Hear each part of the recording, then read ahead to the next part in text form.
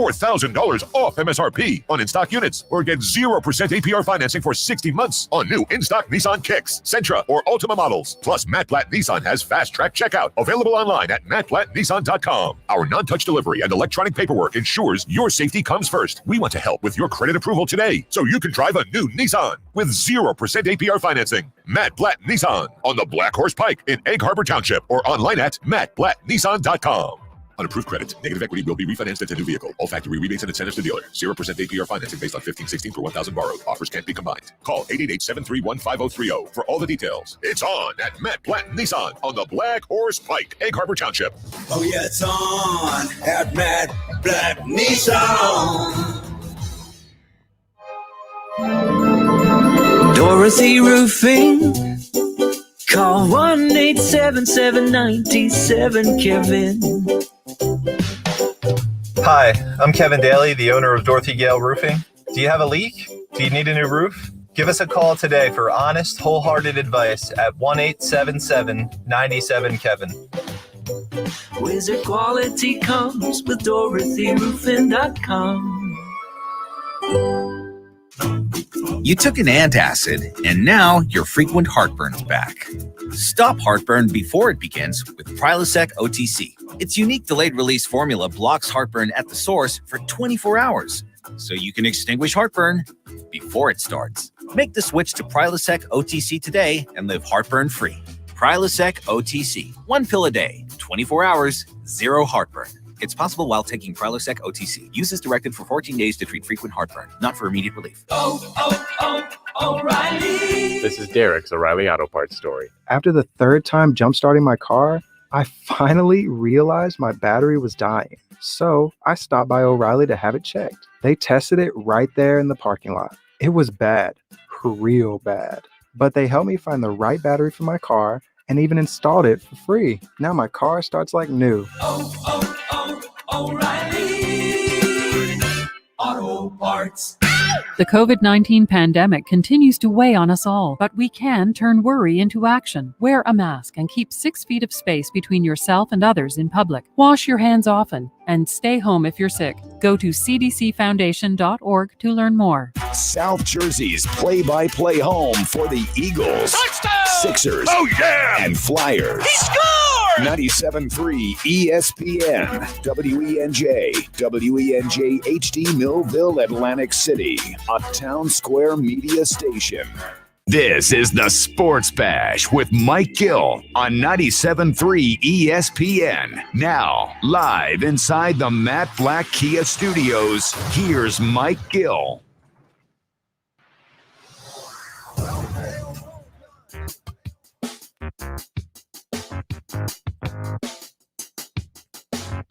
The Sports Bash live on a Thursday here on 97.3 ESPN, the free mobile app. And don't forget, you can watch the show live at 97.3 ESPN.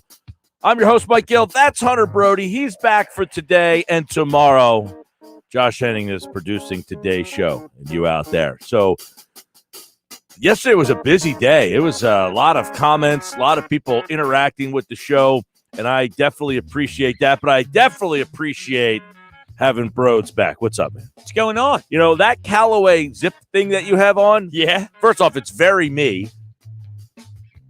Right? Yeah, Josh, it is. would that be something? I actually own that thing, and I sold it on Poshmark. Did you buy it from me? No, that did not. Well, I got this about a couple years back when I was playing college hockey. We did a little trip with the boys to go golfing, and this accidentally slipped into my bag, and it was one of my teammates. That's how it works. I'm going to find out which guy bought it from me, because I can go back and see that, and I wonder if your buddy bought it. Could you imagine if that actually happened? This is a nice item. It's got the It's got the pockets and everything. Problem was, I was about 65 pounds heavier, and I couldn't fit into it. Well, then I would imagine this might not be it. I don't know. I don't know. No. What size is that? Like a large, I believe. Yeah, it's like a little snug on me. Okay, well, maybe it is. That would be hilarious. Yeah, I looked at that. I was like, dude, I once owned that Yeah, thing. you didn't even say hi to me first. Not even like a yo. It was, whoa, I had that jacket. That was the first thing you thought of. Yeah, I saw that thing, and I was like, because I loved it. It just was too tight Well, on don't me, love man. you. Stop looking at it. I couldn't get You into might it. take it off my back. Well, I mean, parting gift for you. Oh, You yeah, can keep my Callaway jacket. You can keep my Callaway jacket. That's How's great. that? Yeah. I got to find out who I sold that to. See if that's your buddy, and then maybe he bought it for me and then gifted it to you. It's possible. I had a nice couple rounds of golf in this bad boy, though. Yeah? Oh, How do you hit them? Oh, straight. Right? Isn't that what they say? Well, some people say straight, some people say long and far. No. It depends on what straight. Depends on what your goal is. You want to just hit them straight, but 30 yards. You want to hit them long and far. No, that's my issue with my golf game is everything is straight. I have zero power. That's good though. Yeah, but the problem is my 5-iron and my 9-iron should not be should not be going the same distance though. I need to get a little bit more power out of my swing. There is no problem with that.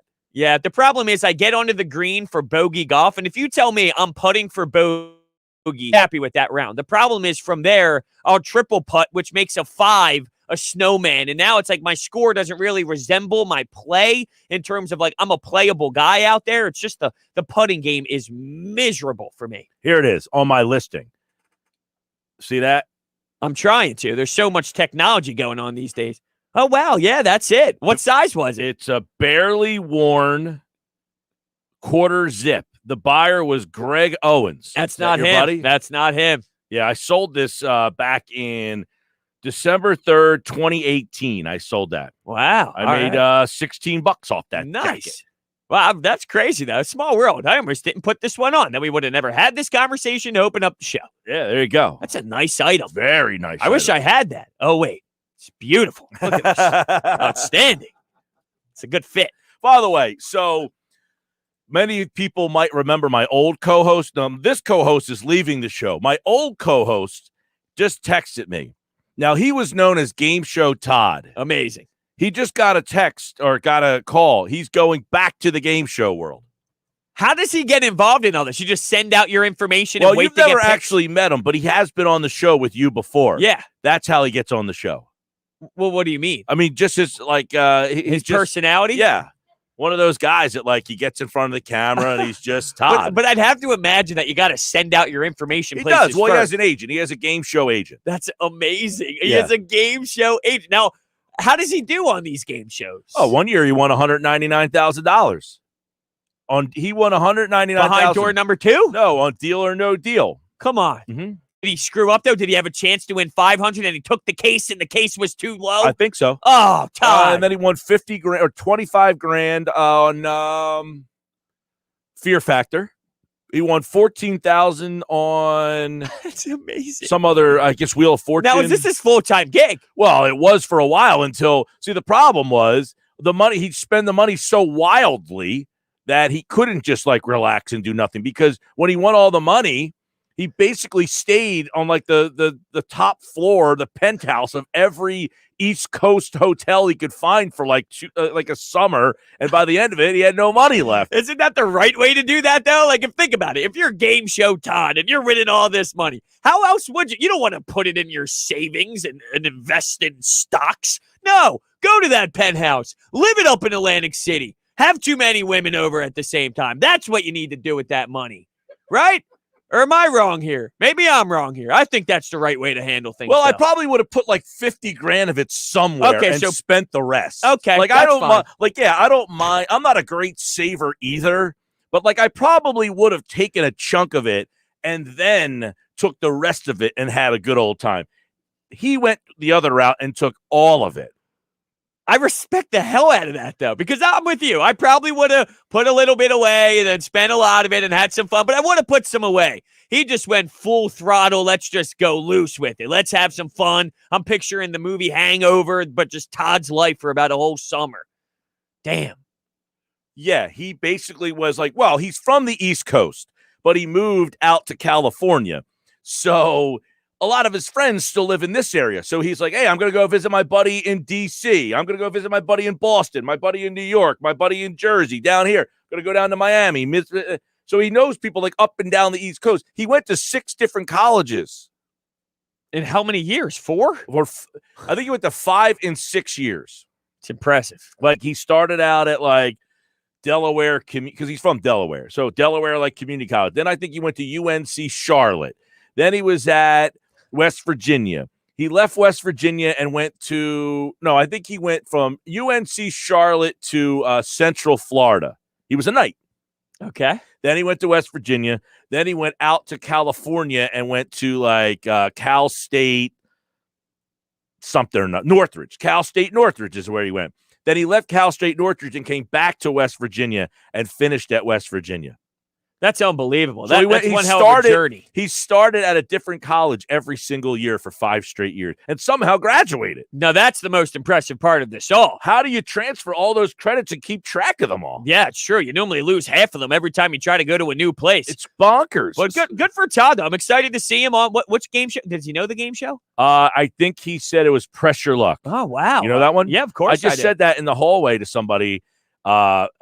I was having lunch with one of the sales guys, and he had no idea what it was. No, it's like no whammies, no whammies, no whammies. Stop. Yeah, of course. Oh, no whammy. Now there's a new. I think they made one called Whammy after that, right? They brought it back and went just Whammy. Well, they brought Pressure Luck back.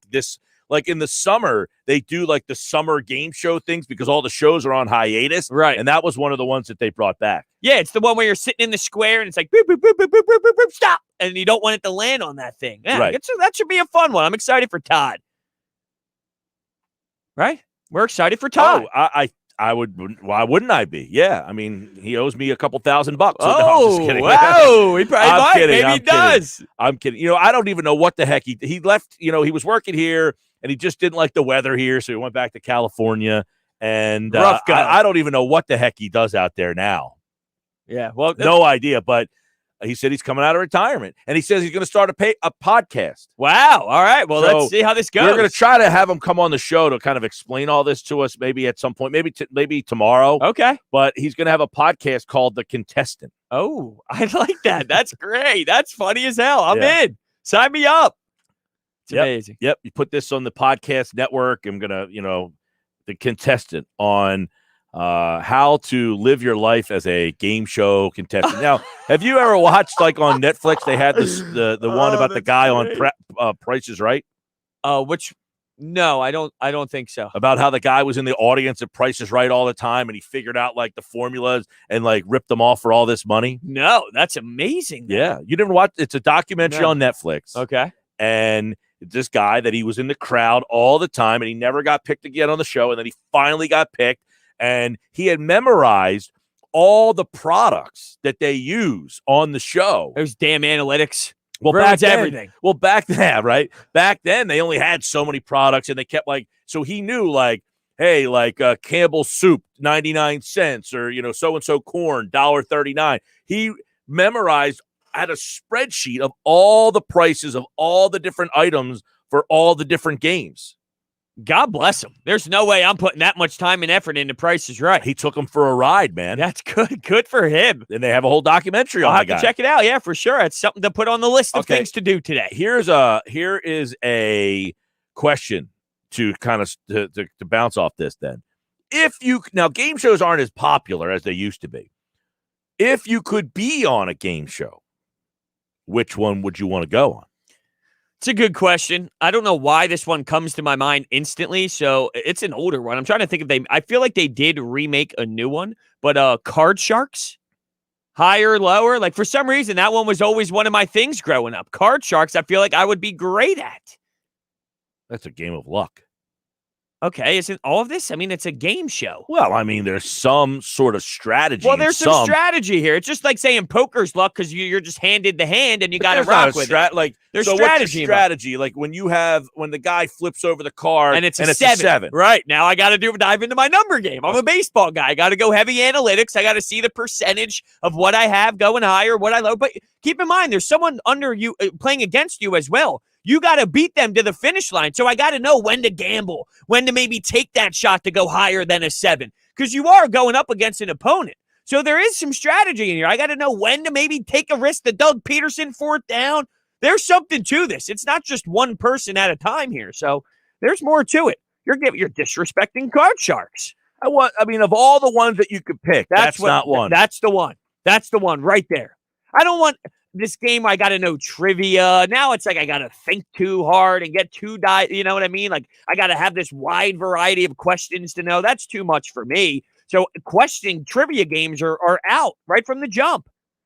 I wouldn't do good on Jeopardy. No, I don't want to be on a trivia type of game. But what about like you could be on Deal or No Deal. Okay, that's a good one. I don't have any problems with that. That's He was high on my another list. show that they basically tortured you. And whatever contestant, you lived in like a pod. Huh. So there was like all these different pods, and everybody had to live in the pod. And they did these torturous things to you. And the person who quit last was the winner. Where did he end up on that I think he was like, let's say there was like 7 people. He was like the 3rd or 4th person to be like, all right, I'm out of this. I wonder how bad it was, though. Do you remember what exactly some of the things were? Well, he had like a gorilla suit on, and they had to wear the gorilla suit. They turned off all the air. And they had to sweat and just keep walking around in a circle. And the last person to tap out. Wow, I'd be bad Stuff with like that, though. But like he said that they wouldn't let you go to sleep. So, like, it would be 3 o'clock in the morning. You'd be, like, dozing off, and they would wake you up. Like, so your mental capacity was shot. You had been up for days. They only fed you so often. And, like, so not only do you have to do these challenges. So one of the things was, I forget what they had to do, but you had to sweat profusely and then wring the sweat and fill these cups up. And whoever could get the most sweat into the cups was, like, the winner of that round. So there was all these different challenges, but on the side, they weren't letting you sleep, so you were tired as hell. You were mentally drained. There's no way that I would tap out on that one. I'm not good with some of those ones where, the mental toughness for something dumb. Like, for example, to me, that would be dumb to fight through the mental toughness. If it's other things in life that mean more, it's a different situation. But if I know deep down, I don't have to be doing this, I'd probably tap out pretty quickly. Well, I mean, you wouldn't mean you don't have to be doing this. There's a pile of money. I know, but I don't think that would be enough for me to really battle through it. I'd be one of the early ones to tap out. Now, here's a nice, interesting one. Jeff Bone and Pookie says, I auditioned for Family Feud once. How about that? The difference for that is now I have to trust my family here, and I don't. You a Richard Dawson fan, or are you a? I was just going to ask you if you're a Steve Harvey guy. Now, I like Steve Harvey, but now I think the shtick got a little too much for me. I think the shtick overpowers him, and it's almost too forced, and it's not normal. You know what I mean, though, with Steve Harvey? Like the looks on his face, like, you know what I mean? How he does like the goofy looks when someone makes a bad answer. It just seems fake to me now. We had this whole discussion one time when Todd was here, and I said that Drew Carey, he is the host of Price is Right. Yeah. Now, Todd was on Price is Right. He got up to the damn thing with Bob Barker. And Bob is, it's hilarious. I got to bring the clip up here and see if I can find it. So Bob, he's up there with Bob, and Bob's like talking to him, and he says, well, right, I had a premonition that I'd be on the show with you, Bob. And Bob says, oh, yeah, what were you playing? And he says, Plinko. And he says, well, you're not playing Plinko today. You're playing, and it's like whatever game. It was some terrible game. Like, it was like he didn't do much on that, but he got to, get up on the stage with Barker. That's absolutely insane. I mean, I wish we could have a full-on behind-the-scenes documentary of Todd. You mentioned the one that's on Netflix right now. We got to figure out a production team that can go and support his new journey back into game shows. And it's like a behind-the-scenes. This is like a 24/7 Flyers Rangers Winter Classic. But instead, it's Todd. And the narrator's like, Todd walks up to the main, you know what I mean? And we have like a great dialogue and a great commentator to somewhat describe what's going on while he goes through this journey. So, yeah, I mean, I actually know a couple people who have been on Wheel of Fortune. I don't know anyone that's been a part of game show. The Price is Right, the most common one. But other than that, I really don't know many people to dive into any of these other game shows. They're not the same anymore, too, as you mentioned earlier. No, a lot of them aren't the same, but like the $25,000 pyramid or stuff like that. Stuff where, like, I don't know, this is pretty funny. He did Fear Factor, and it was couples Fear Factor. But the girl that he was dating they broke up, and then he had to go on with her sister. No way. And they ended up winning the show. So they won $50,000, and they had to split the $50,000. That's hilarious. You can't make this stuff up. That's what I'm saying. This needs to be a documentary on Netflix. Let me see. I got to see if I can find. Let's see if I can find. Maybe we could do a special on the 97.3 ESPN YouTube page. Well, there's there's the one where he's on Price is Right. It's pretty darn funny, where he goes up there and talks to Bob Barker, and when he comes down the aisle, he's like, ah! Like, I mean, I had the video up in front of me. There he is. Oh, he's like so over. I got to put this up on this. Now, it's so funny how hilarious his face is when they basically say, so if you're watching the video at 973ESPN.com, I will put that video now, up. Him running down like that, is this just for fun, or is that his raw, natural reaction? This is him, dude. Like, this is him. This is his actual reaction, or he's trying to just be goofy and funny? No, this is him. Okay. All right. So let me play it for you. And for those of you watching on the stream, you could check that out. And all right, here we go. So I'll play it on the radio side, but you'll be able to hear Bob Barker. But you'll be able to see the video, which will give it a little bit more. But watch how excited he is. All right. Tell us, Rod. Tell us. I'm going to tell you that it's Todd B. Rank coming on down. Todd, come on down. You're the next contestant on The Price is Right. This is unreal. Hello, Todd. You look as if you were surprised to be called to come on down. Well, I had premonitions, but I just didn't think it was going to happen. It happened. It happened. And now you have it on what? That is so good. So not only, so I'll let it keep it. Maybe when he wins the actual showcase, he's got the WVU shirt on. I mean, like, he's like fresh doing this. And then it went from this to another one. It was ridiculous. The facial expressions, the body language, it seems like a shtick, though. Like, that's him. That's game show Todd. That's part of a character he plays, it almost feels like. Yeah. It's an incredible story. It's pretty amazing. Like, so the funniest thing is, so the one year we're at Philly Spring, he and I go to Philly Spring training every single year. And the one year he's like, dude, I'm just struggling. I can't make it. So, but he was on Deal or No Deal, right? But the whole thing is, like, he can't tell you, like, they sign these agreements that he can't say how much he won. So I'm in Clearwater. I'm already there. And, like, at this time we were going, like, we were younger. So, like, there'd be like 10, 15 of us that used to go. So we're at, and this is back when, like, West Virginia was in the Big East. I would go to the hotel bar at like noon and watch the Big East tournament all day long. So around like 8 o'clock, he calls me and he's like, yo, if you pay for my ticket, my flight, I'll pay you back. And I'm like, huh? Now, mind you, he lives in California, and I got to fly him to Tampa. You know what that flight cost? About $900. Yeah. So I'm like, what do you mean you're going to pay me back? It's like $900. He goes, I promise you, I just got done filming Deal or No Deal. I can't tell you how much I won, but I promise you, I can afford to pay you back. And I'm like, all right, I'll pay for it. So the man wouldn't crack.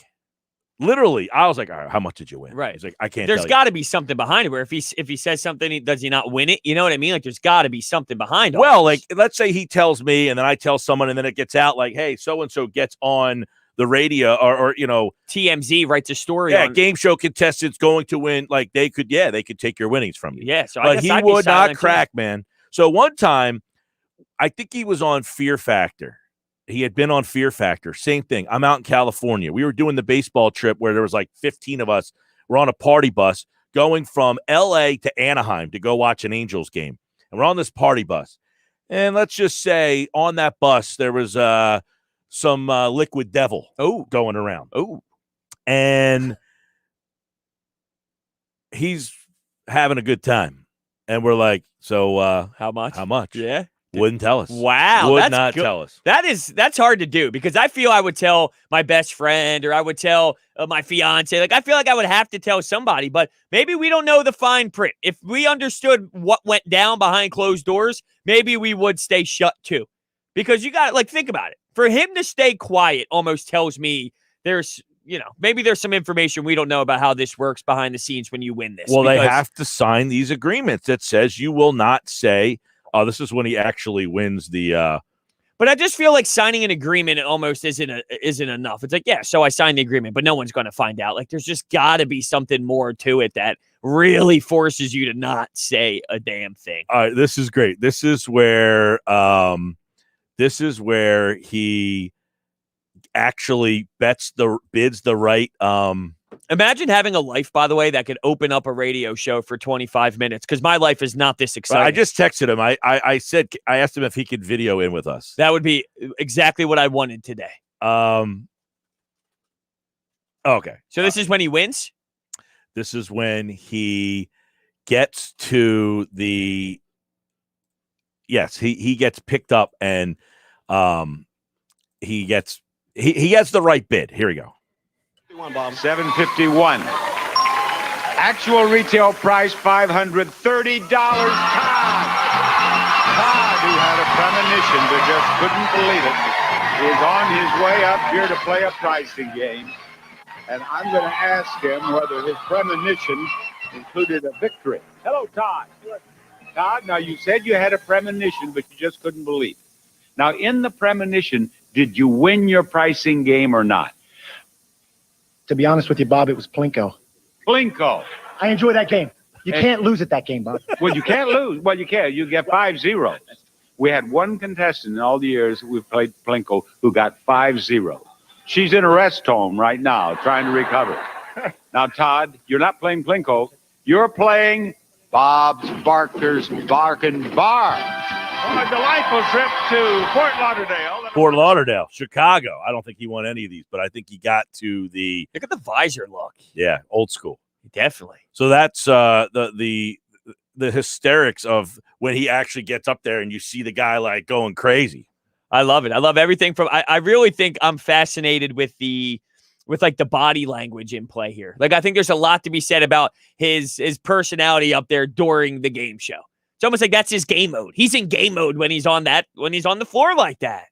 It was like unless he's like that off the game show as well. Oh yeah, that's why he gets picked to be on the show. But I feel like there's a little bit more intensity. You can't driven. fake that. You have to be that. That's how you get on the show. No, I'm with you. I'm not saying it's fake, but I do feel like once the number is called and it's like you're in game mode. Like, everyone's an athlete, but then when you step on the ice, there's this different level of focus, a different level of intensity. But I'm like the same, like the locker room Brodes versus the out of the locker room Brodes. There's this different mentality, and I feel like that's Todd when he's on the or whatever in the area of shooting a game show. He gets into game mode.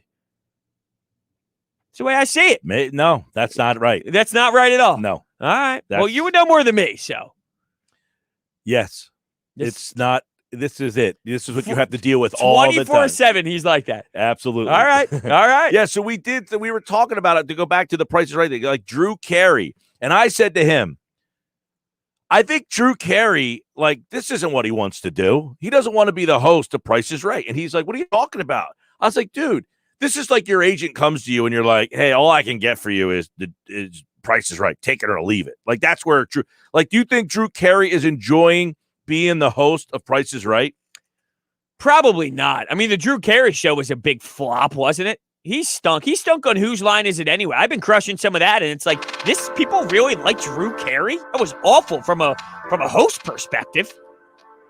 And then he's very overrated. And then he gets this show, and this is like, your agent's like, I can't get you anything else. Do you want Price is Right or nothing? And he's like, I guess I'll take it.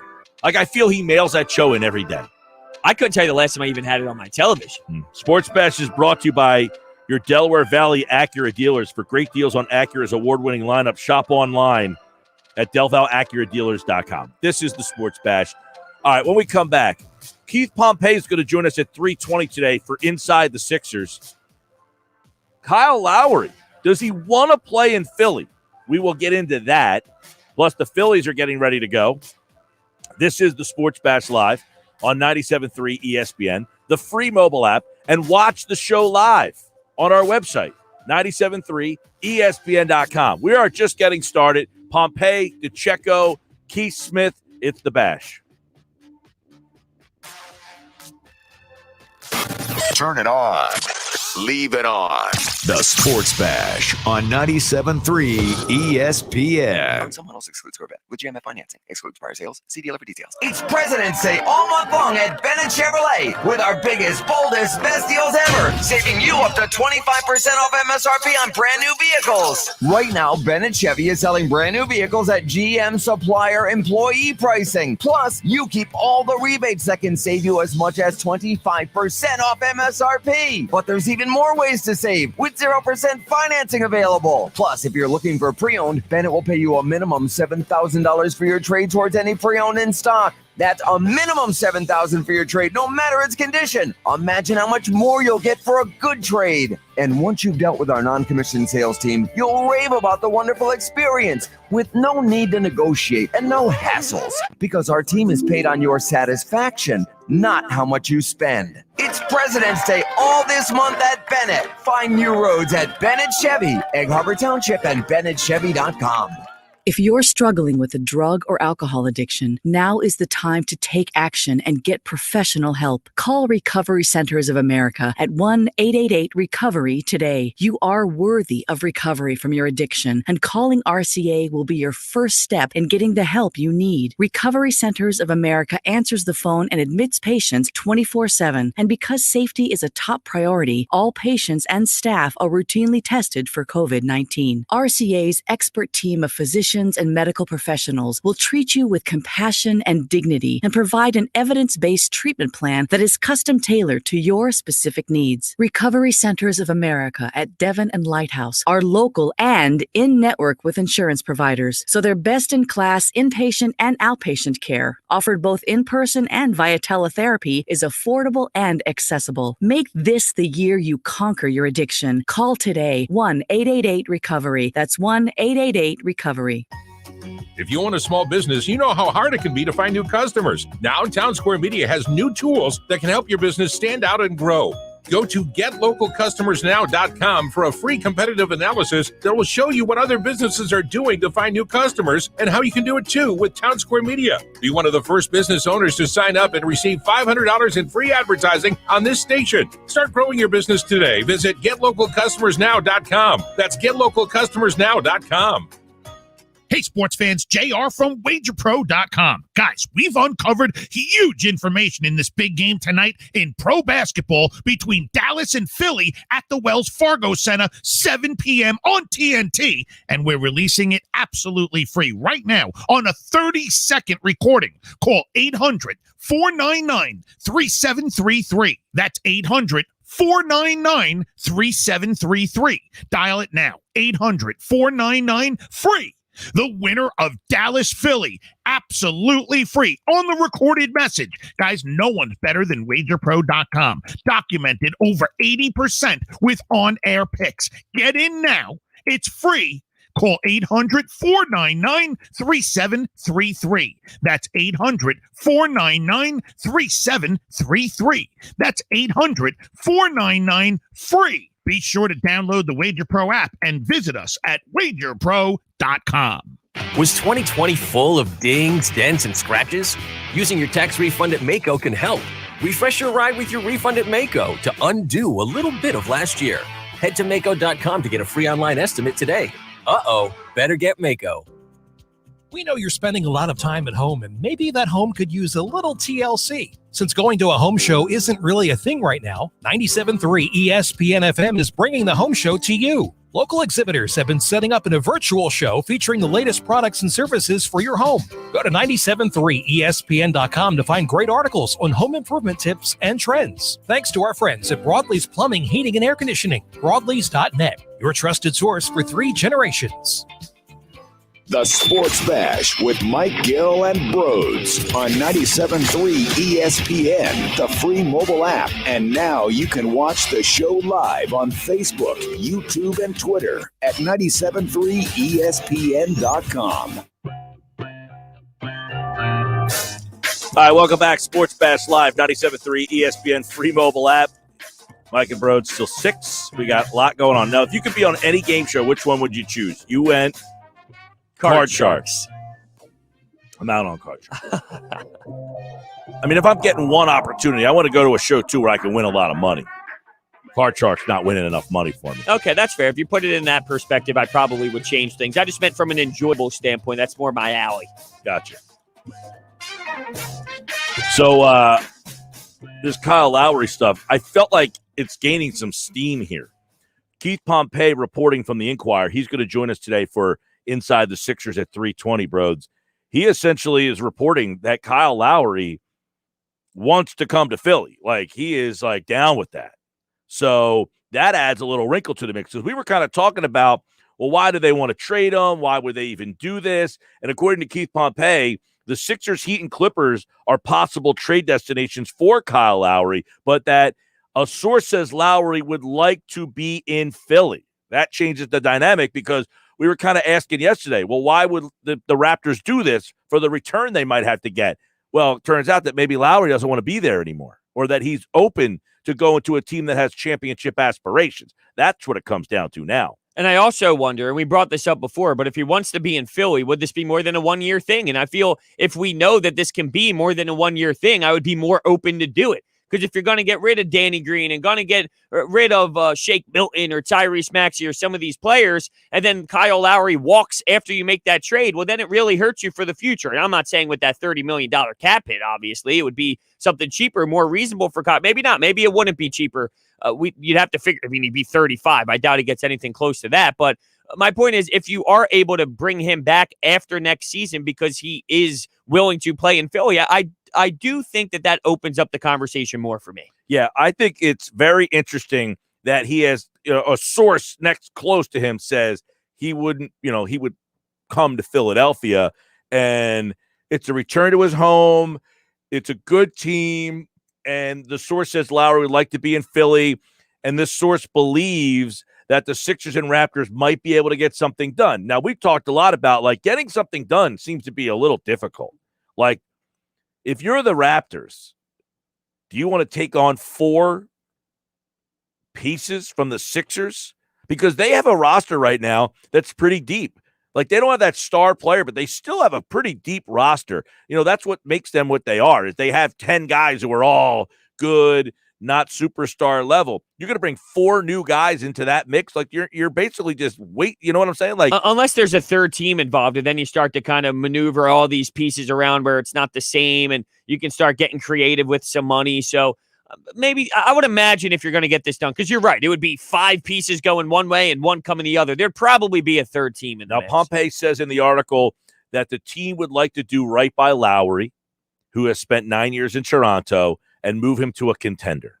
So that comment there kind of suggests that Toronto knows who they are. Well, that's what I was going to bring up to you. What does that say about the way they view their own team? I think that's it. But there's no one that and look, I'm not saying that they're wrong, because I do think that they're a step behind. But with where the Eastern Conference is now, to rule anything out of the question, I also would think it's unfair too. I know they don't have the superstar, and it's clear that they're not like this special insane team, but are there any special insane teams in the East? My answer would be no, not really. I mean, that Brooklyn team is, when you're Toronto and you're matching yourself up player for player with Brooklyn, they don't have a Durant, they don't have a Kyrie, they don't have a Harden. Sure. But I don't know what you're getting in return. Like, there's nothing on the deal for the Sixers that's like, franchise changing coming down the line either. I want you to look at the screen right now. I am looking at the screen, and it looks like Billy Schwein was on the Newlywed Game. Are you serious? That doesn't stop you in your tracks? That he was on the Newlywed Game? Yeah. That's pretty funny. In 1986, I was on the Newlywed Show. Bob Eubanks was the host. Now, can we get footage? You're not wait a second. Yeah, Billy Schwein. I know. I want to see footage. You'd imagine that he has it on the VHS. He's got to rewind it, make it all the way to the beginning, because he probably watched it before and didn't. I would guess Billy Schwein wasn't the one to rewind his tapes when he was done watching. Probably not. That right there just was like apropos to everything. Schwein on the Newlywed Game Show. Did he win? I want to see what the answers were for the questions about him. Those are probably funny. When they ask questions about him and she needs to write down the answer, you know what I mean? Like, I wonder what she was guessing. Classic. And what the reaction really was. That is just classic. All right, what were we saying? We were talking about Kyle Lowry. and getting a chance to if the Raptors, like, where do the Raptors view themselves? Not even close to the Brooklyn Nets. How could you? I know you can't. You can't, but I also don't think you should just give up either. But maybe I was saying that in a return with Philly, do you get anyone that moves the needle that much for you? Or are they really looking at it from, we just want to make sure Kyle Lowry doesn't want to be here. So it's more about, getting him somewhere and we can get what we can in return back. Well, that's the thing, is if other teams are interested, and Pompey mentioned a couple different teams, do they have better offers that they can give you? Because we've kind of mapped it out, and Hudrick was on yesterday. Every trade has to include Danny Green, Mike Scott, 4 guys that nobody would want other than, hey, we're just doing him a solid. Why would you just do him a solid? Well, there's got to be Tyrese Maxey or something in the mix with those packages. But now you're adding like a 5th guy. Yeah. Because if you add 3 guys with Maxey, those contracts don't add up. You need the 4th guy plus Maxey. And that's the problem. And that's where I think the third team comes into play to maybe spread around this money more equally or spread it around a little bit easier to get where you need to get. I think the third team's in play here if you're going to make a move for Kyle. It kind of has to. It just feels that way because that's what we're talking about. It's like too many guys, too much money. It's a little wonky. So I think you're going to have to implement a third team if you're going to do this thing. There's no question that I think the Sixers, number one, they would have to give up one of the guys, Maxey, Thibault, Milton, one of those 3 guys. And I don't have a big problem with that. But I just don't know how you pull this off if you are Philadelphia. And as Kevin McCormick wrote at 97.3 ESPN.com, in any deal to acquire Lowry, the Sixers would have to include Danny Green, Mike Scott, Terrence Ferguson, and Tony Bradley, and that is just to match the salary. They would still have to throw in draft picks or a young player like Thibault, Milton, or Maxey. So much. It's so much. Then it goes back to, what if he's here longer? What if he's here for 2 years? Does that make you feel better about it? If they find a way to utilize him for the back half of this season and he stays for another season, if he stays for another 2 seasons, does that change your opinion, Gil, if he's here more than 1 year? Or not really, because of his age? I think he's still got some good ball left in him, though. Yeah, I mean, the problem is I don't know what his market would be. He's making $30 million this year, but there's no way he gets a contract anything hefty like that, and he'll be 35. How much money could he possibly get in free agency? Well, and those of you who are watching the show live, you could see the rumor report, Kyle Lowry open to a trade to Philly. But if you look at that a little bit closer, right, and you kind of scroll down and look further at that article, you're seeing that Lowry is still having a pretty solid year here. I mean, in 26 games for the Raptors, he's averaging 18 points, 5 rebounds, 6.5 assists. He's shooting almost 40% from 3-point range on 7 attempts per game. I mean, he's not having a slow down year where like, Lowry's getting to the end of the road here. No, I guess my problem is when you have Ben Lowry, Seth Curry, Tobias Harris, and Joel Embiid out there, you pretty much have a Matisse Thybulle, a Dwight Howard coming off your bench. That's your bench then. So do you value Kyle Lowry that much where you would be okay with just Matisse Thybulle and Dwight Howard coming off of your bench with maybe Furkan Korkmaz? That bench stinks. Matisse, Dwight Howard, and Furkan Korkmaz, you have some issues if that's your bench. So do you value Kyle Lowry that much in your starting rotation unless he comes off the bench? And I really don't think that would be the case at all with the numbers you spit off. So no. I just think you're in such a bad spot with your depth. Not that your depth is even that great right now. We're complaining that the depth is an issue.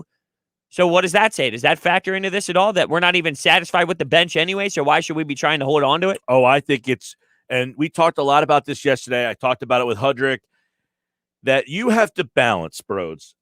Okay, right now, are you good enough to beat Brooklyn? I don't know. I just don't know. You say, I don't know. But the reason you think you might be good enough is why? Like, if you say, I don't know, that means you think possible. Oh, yeah. It's definitely possible. I'm not ruling it out. I would say because their defense. There you go. The Sixers' defense. So now you have to weigh, do I want to sacrifice some defense to bring in Lowry? But he can defend too. He's a good defensive Better than player. Danny Green? I would imagine. I would think Yeah, so. well, different because they're different positions. But Right. yeah, I think on his position, he's a better defender than Lowry, than Green is on his position. But that being said, if Thibault's in the deal, now you're losing more defense. And why do you think you could beat Brooklyn? You just said it, because you have good defense.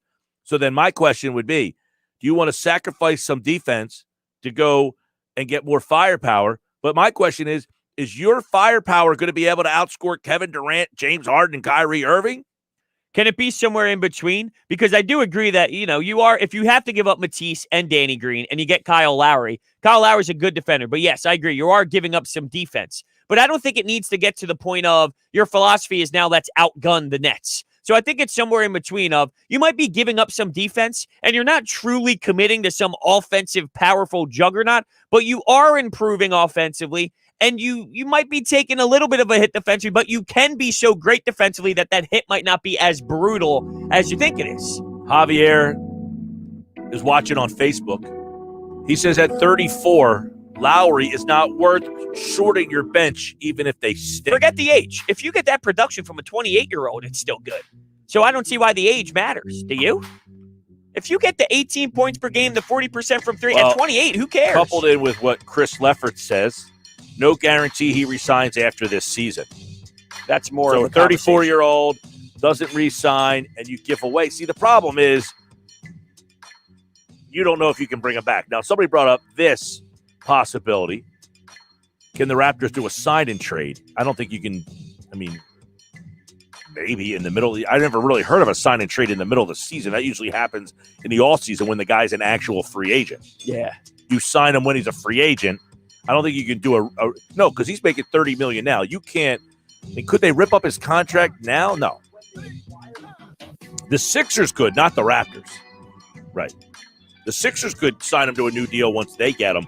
But why would he rip up a $30 million contract? He's still getting paid $30 million this year. Yeah, and then maybe he wants to hit the open market after next year to see what the market is for him. So maybe he doesn't even want to do that. Sports Bash is brought to you by Amerisave Mortgage. Lower mortgage rates means more savings. Find out more info at Amerisave.com.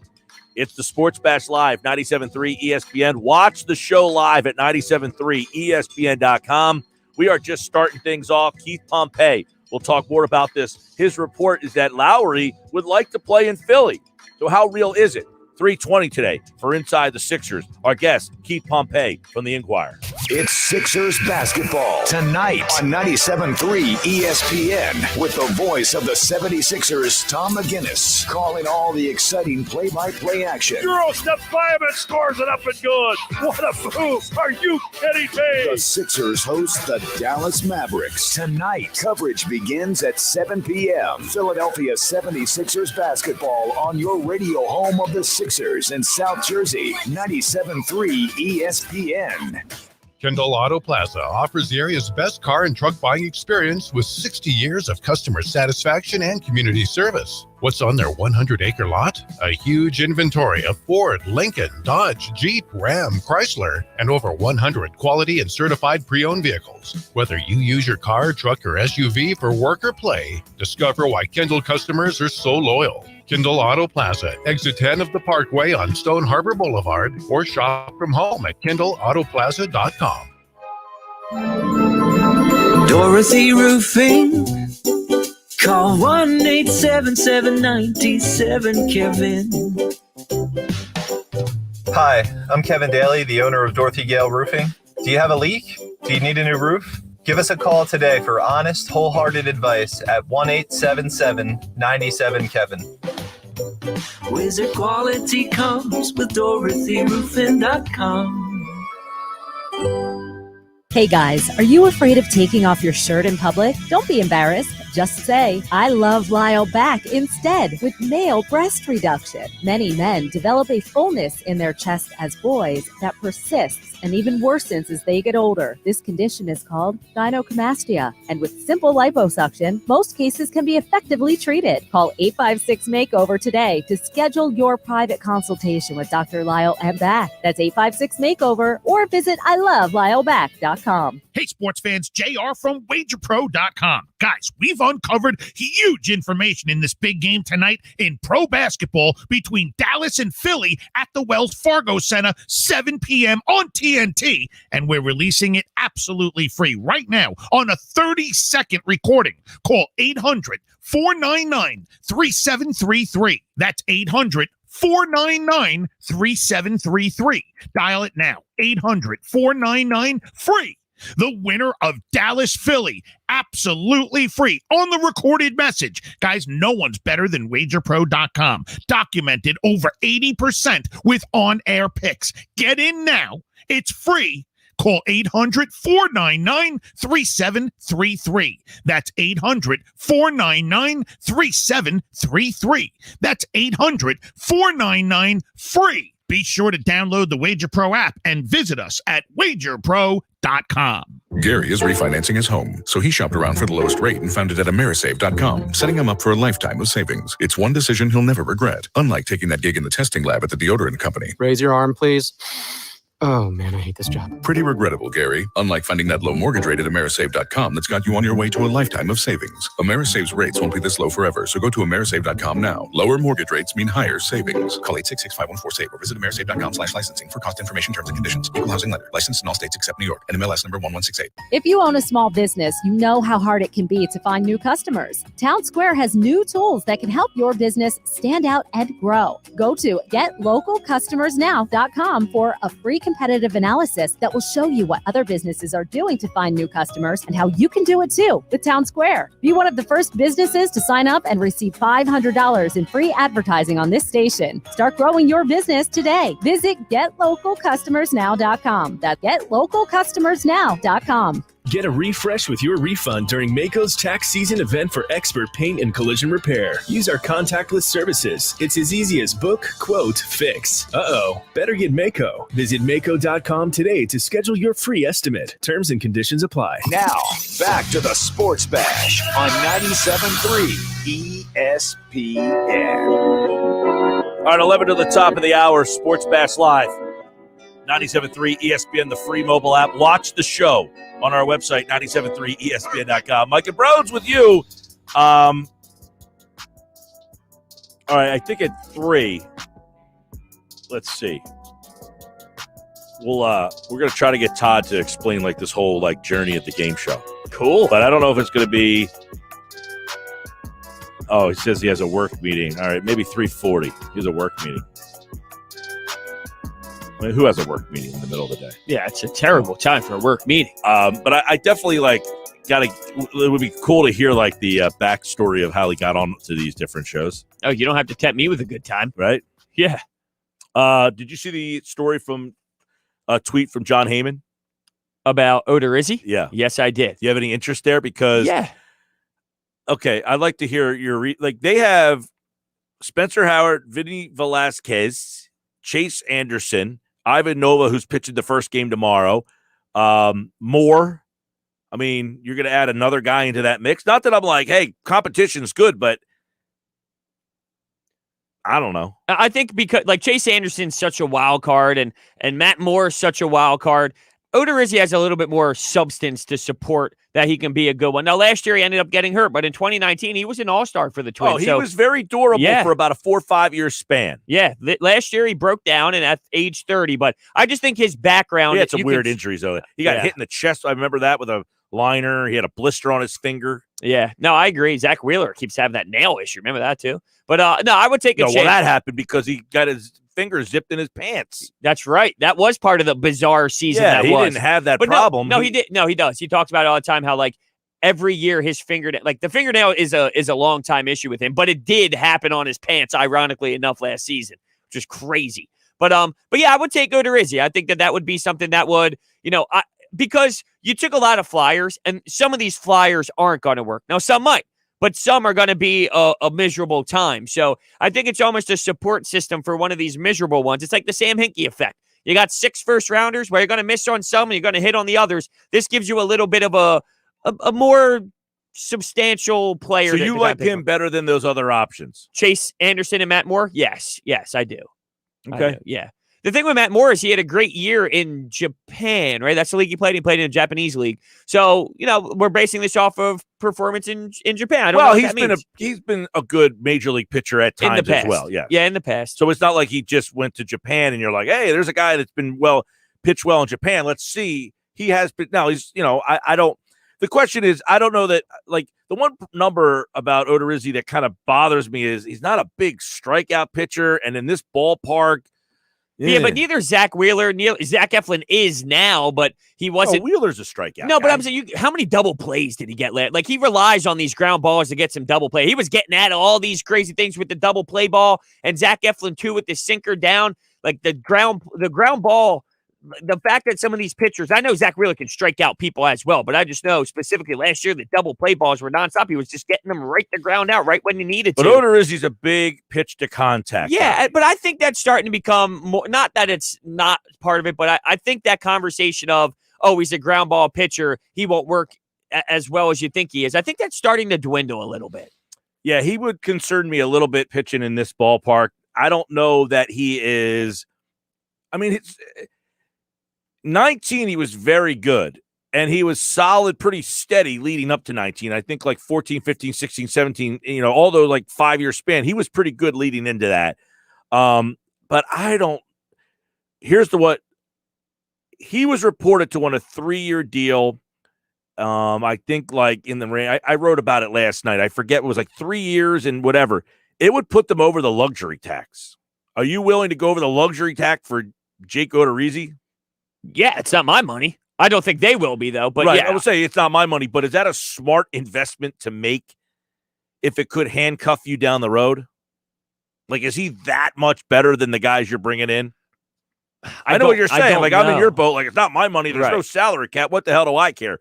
But if you say, look, I'll bring this guy in, but he better be pretty good because I'm not spending any more money. Right. No, I'm with you. I do understand what you're saying. Like, is it that much of a significant jump to put yourself over the luxury tax? Logically looking at, probably not. Probably not. But it does seem That's like the one issue I have with it. Yeah. No, you're right. It's a good point to bring up. Probably not, but I just feel more comfortable because of his background and what he has done in this league. It makes me feel more comfortable knowing that, hey, you can slide this guy into the 4 spot and he can make your rotation more of a realistic thing. Like, you got to worry about the Braves. You need to worry about the Mets. Like, just looking from a rotation standpoint, it's hard to compete with that. I don't think the Phillies have a horrendous first 3 in the rotation, but it's going to be hard to compete with some of these other teams in the division because they're that strong. Washington as well.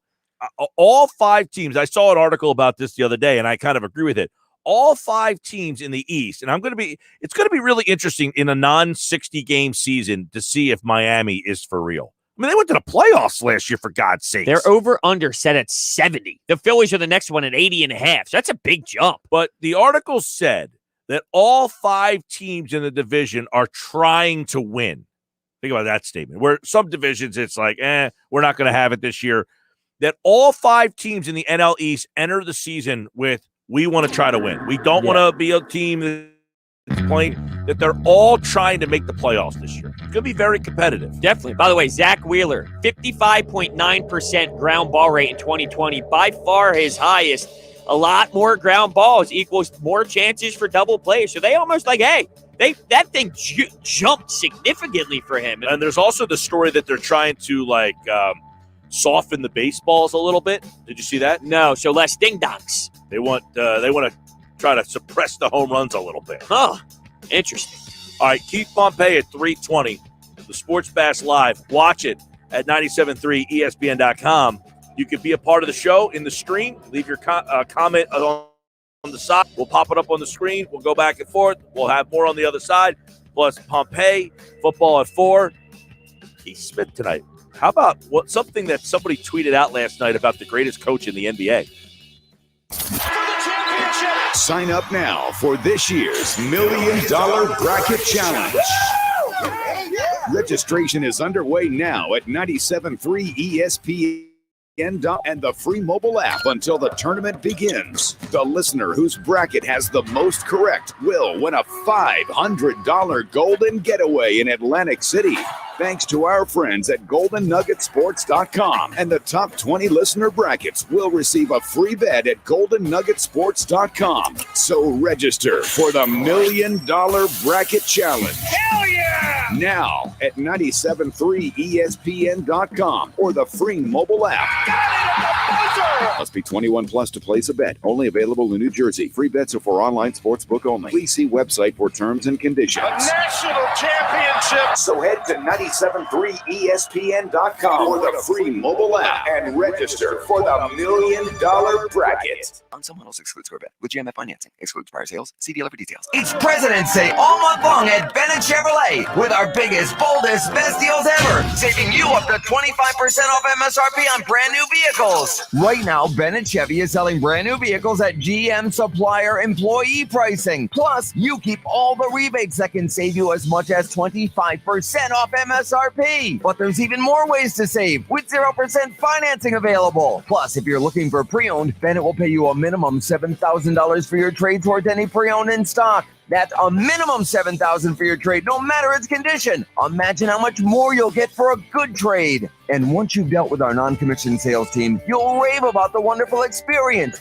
with no need to negotiate and no hassles, because our team is paid on your satisfaction, not how much you spend. It's President's Day all this month at Bennett. Find new roads at Bennett Chevy, Egg Harbor Township, and BennettChevy.com. If you're struggling with a drug or alcohol addiction, now is the time to take action and get professional help. Call Recovery Centers of America at 1-888-RECOVERY today. You are worthy of recovery from your addiction, and calling RCA will be your first step in getting the help you need. Recovery Centers of America answers the phone and admits patients 24/7. And because safety is a top priority, all patients and staff are routinely tested for COVID-19. RCA's expert team of physicians and medical professionals will treat you with compassion and dignity and provide an evidence-based treatment plan that is custom-tailored to your specific needs. Recovery Centers of America at Devon and Lighthouse are local and in-network with insurance providers, so they're best-in-class inpatient and outpatient care, offered both in-person and via teletherapy, is affordable and accessible. Make this the year you conquer your addiction. Call today, 1-888-RECOVERY. That's 1-888-RECOVERY. Body Armor Light isn't just a sports drink. It's more than a sports drink.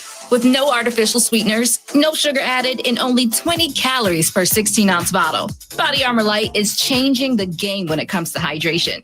Plus potassium-packed electrolytes, coconut water, antioxidants, and vitamins make Body Armor Light the perfect choice for your next workout and your active lifestyle. Body Armor Light, more than a sports drink. Head to drinkbodyarmor.com to learn more. It's time for some straight talk.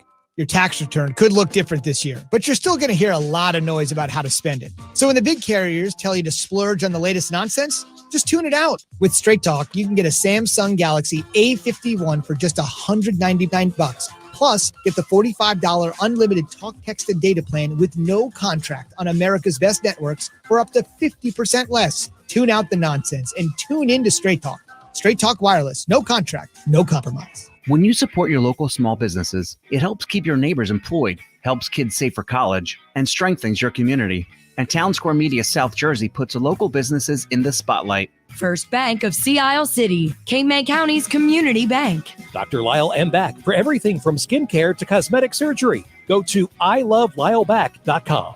Egg Harbor Independent Branch Leader at Charles Schwab in the Consumer Square Shopping Plaza. Filling Marble and Tile Outlet, Philadelphia Avenue and Route 30 in Egg Harbor City. Visit fillingmarble.com. Intuitive Women's Health in Summers Point, accepting new patients. Schedule an appointment today online at intuitivewomenshealth.net. East Coast Roofing, Siding and Windows services all of South Jersey. If you call, they'll show up. Call East Coast today at 609-646-1444. Online at eastcoastroofing.com. Thank you for supporting your local businesses. From Town Square Media, South Jersey.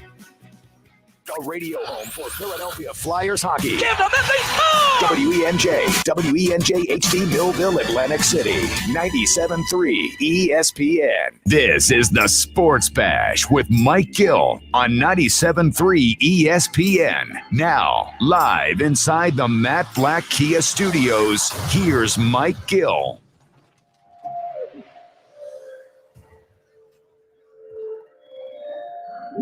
All right, hour 2 of the Sports Bash live on 97.3 ESPN, the free mobile app, and watch the show live at 97.3ESPN.com. Mike and Brodes is brought to you by Matt Blatt Nissan. The all-new Matt Blatt Nissan now open on the Black Horse Pike in Egg Harbor Township next to Home Depot.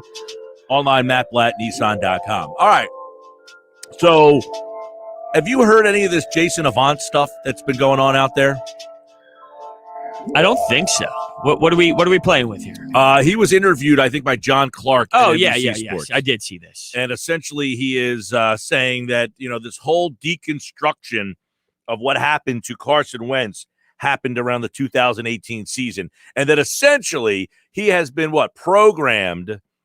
He was, programmed to kind of be defensive of, for, more or less, when they drafted Hurts, he had already had a defense mechanism up, and he thinks the downfall kind of began during that season at some point. I mean, it's not shocking to hear that if that is the case, if it's how it went down. I mean, we all discussed it that right or wrong to take a quarterback when they did is probably not the best for a locker room that just paid their starting quarterback the way that they did, and to have a franchise guy when you're trying to build this team to go out and draft a backup quarterback right after the whole Nick Foles debacle. Didn't this whole entire city somewhat question the message? Yeah, I mean, look, he was insecure enough, it seemed, by the fact that he had the whole Foles cult following him or not following him or not supportive of him. You know what I mean? Definitely. So then he finally, but don't you feel like in 2019 that he kind of won the people back over? I do feel that way, yeah, but then they went out and drafted the quarterback after that. It would be different if they'd had Hurts, and then he went out and did that 2019 run. Then I feel it's a little bit different because he did that with Jalen Hurts still in his back pocket, and since it happened afterwards, I think it changes the conversation. Right, so it's in 2019, he finally feels like he's kind of getting out of the Foles shadow. I took this team to the playoffs. I go on this run with all these backups. It's almost like the Rocky story, where all these guys are hurt. I lead them to the playoffs. We now embrace that Wentz has basically came out from under the Foles shadow, if you will. It's 2 years in the rear view, and then boom, they draft this quarterback, and he's kind of I just won all these people over. You do this to me? So I don't know if the timeline matches up for me. The way that Avant's saying is it essentially was, no, it was after the 2018 season that this is when he kind of started to fall apart a little bit. Yeah, I mean, it does seem like when you get to this point, and we always talk about how last year it wasn't just on one guy. But I think if you even dive a little deeper, there's no way that this was just a one-year downfall. With how ugly this is between the front office and Carson, is this just a one-season thing? This is probably more than that. There's probably so much that happened behind the scenes where there's no way it turns to that level of turmoil in a 4-month span, a 5-month span. There had to have been more that we just don't know that's behind closed doors. You would just have to imagine. Now, Avant, part of that interview with John Clark from NBC Philadelphia, he said, there are things Carson did that were not part of Doug's coaching. You make of that comment? I think that fits everything else we heard, though, right? I mean, but I don't like how some people would run with that. What that means, Doug wasn't at fault ever. It's both. I thought Carson Wentz probably killed plays, and I thought Doug Peterson probably had a horrendous game plan. I think both is in play here. But yeah, I think that fits a lot of the storylines that we've heard to this point. Of he would go out there and try and well, I kill think plays because Avant coached with the Eagles. Yeah, he was with them in training camp or something to that effect last year. And I think it lends a little credence to the people who were saying he was uncoachable or that he was very hard-headed. And we've been reading a lot of these stories, but you're what do I believe? What do I not believe? Here's a guy who was coaching with the team who could say he wasn't listening to some of the stuff Doug was trying to teach him. I think that's a pretty clear way to lean on how you feel about that. I don't know that I believe that Carson was this tough guy to coach. It sounds like that for me, hearing it from a guy like Avant who was coaching with this staff. It's kind of saying, yeah, no, he was not the easiest guy to deal with. Yeah, no, there's no doubt that that's absolutely true. At this point, it's pretty clear that is true. I have a problem now based off of everything we're hearing. And it's crazy because these are the most respected reporters. But I'm actually feeling that the national reporters that are doing anything related to reporting on the Eagles, it's all Howie Roseman stuff. Because there's not one reporter that has said anything doom and gloom about like Howie Roseman, the Adam Schefters, I think the leaked information from Howie and the front office is going through Adam Schefter, Moore, those type of guys. It's impossible to dissect this situation and not one piece of information is coming out in a negative way about those guys from these national reporters. There's just no way that you can put zero slander on the front office and everything's Carson Wentz related and the drama filled behind him. Like there's got to be the leaked information's coming somehow. And that's the most lit thing in my. But what did you think that somebody would be leaking it out from the other side? What do you mean, Carson Wentz's camp? Somebody's camp. But the problem is Carson Wentz's camp doesn't have access to Adam Schefter like Howie does. I think they're way more connected. They're way more connected. Like Howie Roseman's relationship with Adam Schefter is probably a little bit stronger than, let's say, Carson Wentz's. Not necessarily Carson Wentz, but his agent or I mean, if Carson Wentz wants to get a message out through somebody, he has the means. And it doesn't have to just be Adam Schefter. He could go to Ian Rappaport or Mike Garafolo or Mike Silver, somebody else. Like if they want to try to leak something out there. I don't think they do. I don't think they care to that level, though, because we haven't heard a peep from Wentz for a while. I think their plan is maybe not Wentz, but I'm saying somebody else. That's my point is it doesn't have to just be Wentz. If there were people who agreed with Wentz or wanted to get that side of the story out, there's multiple ways that could be done. I think Wentz's and like anyone a part of Wentz's team and all that, let's just relax and stay quiet. Like I think there's a reason why I haven't heard it because we've seen them kind of stay quiet to this point. So I feel that's their game plan. Just zip it. Don't worry about running reports and let's go with it. I think that's obvious. Yeah. The Wentz camp is like, we're not going to get into this. He said, she but said. There's no stories, none from these national media members about Howie Roseman. How is that possible? That tells me that this is being leaked from Howie. Like there's got to be something here where all of these big time reporters are assessing this and never once, not once, is there something really harsh towards Howie? It's just crazy to me. Well, it's because, I mean, people, it's funny. Yesterday, somebody posted up on the stream chat that, I was a Roseman apologist, and I explained that I really wasn't. No, you're not. You're definitely not. And, it's funny. There was a lot of people in the chat that said I kind of changed their perception, and I was kind of surprised by that. But, maybe it's not there because we want it to be there, but it's not what we're saying. No, it's just. You want it to be bad. Is what I'm saying. There's no way to assess this, and there not be any blame on Howie Roseman, Jeffrey Lurie, and the fact that. Well, there was a report here last week that said that the sole problem is Howie Roseman. Now, I don't know who wrote it or where it came from. I don't know if it was a national. I thought it was a more local report.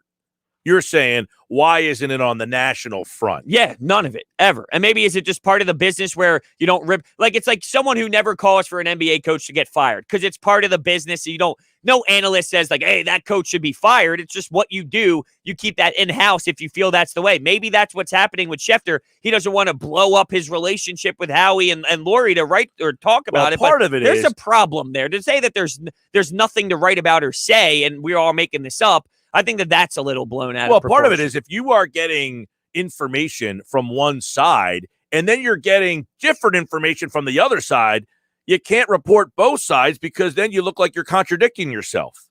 So every side is just the Carson Wentz side, apparently, the angle. It's sexier for clickbait, too, of course. Carson Wentz's name would pop more than Howie Roseman and Jeffrey Lurie. Well, who got to you first?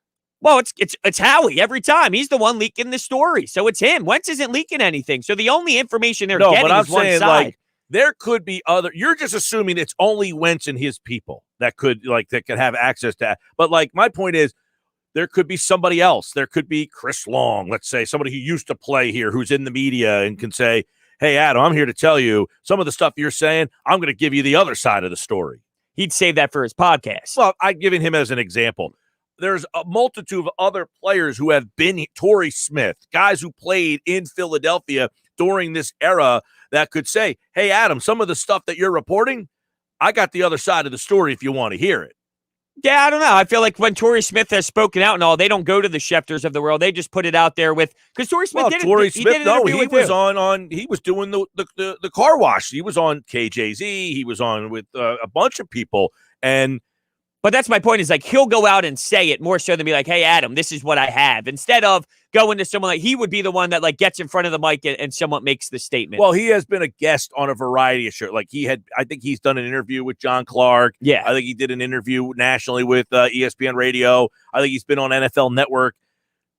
But those guys have the opportunity to say the opposite side, and most of them haven't. Like that interview that Chris Long did the podcast with Malcolm Jenkins. Did you see that? Yeah. They didn't really come out and blast Roseman so much. They basically said, yeah, he was very difficult, but that's a lot of people are. And he didn't, I wish he would have reached out to the room a little bit more. I wish he would have hit all corners of the locker room. And that's fine. I'm not saying what's being said about Wentz is false. What I'm saying is there's people left out of the conversation that needs to be added. So what I think is being reported by Wentz, I'm not saying that they're necessarily wrong. There is truth to it. I do feel Howie's the one leaking the information, which makes it a little bit skewed. But I also feel like there's just a bit, it's like a catastrophe happens, but you only talk about half of it. Well, what else happened? How did this start? What snowballed into it? Where did this occur? Like, you're leaving out so many details that I think it's unfair and doesn't tell the full story with some of these reports. Assuming that these details exist. Yes, because they do. Because they do. Wow, that doesn't mean you're right. You're just assuming that, that they are. But that's my, like, this. There's no way that this happens and it's all because of Carson Wentz. There is so much that happens behind closed doors. Well, yes, I'm assuming, but I'm right. There are things that happen inside this organization that has happened. I mean, it's just inevitable that things snowball. I'm not saying that you're wrong. I know you're and not. I'm saying that if that information, if somebody wanted it out, it would be Maybe out. someone doesn't care enough to get it out that way. To say that these people don't have access to Adam Schefter, Carson Wentz's agent But can do they call ca- Adam do- Schefter they don't- or Chris Mortensen or But they don't want any to. other person that work. They don't want to. Yeah. But I'm saying anybody's agent has the ability to reach out to any NFL reporter, Field Yates and Rappaport. They can easily make that call and say, hey, here's information that I think you might want to report. So I'm not suggesting that you're wrong. I'm just saying if somebody wanted to get that message out there, that's very easy to do. I'm as surprised as you are that it's not out there, which doesn't necessarily mean that it hasn't occurred. But I also feel that the fans think it's worse than it is because they don't like Roseman. No, there's players that have played all. I mean, we heard it from Moshe, and we've heard it from people that cover the team. Like, there have been people who have played, or was it Rob Mahdi, who have played for the organization Absolutely. and coached in the organization that goes. He's It a is problem. a toxic environment with this man. So I find it hard to believe that it's not a problem. Maybe it's overblown by the fan base, but it's still there. Well, as we played yesterday, the Jason Kelsey thing, the first guy He's hammered. But okay, you're hammered, but the first guy that comes to your mind when you're drunk, that's when you tell the truth. I'm hammered. The first guy I'm going to give credit to, he could have been the last guy on the list. He could have said, and oh, by the way, Roseman helped us put this together. No, the first guy that he put out there was, this guy made this all possible. So that's why sometimes I feel like, depending on which side of the agenda spinner you're on, this guy's a problem. Well, I don't think he's a problem. He's a problem. Well, he doesn't think he's a problem. He's a problem. Well, he didn't bother me all that much. Yeah, but they're all problems. That's the point, is the stories are only one-sided. And the thing is, why wouldn't someone else reach out to Adam Schefter to drop a report? Because anyone who would want to do that is probably close to Carson Wentz. So if you're close to Carson Wentz, you probably know the game plan here. Zip it. So I think these people that would go to Schefter to say something on the other side, they're not doing it because Wentz's identity at this point is to stay quiet. Wentz and his agent can't get to Adam Schefter to talk, but they can get their tentacles on 50 other people and tell them to zip it. Well, what do you mean? You're saying that these people have this like crazy, insane story on Wentz that they want to release. The only way you have that is if you're probably close to Carson Wentz. No, I'm saying like if Wentz was telling all these people, I don't want anybody to say anything. Just keep your mouth shut. Like, there's a wide net of people that could say, hey, look, I don't like what's being said about Wentz out there. But you probably don't care unless you're close to Wentz, is my point. You don't just randomly think, I don't like what's being said about Wentz, unless you have this personal tie with Wentz. And then if you do have that tie, you know his game plan is to be quiet. That's my point. Right, but Because you won't be that passionate about somebody you're not close to. Okay, let's say, like, for instance, Josh McCown. You know, he might be close with Wentz, but they might not talk all the time. And McCown might say, hey, I got information. But yeah, I don't see him just running to Schefter. No, and I'm break just that giving an example of a player who may have played with him that they're not exactly tight and talk all the time, but he might say, I have information that's a little different than what my dealings with him is a little different than what's being put out there. And I'd like to get that out there. for him because I don't think it's fair. Like, that happens all the time. Yeah, I think this scenario is one in its own, though. So I don't think I see Josh McCown or anybody else just run into to do stuff like that. Because there has been a lot of people who have talked about this. Torrey Smith, Jason Avant, Chris Long, Malcolm Jenkins. These are all guys who have had the chance to comment. They've all brought it up. Hey, what do you think about the Wentz situation? And it's not like any of them have been like, well, some of this stuff is getting blown out of proportion, and you're hearing about Howie. And look, it's more like, I'm pretty surprised that none of them have brought that situation, especially Jenkins, who was kind of could have been like, you know what, that guy's a problem. And I was like a little surprised that Jenkins didn't kind of go down that road. What, saying that he is the problem? Well, he essentially was kind of basically firming up a lot of the stuff that we heard. Yeah, but my point isn't to discredit that. I think that's true. My point is no one's pointing out the other side of it, which tells me where the information's coming from. So I think what's being said about Carson is 100% true. No, but I'm saying like these a big part of the podcast story. things, they've had the opportunity on these podcasts to say, hey, there's a big chunk that we're missing here, and let's talk about that. Everybody seems to be kind of staying on the same kind of Well, because I don't think they want to cross. I mean, there is a lot when you're still in the league, right? I mean, you're just going to go out there and blast Howie when you're Chris still playing Long's in the not league anymore. No, Torrey but I'm Smith saying not. and all. No, he is, but Smith isn't. A lot of guys that have talked have not.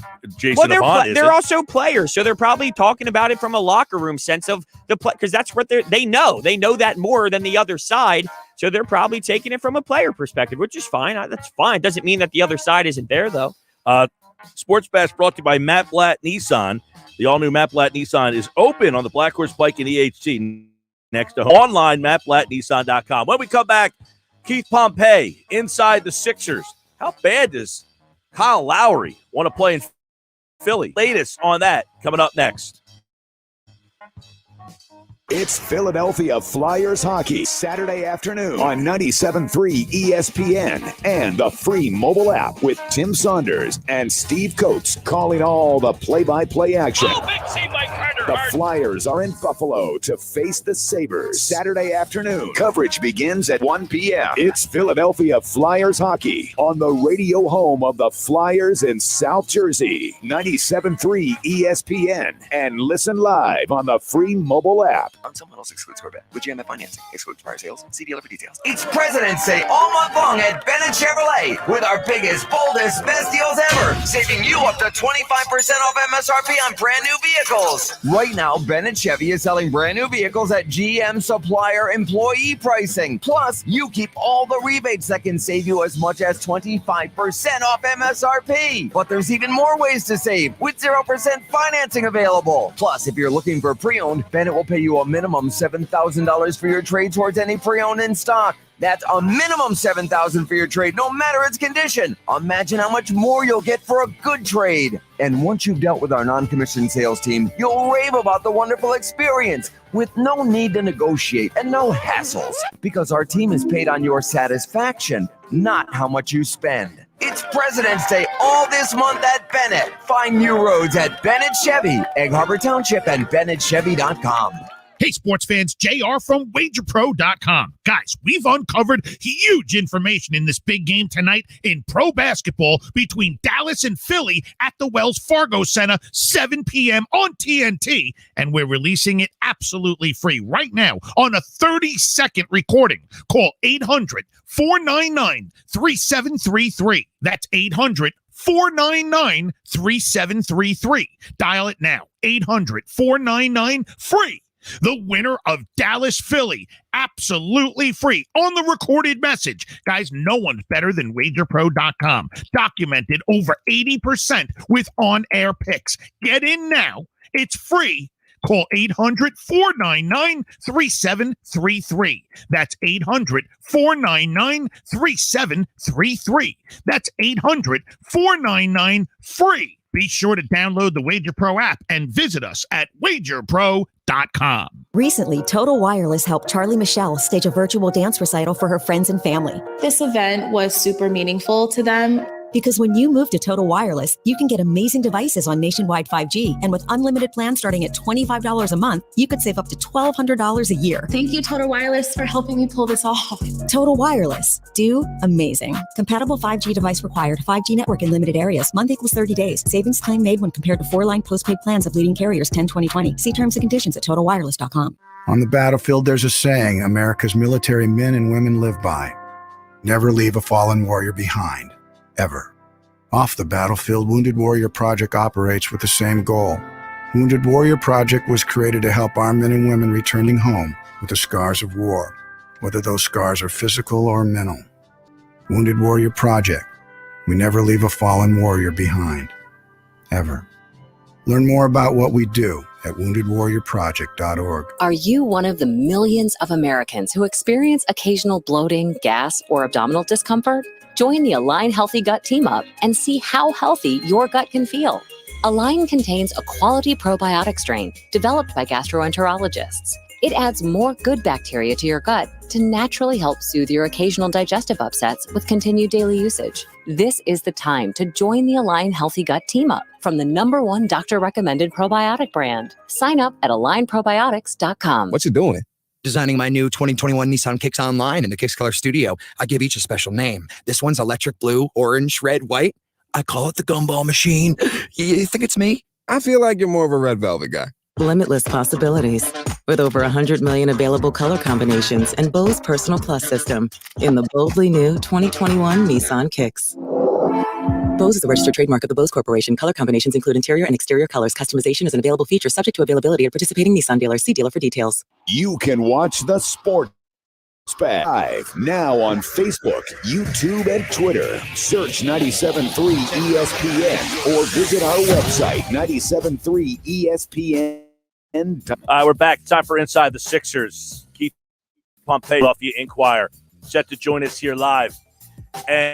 And he's got a nice report out there that everybody wants to hear about. But I wore this shirt today, and that's when I said, who's going to be our Inside the Sixers guest today?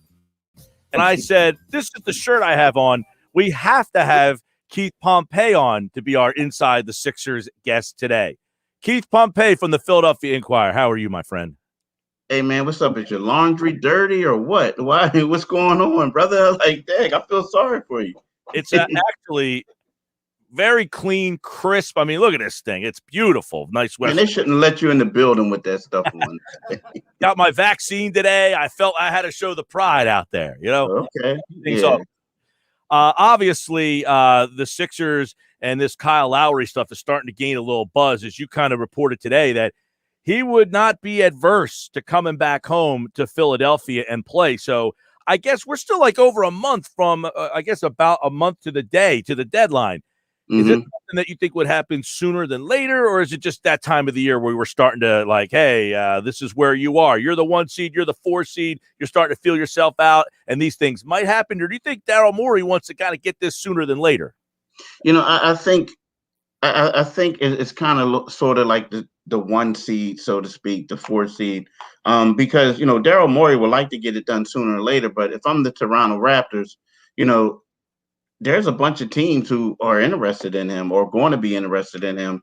And you want to do right by Kyle, but at the same time, you want to see what you can get for him. You know what I mean? And here's something else. Like before, they lost their last 2 games, but before that, they had a 4-game winning streak. They won 7 out of 10. So they start thinking, hey, we're starting to be players too. Like maybe we can make a nice little run. It's going to come a point in time when they decide that, well, we can't win a championship, so we have to get something for them.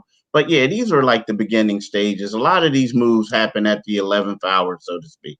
Yeah, and obviously, you know, now the one thing is the Sixers, to what they might have to give up in this situation, do you find that to be challenging for them? Because to make the contracts work, Toronto's going to have to take on a ton of different guys. That's before you get to a younger player, right? Like the way that I kind of look at it is you got to give up like Danny Green, Ferguson, Scott, probably somebody else. And then, oh, by the way, do you want Thibault, Maxey, one of those players? So does Toronto want to take on like 5 different players? And I think that's the key thing about expiring contracts. You know what I mean? They could be guys that you trade for and you immediately waive them, you know, so to speak. I mean, it's all about, freeing up space for next season. Because you're going to get $30 million off the books when Kyle leaves. So I think that's what it is. But I mean, you're raising a great point. I mean, if there's another team that has a guy who has a higher salary that you may be able to take, because you still have to squeeze these guys in, even if you just waive them the next day. But to me, I think the thing is the draft picks and the young talent. I mean, they have guys like, and I like both of them, like Maxey and Matisse Thybulle, who are two guys that a lot of teams around the league really like. But at the same time, if you're the Sixers, do you want to give that up knowing all the nice young talent you gave up in the past and how these guys went on to other teams and became superstars? So that's the tough thing about this whole thing right now with Kyle Lowry. Yeah, knowing he's from the area, knowing that he wants to be on a championship caliber team, how much do you think plays a role in maybe bringing him back? Like if they think that after this contract expires at age 35, if they can bring him back again to maybe help the push in the next year or the year after, do you think that that's a possibility or a thought, or is that more of a maybe they just let the contract expire and go for it all this year? Here's the thing. I think if you go and you get rid of those two guys, if you get rid of, like, let's say if you get rid of some nice young talent, I think you have to bring them back. I mean, because, the thing is, you're doing all that for a rental for you to be able to be competitive with Brooklyn, right? But, that's a huge investment just to throw it out there and don't bring the guy back. I think that, me personally, I've always said that this year is great. I think that we all got ahead of ourselves, and I think we talked about this earlier. But I always thought the following season was going to be the year that the 76ers really made some noise and made some damage. So if you give all that up, you have to think that the window is this year, next year, maybe the year after that, and then it will close. So I can't see giving all that stuff up for a guy who's going to say, thank you, I'm going to go get paid elsewhere next year. Now, Keith, I think you look at Brooklyn obviously as the biggest challenger. The Bucks are probably going to be in this mix, but Brooklyn's probably the team. If you are to beat Brooklyn, are you going to try to get more firepower or find a defensive-minded approach to try to go at them? In other words, if I have to trade Thybulle away to get Lowry, my mindset now becomes I'm going to try to outgun Kevin Durant, James Harden, and Kyrie Irving, or do I just say Lowry's great, but we got to stick with the defensive-minded guys, even if we're more limited offensively, because that's our best way? That's a great question. I mean, Thybulle, I would hate to have to give Thybulle up because of that. Like, I think next year he's going to be a heck of a player, a better player. He's going to have time to work on his offensive game. The intriguing thing about Kyle Lowry is he has that dog in him. Like, he's like a North Philly kid, and I don't like labeling kids from certain neighborhoods, but he plays with that grit. When they introduce him, they don't say he's proven that what you're saying is he's got this in him, and he's proven it at this level. He's proven it at that, and that's something that the Sixers don't have completely. If you bring him in there and you know that he can also play off the ball, he's not a bad defender, he's physical, he does all that other stuff, he gets on people's nerves. I think when you play a team with going up against a James Harden, going against a Kyrie, stuff like that, that's the type of player you need to get in their head. And he also motivates his teammates. But again, I understand what you're saying about Thybulle because I think he's going to be a great player, and you're also going to miss what he brings off the bench defensively. But I do believe that that tenacity that Kyle Lowry brings to the table is going to benefit the Sixers going up against a team like Brooklyn. Yeah, Keith Pompey at Pompey on Sixers. It's inside the Sixers here every day. We go inside what the Sixers are doing, and right now they're doing pretty well. They're in first place, but I feel like this kind of conversation is because Morey and this team know that they probably need a little more. They got that second half schedule came out, and it's like the old Big East. I mean, you got to fight every single night of the week, it seems like, in the second half. Exactly. It is. Oh, isn't it crazy? I mean, you're looking at it. They're going to play, what is it, like, I think it's 32 games in 67 days. I mean, 32 games in 67 days. And like I saw one game where they have a back-to-back with San Antonio and then Chicago the next day. And then from Chicago, they have to fly right back to Texas again to play like a third game in 4 days. It's crazy. I mean, this schedule is crazy. And you think about it, the way the roster is right now, I believe that the Sixers are going to slide a little bit just because the teams are going to be tougher, they're going to slide. There's no question that schedule, and they have like a West Coast trip where they're playing. I thought it was the Philly schedule. I'm like, they're playing every night of the week here. What's going on with this thing? It's going to be brutal. So that's another thing, Keith, is one thing about the Nets is they're not very deep. The Sixers, though, aren't very deep.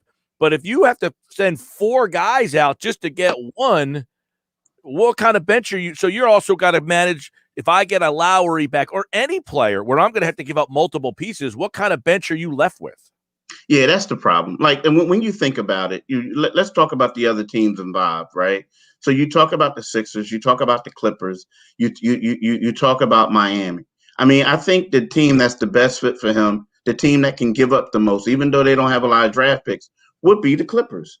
Just because they have more veteran players who make more money and who can come off the books.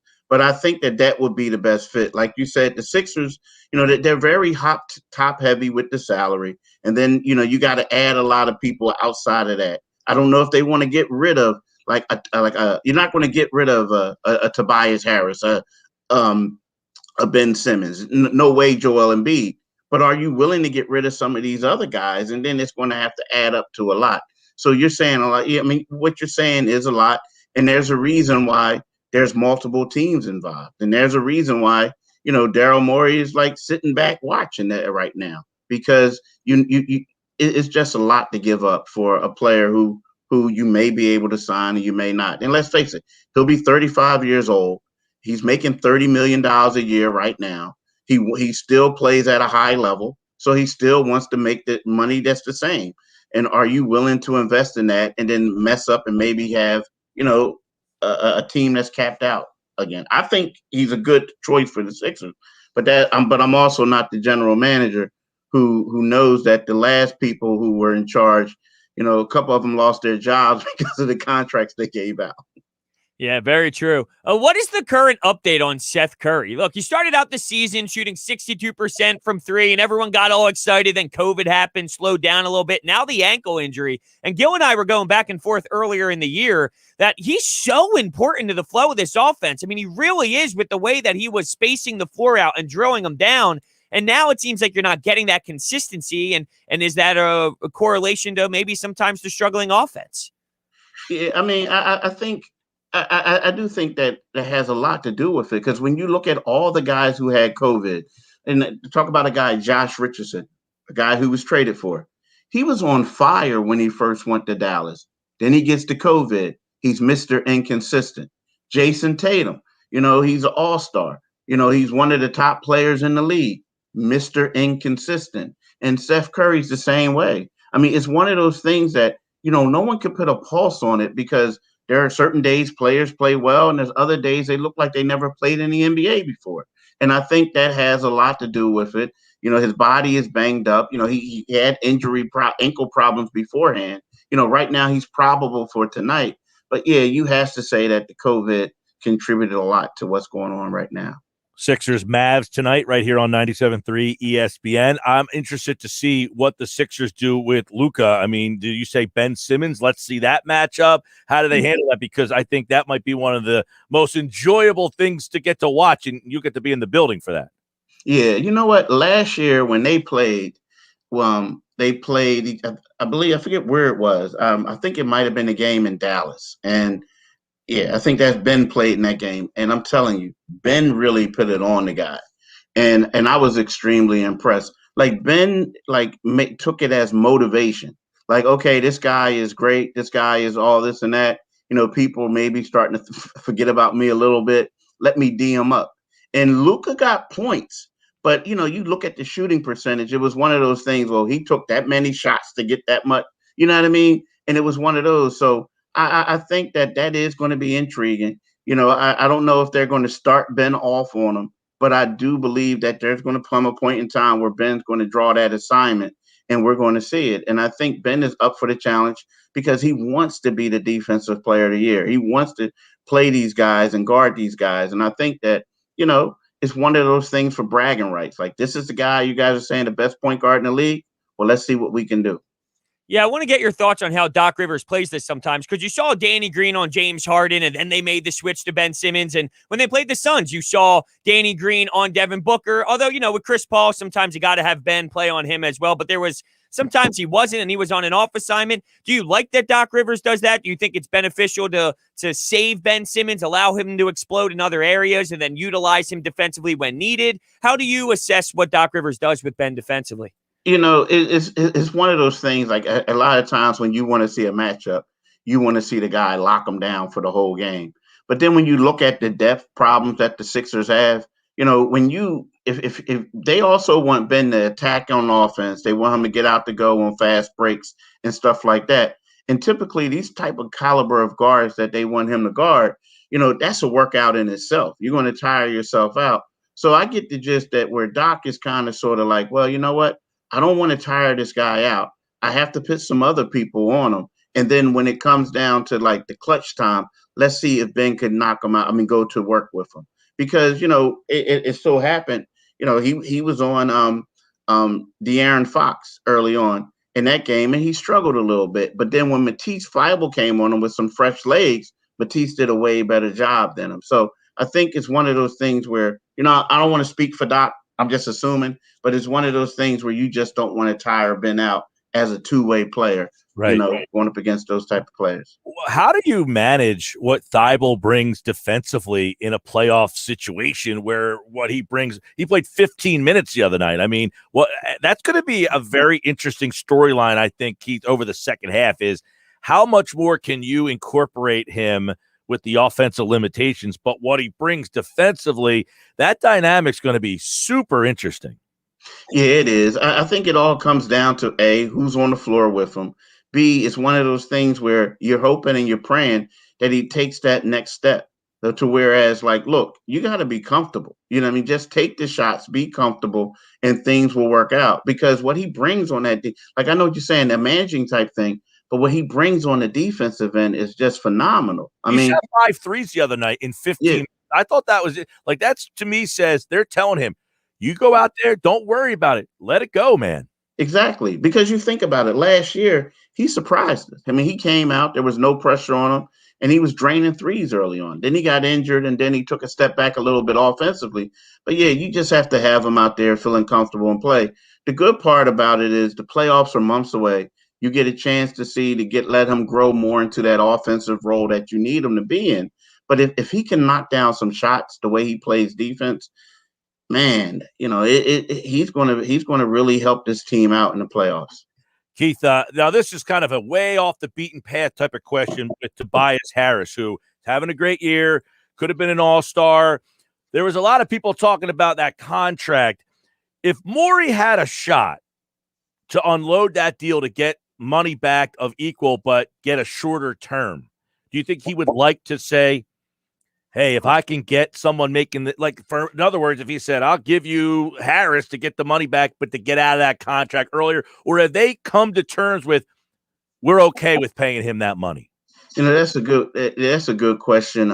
It's weird because, Tobias, like there's a lot of teams. I don't know if there's a lot of teams that are willing to take it. Now, he's a great player, right? A good player. This isn't a knock on him. This is just. Yeah, it's not a knock on him. Shot to get out of that deal. Yeah. You do it. Yeah, get a deal. But, it seems like, I would say, like, if he didn't come on as strong as he has this season, I would say 100% definite.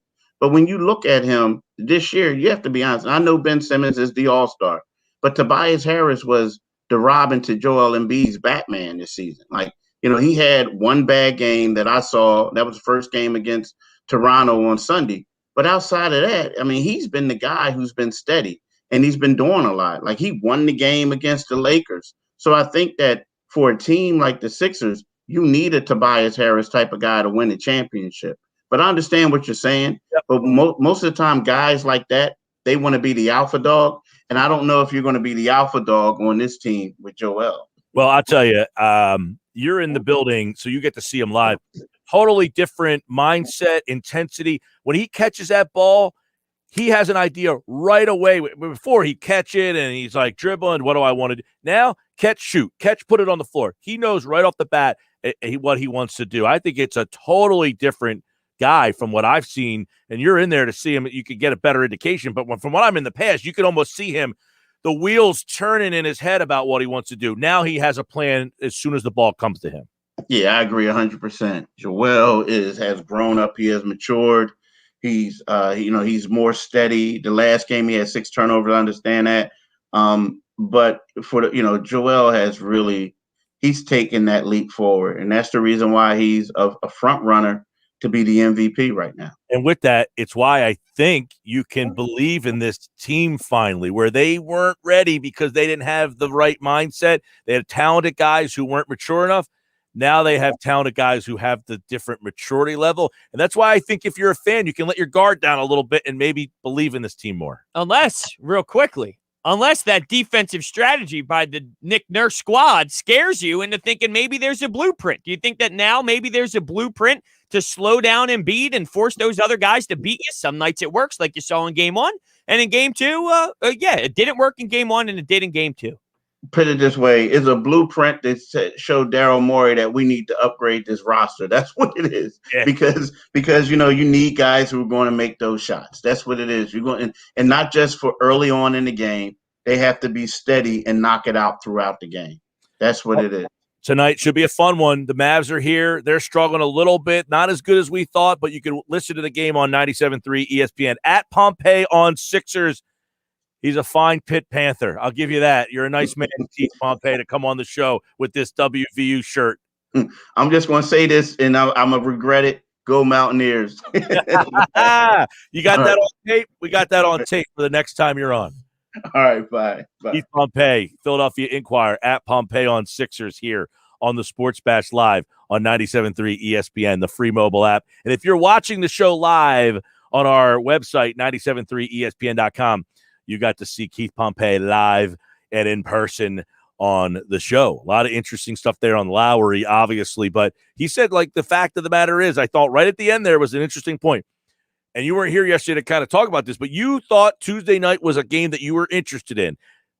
And I'm interested to see what you took from that game, because it was kind of like we said. One night they made the shot. The next night, one night they missed. The next night they shot 45% from 3. Right. Exactly. Yeah, no doubt. Yeah, I definitely want to dive into what I saw yesterday. Or was it yesterday or 2 days ago? Tuesday night. For Concorkmas. Yeah, I know. He texted me and he said, hey, I had something I need to take care of. I said, yeah, I know what you're taking care of. You want to get away from Corkmas having a big night. I said put a pin in it. We'll discuss it on Thursday, I said. Hey, guys, I want to tell you about my friends at the Trifecta Therapeutics.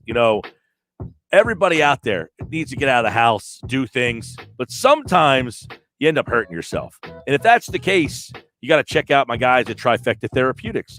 Whether you're feeling better, playing better, sometimes you just get hurt, and sometimes you need that extra physical therapy. Maybe you tear your ACL playing a little outside basketball. You're still thinking you're 20 years old when you're 40 years old. Trifecta has their doors open to anyone who is in need of rehab, therapy, post-op treatment, pain relief, and more. Whether you're a weekend warrior or a finely tuned athlete competing in the highest professional or collegiate league, Trifecta helps the pros and the Joes. Find out more. Call my guys at the incredible team at Trifecta Therapeutics in Glassboro, New Jersey.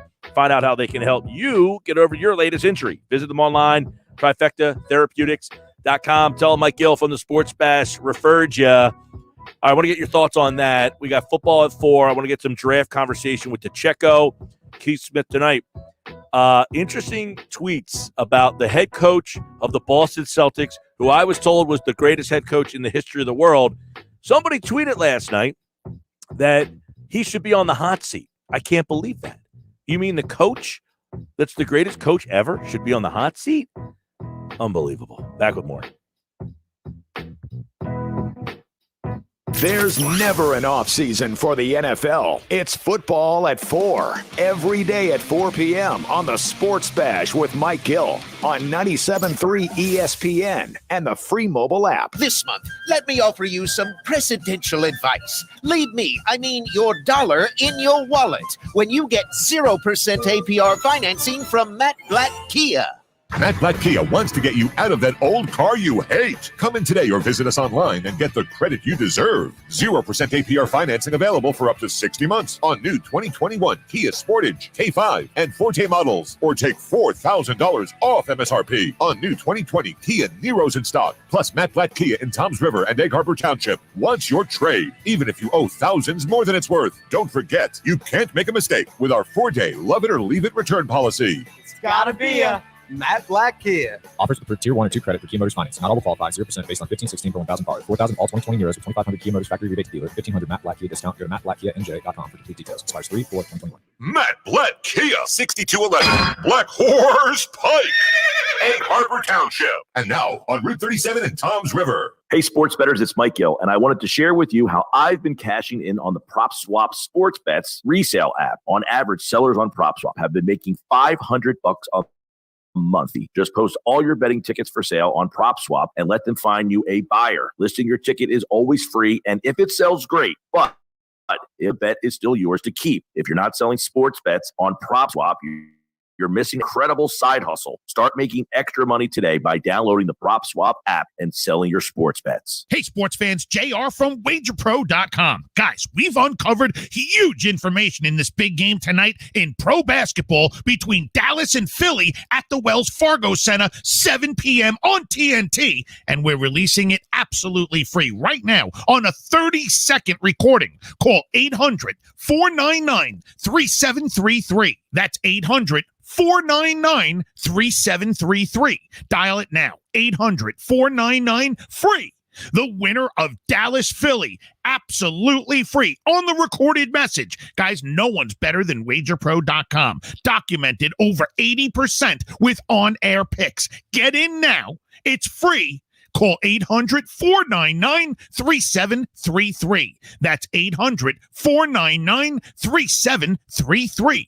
That's 800-499-FREE. Be sure to download the Wager Pro app and visit us at wagerpro.com. Progressive Motorcycle presents Road Wisdom from the Motor. Half man, half motorcycle.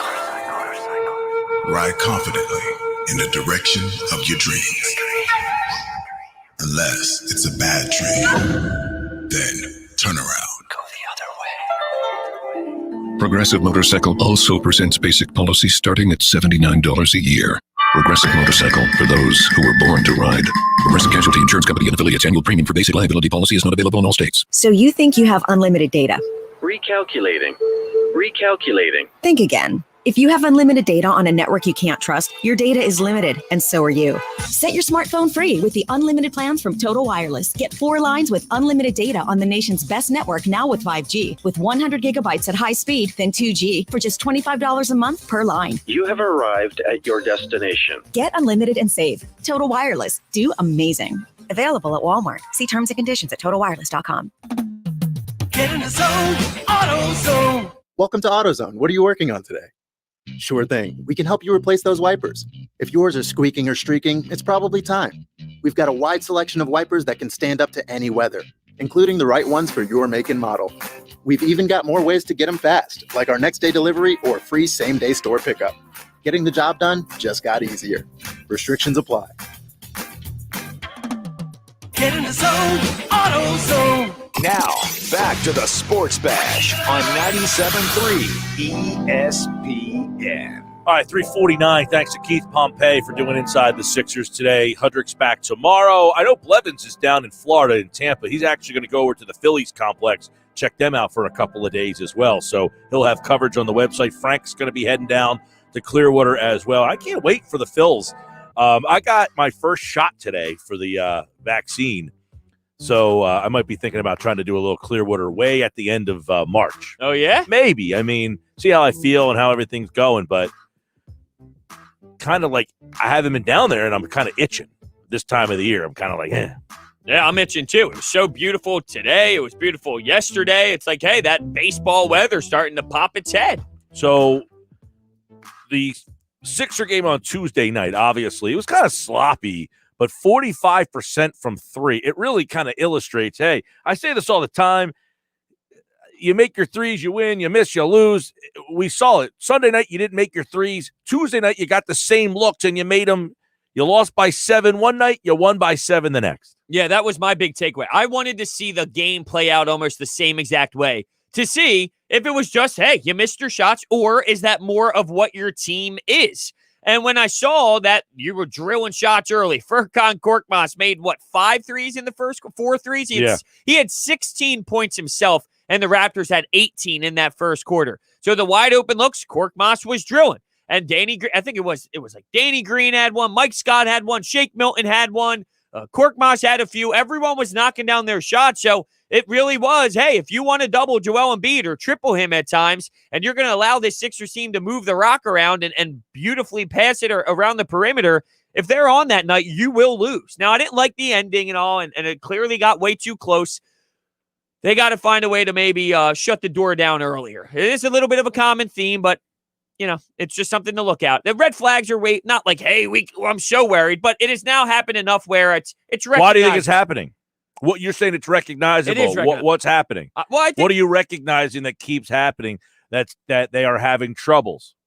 Well, early in the quarter, in years past, you know who they would blame. Oh, right. Oh, yeah, no doubt. They would blame the coach. Mm-hmm. I think earlier. So are you blaming Doc Rivers? No. You didn't blame Brown for the problems they were having late. So they're having the same problems late. Is it not the coach? It is, to me, no. Is it Ben Simmons? But I do think there's something to be said about the offense not having, and honestly, sometimes it's defensively too, I think, in late quarters. Like Chris Boucher gets a wide open 3 to cut it to 6. Well, you knew last game he went 5 they had 5 straight threes in that fourth quarter. Why are you allowing him to get that wide open? I thought that they allowed some points there that they shouldn't defensively. I don't know what it is. Maybe it's just a mindset of fourth quarter, the minutes mean more, the possessions mean more, and they're struggling to get their better shots off, I should say. Things become a little bit more intense then. Well, and then that game late, I mean, it felt comfortable for a little bit there, like with the last 2 minutes, and then all of a sudden out of nowhere, and then Danny Green almost threw that pass away with a head to review was ridiculous. Now, here's one thing I did like, though, because Embiid, he was 1 of 8 at the half, 3 of 13 he finished with 18 points, and he was taking some really tough shots. But with 7 minutes to go, he was on the low block. He tried to kick it out to Tobias Harris, which resulted in a turnover. So on the other end, though, Pascal Siakam gets a 1-on-1 matchup with Embiid at the top of the perimeter. He tries to take him to the basket, and Embiid gets a monster block, which then led to a Shake Milton 3. I just love the fact that 7 minutes to go, here's Embiid with a sloppy turnover offensively. And on the other end, in that scenario, he stood with it, and he got a huge block, which led to a Shake 3. I just thought, even though they held on, that was almost that 3-possession stretch that just allowed them to keep it in their reach, even though stuff happened afterwards. That was big for me to see Joel Embiid stay with it there after some ugliness with him specifically offensively. That was this shot, I think. And then Boucher throws it right back to the Sixers. He tried to go to Van Fleet. Sixers get a break. They get the ball. 4:11 to go. Simmons to the left side. Shake Milton for 3. Got it. Oh, yeah. Shake Milton knocks it down. And the Sixers take a lead of 94-83 with 4 minutes to go. There you go. There you go. That was Tom McGinnis' call. He also had this one from Shake Milton. Sixers going right to left. Tobias to the corner. Shake Milton for 3. Yes, it's good. A block by Embiid, a basket by Milton, and the Sixers have rebuilt the lead to 84-73. 7:17 to go.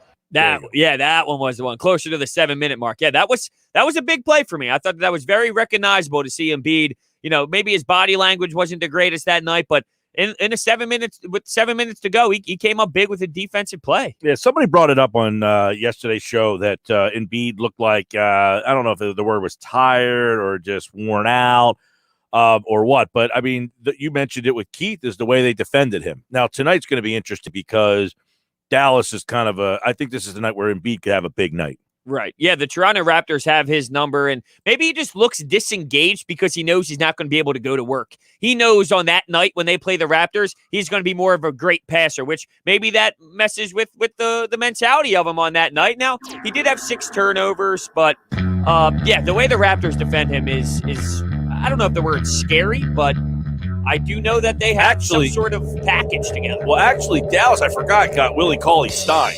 That shouldn't stop Joel. No, it shouldn't, but I think they've had some interesting matchups in the past.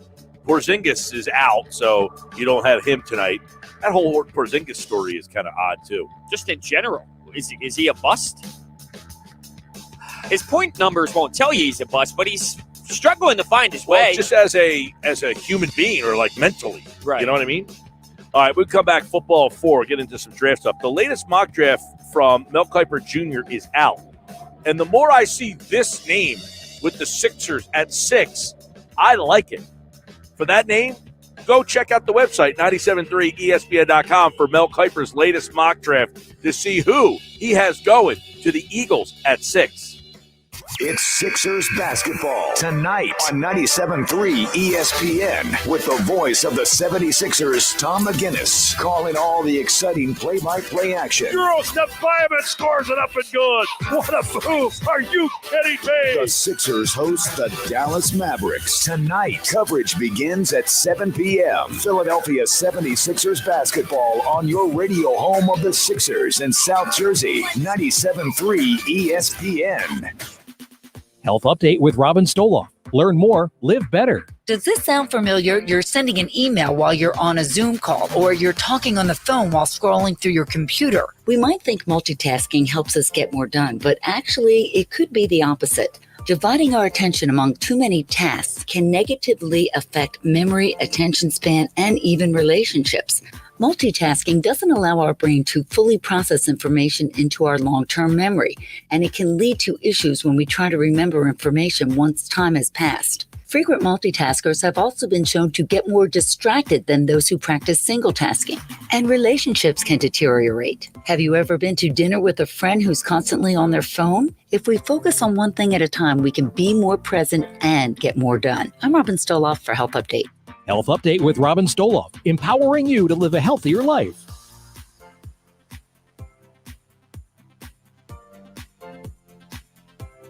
Body Armor Light isn't just a sports drink. It's more than a sports drink. With no artificial sweeteners, no sugar added, and only 20 calories per 16-ounce bottle. Body Armor Light is changing the game when it comes to hydration. Plus, potassium-packed electrolytes, coconut water, antioxidants, and vitamins make Body Armor Light the perfect choice for your next workout and your active lifestyle. Body Armor Light, more than a sports drink. Head to drinkbodyarmor.com to learn more. It's time for some straight talk. Your tax return could look different this year, but you're still going to hear a lot of noise about how to spend it. So when the big carriers tell you to splurge on the latest nonsense, just tune it out. With Straight Talk, you can get a Samsung Galaxy A51 for just $199. Plus, get the $45 unlimited talk, text, and data plan with no contract on America's best networks for up to 50% less. Tune out the nonsense and tune into Straight Talk.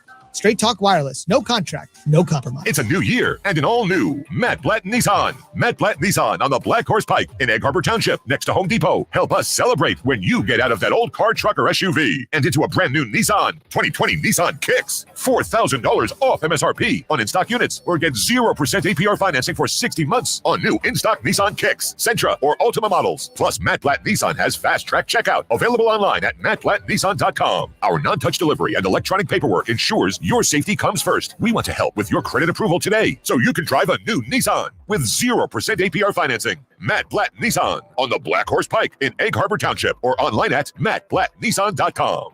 Unapproved credit. Negative equity will be refinanced into new vehicle. All factory rebates and incentives to dealer. 0% APR financing based on 1516 per 1,000 borrowed. Offers can't be combined. Call 888-731-5030 for all the details. It's on at Matt Blatt Nissan on the Black Horse Pike, Egg Harbor Township.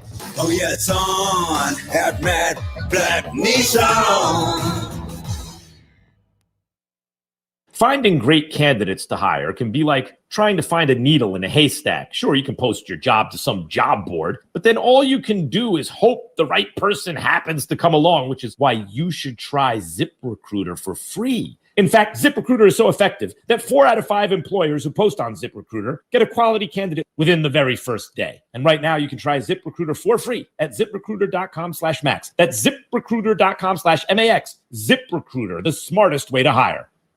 Here's the good news. Even with high unemployment, there's still a need for hundreds of thousands of cybersecurity professionals in the U.S. right now. And My Computer Career is training people to help meet the demand. No IT experience? No problem. Take the free career evaluation today at mycomputercareer.edu. Start your new life as an IT pro in as little as 4 months. Grants covering up to 53% of the cost are available to those who qualify. It's not rocket science. It's mycomputercareer.edu. If you own a small business, you know how hard it can be to find new customers. Now, Town Square Media has new tools that can help your business stand out and grow. Go to GetLocalCustomersNow.com for a free competitive analysis that will show you what other businesses are doing to find new customers and how you can do it too with Town Square Media. Be one of the first business owners to sign up and receive $500 in free advertising on this station. Start growing your business today. Visit GetLocalCustomersNow.com. That's GetLocalCustomersNow.com. A Town Square media station serving all of South Jersey. This is 97.3 ESPN, home of the Philadelphia Eagles. He is hit. He stumbles. He's down. WENJ HD Millville, Atlantic City. 97.3 ESPN presents The Sports Bash with Mike Gill. It's time for Football at 4 with 97.3 ESPN.com's Andrew DeCecco. My first allegiance is what will be best for the Philadelphia Eagles and our fans for the next 3, 4, 5 years. Powered by the Inside the Birds podcast. Now, live from inside the Matt Black Kia Studios. It's Football at 4. All right, Football at 4 is powered by the Inside the Birds podcast and brought to you by Dr. Lyle M. Back. For everything from skincare to cosmetic surgery, go to ilovelylback.com or call 856-MAKEOVER for Dr. Lyle M. Back, proud sponsor of Football at 4. Andrew DeCecco's here on a perfect day because I got a lot of draft questions, and he is the draft master, the draft guru, if you will, of the Inside the Birds team. So when we get into draft, DeCecco's the man. And the latest mock draft from Mel Kiper Jr. out today that I was taking a look at, Sir Brodes, and it has a very interesting player going to the Philadelphia Eagles at number 6. And I had said before, I would prefer Patrick Surtain or Michael Parsons. I want a defensive building block, an impact player on defense. But Andrew DeCecco, if there's one wide receiver they take at number 6, Jamar Chase is the guy that I would sign off on. How do you feel about Chase at number 6? Well, I'm kind of in the same school of thought as you, Mike, as far as getting a defensive building block. But I tend to think that, with Sirianni being an offensive-minded head coach, they need weapons for their young quarterback. It makes sense that they're going to go the receiver route.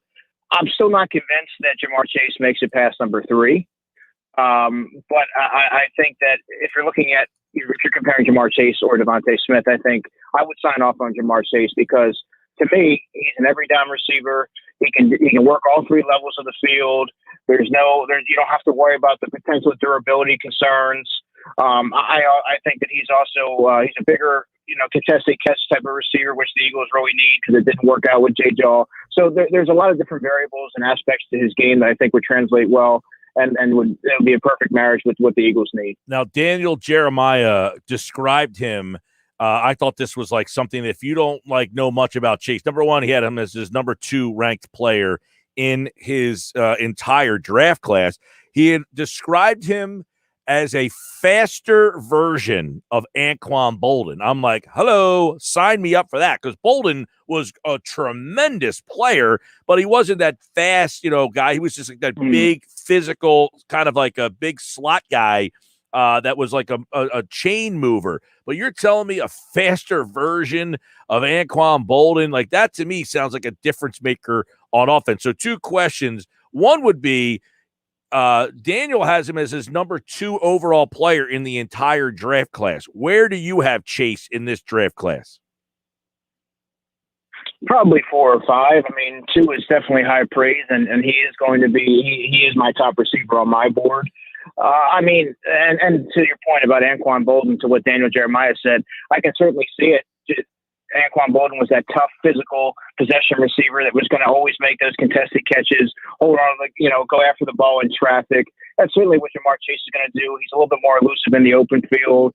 He's actually a terror to bring down. It kind of reminds me of Deebo Samuel and his ability to kind of look for contact, seek contact, and run through it and make plays in the open field. I do think that if you're going to take a receiver at 6, I think he needs to be the one, and it would be an interesting receiving core with Jamar Chase, Jalen Reagor, and then the young group of Quez Watkins, John Hightower, maybe J. Jaw pans out. But then you have a young nucleus you can really build around Jalen Hurts and see what he can really do. How do you view Jamar Chase taking the year off from LSU? And I'm not saying this means he's not going to be able to play or anything crazy like that, but, I just want to get your thoughts when someone sits out an entire season, and I know he probably prepared his body and all, but to not play football for a whole year, that's got to do something to you, I would imagine. Yeah, well, first of all, Brodes, congrats on your new endeavor. This is the last time you and I will be on the air together, so you'll do great. Thank you. Thank you very much. But, yeah, man. But to your point, I don't really. I almost see it as a positive that he didn't play last year because he didn't take any of those hits, and he showed so much. He's one of those rare players that showed so much in his time in his previous season, and he did all different, answered a lot of questions as far as being, his limitations and things like that. That you saw you really needed to see from Jamar Chase. Granted, he was playing on that prolific offense. But, he checks off all the boxes. He really does. And you really saw all you need to see. He played at such a high level, competed against the best every week. I think that when you know exactly what you're getting in him, and it's a perfect fit for what the Eagles need. Well, I'll tell you what you are getting from him. For those of you out there who are not all that familiar with Chase, since he did not play this year, his last season at LSU, they won the national championship. Justin Jefferson played with him. And he had 84 catches for 1,780 yards and 20 touchdowns. That's the numbers Jamar Chase put up. So everybody talked about Justin Jefferson. Chase was really the main man on that team. As good as Jefferson was, and Andrew, get your opinion on this, Chase is that much, I don't want to say that much better, but he was the guy there. Jefferson was kind of the other guy. Chase was the guy. Yeah, Justin Jefferson was a great, Robin to Jamar Chase's Batman, and he's more of a complementary player. Obviously, Jamar Chase is the far more dynamic of the two, and can do a little bit more. But Justin Jefferson, to me, was the more polished receiver coming out. That's not to say that Jamar Chase has, a slew of deficiencies. He needs to get a little bit more proficient and technical with his route running, and catch the ball a little bit better. And there's going to be questions about his downfield speed that he needs to answer. But, my goodness, he's another dynamic receiver that you can add to that receiving core. I happen to think that Jalen Reagor is also going to take that next step with a full offseason. So, all of a sudden you start to bring in these pieces and add, a dynamic element to an Eagles offense that really doesn't have one. You read my mind. I was going to bring up Jalen Reagor and how he would benefit from this. And, how could Sirianni maybe utilize the two best in your eyes? Man, those are two receivers that you want to get the ball to them in space. And if Nick Sirianni, I go back to his opening presser when he mentioned that he liked to get his receivers the ball within 5 to 10 yards of the line of scrimmage. Well, that plays into the strengths of Jalen Reagor, and it plays into the strengths of Jamar Chase. So, those guys, you want to get them the ball in the open field. You don't have to force feed them targets. You can give them the ball in end arounds. You can throw them screens. You can throw slant routes. And in those two particular cases, they can take a slant route the distance. They have that type of athleticism and explosiveness to them. So, that's exactly what I think, just based on, what Nick Sirianni envisions and his philosophy, those two guys right there, it would be a perfect tandem. All right, Andrew DeCecco, Football at 4, powered by the Inside the Birds podcast.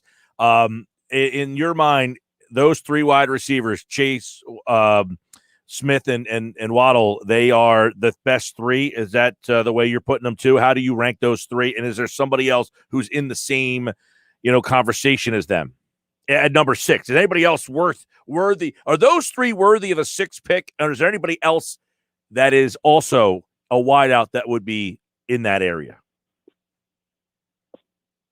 Well, to me, at number 6, the only one that I would be, I'd be running to the podium to snag if they're available is Jamar Chase. I love Devontae Smith and Waddle, but I think Waddle might be a little bit of a stretch there at 6. and Devontae Smith, and it's hard for me to get past. As good as he is, and as tough as he plays, it's hard for me to get past that slight build and not think of maybe like a Marquise Brown or something like that, where they have these stretches where they'll have these big games, but they're not going to be as consistent enough as a player like a Jamar Chase will week in and week out. An every down receiver, if you will. So, I mean, 6, to me, it's either Jamar Chase or you look and see did Penei Sewell slide down, the offensive tackle from Oregon, or you look at Patrick Surtain, probably even Caleb Farley, who has the highest ceiling to me of any cornerback in this draft. All right. I want to pick your brain on this a little bit. You mentioned Sewell. Is he that good that at 6 you just can't pass on him? Because, I mean, I see Lane Johnson, I got Mailata, I got Dillard. Are you essentially saying I need another left tackle here to compete with Mailata and Dillard? I mean, essentially you're bringing in a guy that I have 2 guys that I feel, I don't want to say that they're better than Sewell, but don't I feel somewhat comfortable letting Dillard and Mailata battle it out for that spot? Or am I missing on a guy that is potentially, like a Hall of Fame level player? You know what I mean? Yeah, Penei Sewell is an athletic specimen. He's so technical. His footwork is good. He's a plug and play. He's a day one starter. And I think that if you have a chance to get a player like that and to be a 10-year plus blindside protector for your quarterback, a franchise left tackle, you do that, and you find a way to, maybe Jordan Mailata or something as a right tackle, and you find a spot for him. You have to think long term, but you get a guy like that, and you figure out the rest of it later, because offensive line, you got to get that shored up, and getting a player like that shores it up for the long term. And the Eagles really need to get younger on the offensive line, so he's not somebody that I envision slipping to 6. So if he does, I mean, it'd be awfully tempting to pass that up. Let's say they take any position other than corner at 6. Is there someone you see in the second round around the area that they draft that you think that, hey, maybe they can go find that outside corner to pair with Darius Slay in that second round range? Yeah, and that's a great question. And the mock draft that I did for InsideTheBirds.com, my 1.0, I had them taking Eric Stokes with pick number 38, the corner from Georgia, and them going Jamar Chase in the first round. And that's the thing with the second round. There's going to be at least 3 or 4, probably 3 corners in that range where the Eagles will be picking. And it's going to be a high level starter, in my opinion, an outside corner, which is what they need. And so I don't necessarily know that you have to panic and take a Surtain or a Farley at 6. Now, I do think that Farley, like I was saying, has the highest ceiling of any corner in the draft, but I don't know that, I wouldn't panic and knowing that you can get one of these other quality corners in the second round. Yeah, I know that. I wouldn't mind Surtain. Farley, now Chase did not play last year. Farley also did not play. Would you say Farley is a better prospect than Chase? Well, I mean, it all depends on where the franchise, the new regime prioritizes the position where Jonathan Gannon has that rich, wealth of knowledge being a defensive backs coach. So I don't see them not addressing the defensive back area, in the first 2 rounds. That's going to happen for sure. It's just a matter of, the thing with Caleb Farley is he was one of the first players to opt out. He had 2 years of high level production. He's a ball hawk, which is what the Eagles really need at that position. They don't get a lot of turnover. He's someone that's very fluid. He's long. He's athletic. He can run. He can defend all different types of receivers of all shapes and sizes. There's no limitations really to his game. Now, he did have a non-contact ACL injury as a freshman, and he had a lingering back injury that forced him to miss 2 games in 2019. So there's going to be the injury concern. And the Eagles, with their history of injuries, they may not be willing to roll the dice there. But his ceiling is there's really no limit to what he can do. I mean, he's a great prospect, and he's a day one starter and a shutdown corner, and will be a future All Pro. But there's going to be other guys that they can get in the second round that are going to be also day one starters, high level guys. Maybe not to that extent, but I mean, I don't know if they need to reach for a corner at 6 if they don't, just for the sake of doing so. Yeah, now Farley, one thing, he's only played 23 games. Patrick Surtain's got the bloodlines, and he played 40 games. He was at Alabama. I mean, everything just kind of, if you just put the resumes next to each other, just makes you, it feels like you should go Patrick Surtain for between the two of them. I would have loved to see Farley play another full season, but you think he is the consensus number one. So you think he might go ahead of Surtain in the draft? Yeah, I certainly do, just based on upside and what he's. And I mean, the thing with Patrick Surtain, he gets his hands on the football quite a bit. I believe he had 24 pass ups over his 3-year career there at Alabama. But there's not a ton of turnover production. He doesn't get a lot of interceptions, and in the NFL, you're going to want to convert a lot of those into turnovers, and that might be a little bit concerning. I know that Caleb Farley has that that back end playmaker potential, and if you're able to get past the injury concern and the limited resume, I mean, you look at the body type. He just has this prototypical build. If you have a defensive back-minded coach that can and a strong support team that can really mold that athleticism and make him a high-level starter, I think that teams are going to be hard-pressed to pass him up.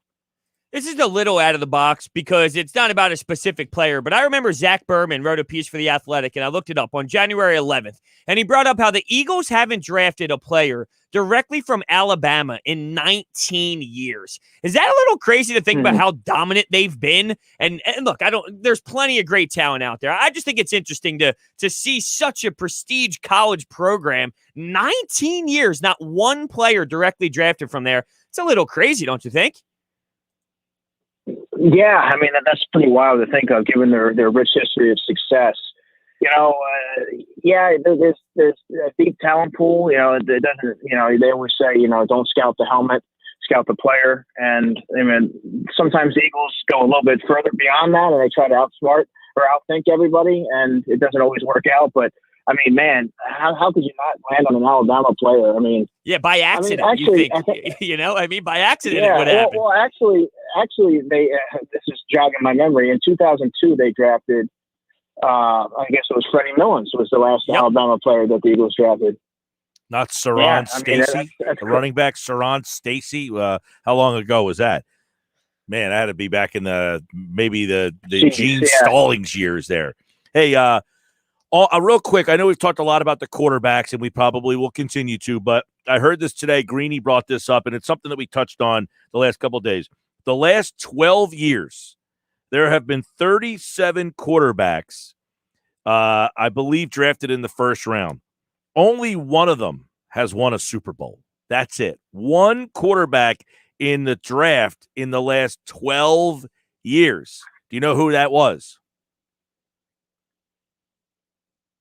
One quarterback is Patrick Mahomes. That's it. Patrick Mahomes is the only first-round pick in the last 12 years to win a Super Bowl. So does that kind of say to you, you know what? I don't need to draft a quarterback. Not that I don't need to, or, but that, give Hurts a chance before I go drafting another quarterback. Like, it's that the other stat that's out there is from 2000, I think it's 10 to 2016. Not one of the first-round picks at quarterback are even on the roster anymore. I feel like these teams just go chasing these quarterbacks, and it keeps them in disarray until you finally get one, which could take 3-4 chance turns in the draft. Yeah, I mean, given the nature of the position, the quarterback position, teams are usually going to go after that in the first round, the face of the franchise. But to your point, Mike, I completely agree. Because of, so many teams having that history of whiffing on those quarterbacks, it even more so means that, in my opinion, that the Eagles should look elsewhere with pick number 6. They can ill afford to miss on the 6th overall pick. They have to start getting younger at several areas, which is why you need to either identify a wide receiver, an offensive lineman, a cornerback, building block type of players that you have to trust your scout, because with the quarterback selection, it really is a crapshoot, and you actually know more or less what you have in Jalen Hurts because he's had a chance to actually play in NFL games. You know exactly what he needs to work on. You surround him. You have Brian Johnson there. You have guys that can really tap into his potential, hopefully, this offseason and iron out some of those wrinkles. So I think, they should look elsewhere and instead of rolling the dice there, because that's really what it is. You're rolling the dice on a lot of these guys. Outside of Trevor Lawrence, in my opinion, there's not a can't-miss quarterback in the first round. So this Mel Kiper mock draft today went Trevor Lawrence. Atlanta trades up to take Zach Wilson at number 2, Devonta Smith at 3, Kyle Pitts at 4 to the Jets, Penei Sewell 5 to the Bengals, and then Jamar Chase to the Eagles at number 6. So that one there, if that's the way it went, would make for an interesting night. Kyle Pitts to the Jets at number 4, taking a tight end there. Devonta Smith, the first wide receiver off the board, and a trade to get Zach Wilson at number 2. All I know, Andrew, is that this draft is going to be highly anticipated with 5 possible first-round quarterbacks, all these wide receivers. You talked about the corners. We'll talk more about this draft as we get closer. Andrew DeCecco at A DeCecco NFL for Football at 4. Andrew, take care, man. Guys, have a great weekend. You do the same. DeCecco, of course, like all guests, appeared via the Boardwalk Honda hotline. And Football at 4 is brought to you by Dr. Lyle M. Back for everything from skincare to cosmetic surgery. Go to ILoveLyleBack.com or call 856-MAKEOVER for Dr. Lyle M. Back, proud sponsor of Football at 4. And don't forget, the Inside the Birds podcast dropped this morning at 6 a.m., the very latest Inside the Birds podcast. All right, it's Mike and Brodes. We got a lot to do. Coming up, we are going to dive into some NBA at 5:30 tonight with Keith Smith. The Celtics are really slipping. And last night I saw a tweet from one Michael Kasky-Blomain who says Brad Stevens should be on the hot seat. How about that? Now, I was told he was the greatest coach of all time. He's the best coach in the league. And having the best coach in the league should at least make your team better than 500 if you have all these great players on them. I mean, the Celtics have a pretty talented team. What's wrong with the coach? I would say they're just young and not ready to win yet from their stars. Well, that group of guys has been to the Eastern Conference Finals a couple of times. So to give them that excuse, I can understand to some extent to say maybe they're not ready to win a championship. But it shouldn't be this bad. They're under 500. Yeah, that's a fair point. They went to the Eastern Conference Finals last year. Yeah, they played LeBron in 7. A couple of years. What was that? When they played LeBron in 7? Tatum's a couple years first, ago. Had, but Yeah, a lot of the guys, dunk. Jaylen Brown, who's a young guy, but has been in the league for a while now. And I'm not saying they should win a championship. I'm saying, but do you think this team should be 500? I think that right now, I don't know. It seems very similar to what happened when Kyrie was there. Like, they went into this season thinking that they were just going to be at the top of the league, and maybe their expectations were just a little too high for themselves. They walked in smelling themselves a bit too much. Well, we'll talk to Keith Smith at 5:30 about what's going on with the Celtics, how the Sixers match up with the Kyle Lowry trade. He'll give us his opinion on that at 5:30 right here on the Sports Bash Live on 97.3 ESPN, the free mobile app. And don't forget, you can watch the show live at 97.3ESPN.com. We got a lot of messages coming in on the stream, so we'll chew on those in just a little bit coming up. And, of course, this hour of the show is brought to you by PropSwap, America's sports betting marketplace. Sell your sports bets and take your profit. Find out how at PropSwap.com or download the PropSwap app today. This is the Sports Bash Live on 97.3 ESPN, the free mobile app. And watch the show live video at 97.3ESPN.com. We're back. Coming up on the next edition of Greeny with Mike Greenberg. Drafting a quarterback is the ultimate crapshoot in sports. No matter how good you think a player is, no matter how certain you think you are. And it is because they are completely dependent on the situation they wind up in. They are totally dependent. Every quarterback is a system player. Greeny with Mike Greenberg. Weekdays from 10 to noon on 97.3 ESPN and the free mobile app. This month, let me offer you some presidential advice. Leave your dollar in your wallet when you get 0% APR financing from Matt Blatt Kia.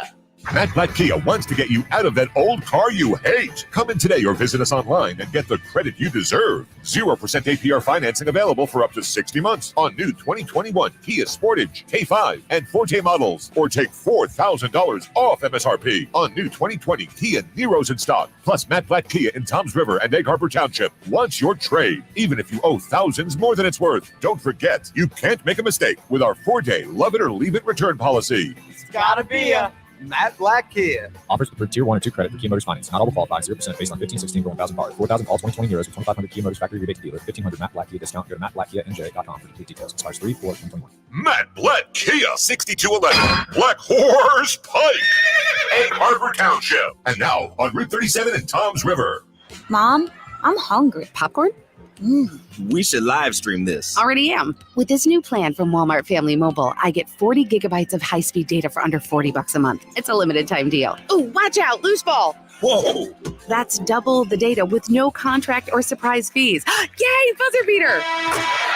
All powered by T-Mobile's nationwide network. Makes me feel like I'm a step ahead. Double data ends July 31st, 2021. Hotspot does not double. See terms at myfamilymobile.com. Walmart Family Mobile. Stay a step ahead. If you're struggling with a drug or alcohol addiction, now is the time to take action and get professional help. Call Recovery Centers of America at 1-888-RECOVERY today. You are worthy of recovery from your addiction, and calling RCA will be your first step in getting the help you need. Recovery Centers of America answers the phone and admits patients 24/7. And because safety is a top priority, all patients and staff are routinely tested for COVID-19. RCA's expert team of physicians and medical professionals will treat you with compassion and dignity and provide an evidence-based treatment plan that is custom-tailored to your specific needs. Recovery Centers of America at Devon and Lighthouse are local and in-network with insurance providers, so they're best-in-class inpatient and outpatient care, offered both in-person and via teletherapy, is affordable and accessible. Make this the year you conquer your addiction. Call today, 1-888-RECOVERY. That's 1-888-RECOVERY. Finding great candidates to hire can be like, well, trying to find a needle in a haystack. Sure, you can post your job to some job board, but then all you can do is hope the right person comes along, which is why you should try ZipRecruiter for free at ZipRecruiter.com/news. ZipRecruiter doesn't depend on candidates finding you. It finds them for you. Its powerful technology identifies people with the right experience and actively invites them to apply to your job. You get qualified candidates fast. So while other companies might deliver a lot of hay, ZipRecruiter finds you what you're looking for. The needle in the haystack. See why 4 out of 5 employers who post a job in ZipRecruiter get a quality candidate within the first day. ZipRecruiter, the smartest way to hire. And now you can try ZipRecruiter for free. That's right, free at ZipRecruiter.com/free. That's ZipRecruiter.com/free. ZipRecruiter.com/free. Heard the good news about COVID-19 vaccines? They're here, but you can do more than wait for your turn. Here's how. Stay at least 6 feet away from folks you don't live with. And it's risky to be indoors with them too. And masks? Well, they protect both the person wearing them and the folks around them. Wear a mask, watch your distance, and make a big difference now. Learn more about vaccines at cdc.gov/coronavirus. Brought to you by the U.S. Department of Health and Human Services. Now, back to the Sports Bash on 97.3 ESPN. All right, 428 here on the Sports Bash. Mike and Brodes taking you till 6. Keith Smith, 5:30 tonight. We'll talk more about this good NBA card tonight. Sixers and Mavs right here on 97.3 ESPN. That coverage begins at 7 o'clock. Good games tonight. Some interesting ones. I say good games. I mean interesting. Like the Pelicans, I guess, are. I said the other day, there's a player in the league who's the best player on the bad team. You know who it is? My first thought is Bradley Beal, but I know you're not going there.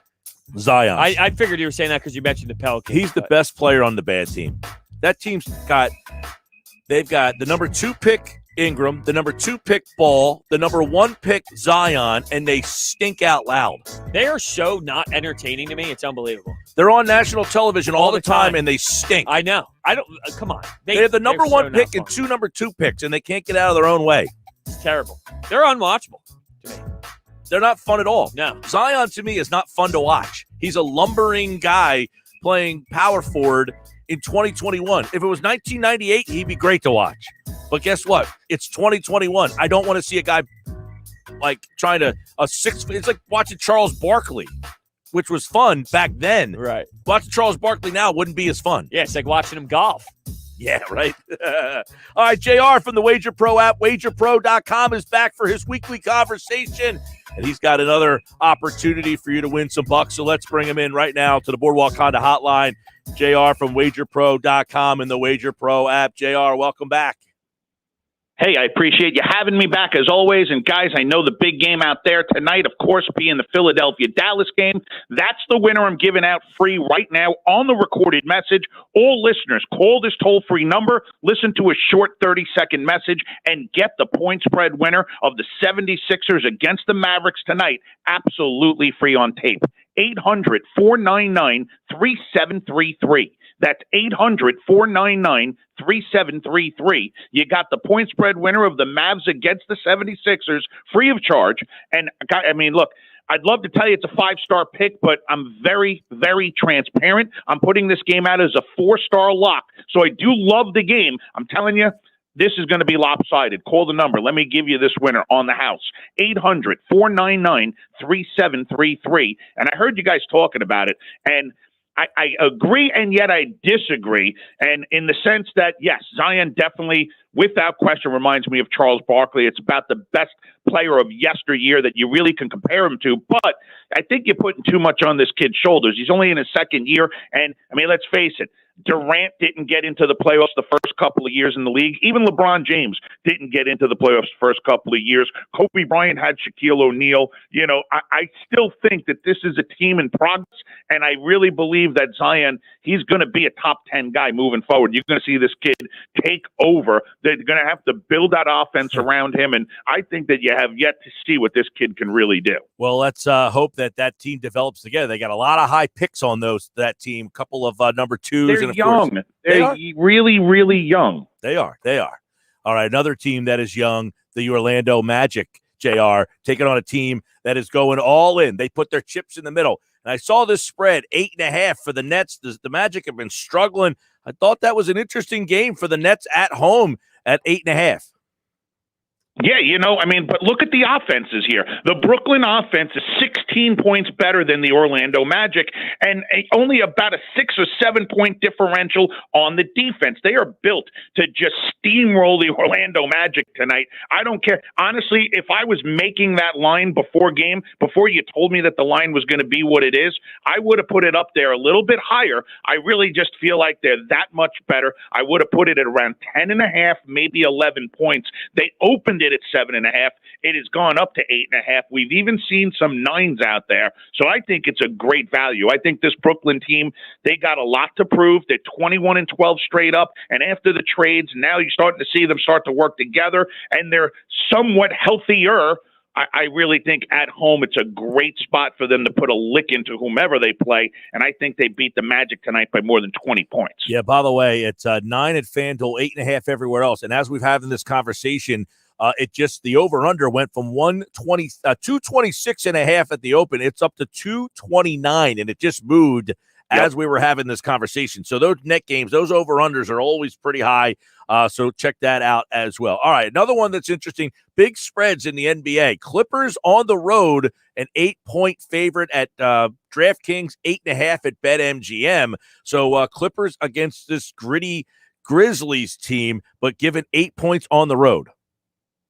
Yeah, you know what, though? The Clippers have played great against the spread on the road. They're 10-5 against the number. This is a 19-14 team overall against the spread, 23-10 straight up. But, I mean, they are playing great basketball on the road. Memphis, of course, like you just said, it's a great word to describe them. They really are a gritty team. They get in there. They play hard. Even if you're going to beat them, you just don't think it's going to be by a big margin. They kind of play tight games. Their defense is a little better than most, but not that great.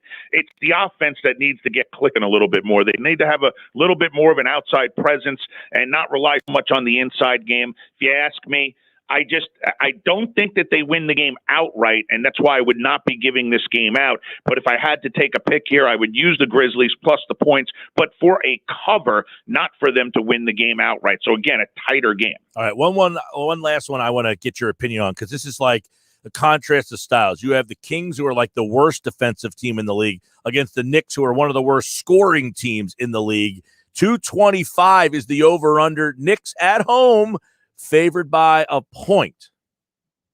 Yeah, this may as well just be a pick 'em. I mean, the line opened up at 1.5. It's only dropped about a half a point. But the Sacramento Kings, man, they're one of those teams that they're either winning or they're not. And like you said, it's the worst defense in the league against one of the best defenses in the league, and an offense that really can't get out of their own way against an offense that can score some points. So, yeah, you can't go over-under here. I'd stay away from the total on the matchup, which has gone up, by the way, 2.5 points from 222.5 to 225. If I had to bet that side, I'd go under. But I really think that the Knicks are just the better team, and at home they are struggling to really just try to put some wins together. Yeah, it's like they get on a nice little run and then they lose a few in a row, and it's a back and forth with this team. But they are overall 15-17 straight up, and 2 games over 500 against the spread against the Sacramento team that against the spread on the road is okay, but straight up not so okay. So I'm going to look for the Knicks to win this game. Be a tight game, but they wind up winning by 4 or 5 points when it's over. All right. It's an interesting schedule tonight. Your favorite game of the night, other than that Sixers-Mavericks game, would be? You know what? Believe it or not, there's a game in college basketball that really excites me. I know it's not going to excite you guys, but I make a lot of money in some of these smaller conferences, and I got a huge piece of information on the Eastern Kentucky Colonels against the Belmont Bears. So I'm going to be using that game, believe it or not, more than any. I love the play. And, guys, I've got a 4-star game going off tonight in your neck of the woods between the 76ers and Mavericks. Call the number right now. Get that one free. It's on a recorded message. I'm building credibility by giving you winners for free. 800-499-3733. 800-499-3733. 76ers Mavericks, absolutely free against the spread on a 30-second message. Call that number now. 800-499-3733. All right, JR, wagerpro.com and the Wager Pro app, by the way. Good stuff on the college. We love the college games, especially those small ones. That's where you make your money. Belmont's a 8-point favorite on the road tonight, so check that game out. Right. And, of course, the NBA Sixers Mavericks. And, of course, JR, like all guests, appeared via the Boardwalk on the hotline. Thanks, pal. Hey, always my pleasure, guys. Go out there and make some money. As always, we appreciate him giving us a little insight there on the game. That Knicks-Kings game tonight. You've got the worst defense, the Kings, against one of the worst scoring teams, the Knicks. I don't know. That's going to be a total. Don't know what to think about how that game's going to go. Like, is it going to be like 115 to 110, or are you going to get the Knicks side of things and have like the 89-87 type of game? You probably get the Knicks maybe getting an opportunity to showcase some offensive power based off of the Kings being bad. I think their offense will find a way to score some points because that's how putrid the Kings defense really is. That's how I think it might go down, but who knows? That's why they play the games. But it did seem like JR was a little feisty with that take on Zion. He thinks the team's young and will improve. Well, he's not wrong. Like, he's not. What we say a lot about the Sixers is like they're not ready to win. I'm saying right now, New Orleans is just not very good. They're not ready to win. But I'm saying a lot of these players that he mentioned, and I don't want to go to big back and forth, is they're young players that go into bad situations. How many times does the number 1 pick get to go into a situation where he has a number 2 pick who's pretty good in Ingram, another number 2 pick who's pretty good in Ball? It's not like they're stiffs. Right. My problem is they're not fun. Like LaMelo Ball, I actually thoroughly enjoy watching that kid play basketball. He's actually making like seriously fun plays left and right. Zion, it's not fun to me the way that he plays the game. Do you enjoy watching LaMelo? The way he passes the ball and like younger Ball in Charlotte. Yeah, the Charlotte. Yeah. I thought I didn't want you to confuse me on what Ball is on New Orleans. Yeah. The younger brother in Charlotte. Like, he's fun. Zion, he's not really that much fun to me. I don't know. No, I said when he was coming in, I thought he would be I don't want to say a fun player, but like I didn't think he was going to change a franchise. Like, I don't think your team is all of a sudden a championship team because you drafted him number 1. And unfortunately, you couldn't not take him number one. There was so much hype behind him that the Pelicans would have got crushed if they didn't take him number one. By the way, Kings have allowed at least 110 points in the last 5 games, and the over has hit 8 of the last 10. I think that ends tonight. That Knicks team won't let you get there. You don't think so? No. All right. This hour brought to you by PropSwap, America's sports betting marketplace. Sell your sports bet, take home your profit. Find out how at PropSwap.com or download the PropSwap app today. When we come back, an interesting comment has come in on the video stream that we will get into on the other side. So stick around for that. We will pop the comment up on the screen and go back and forth with that comment next. Turn it on. Leave it on.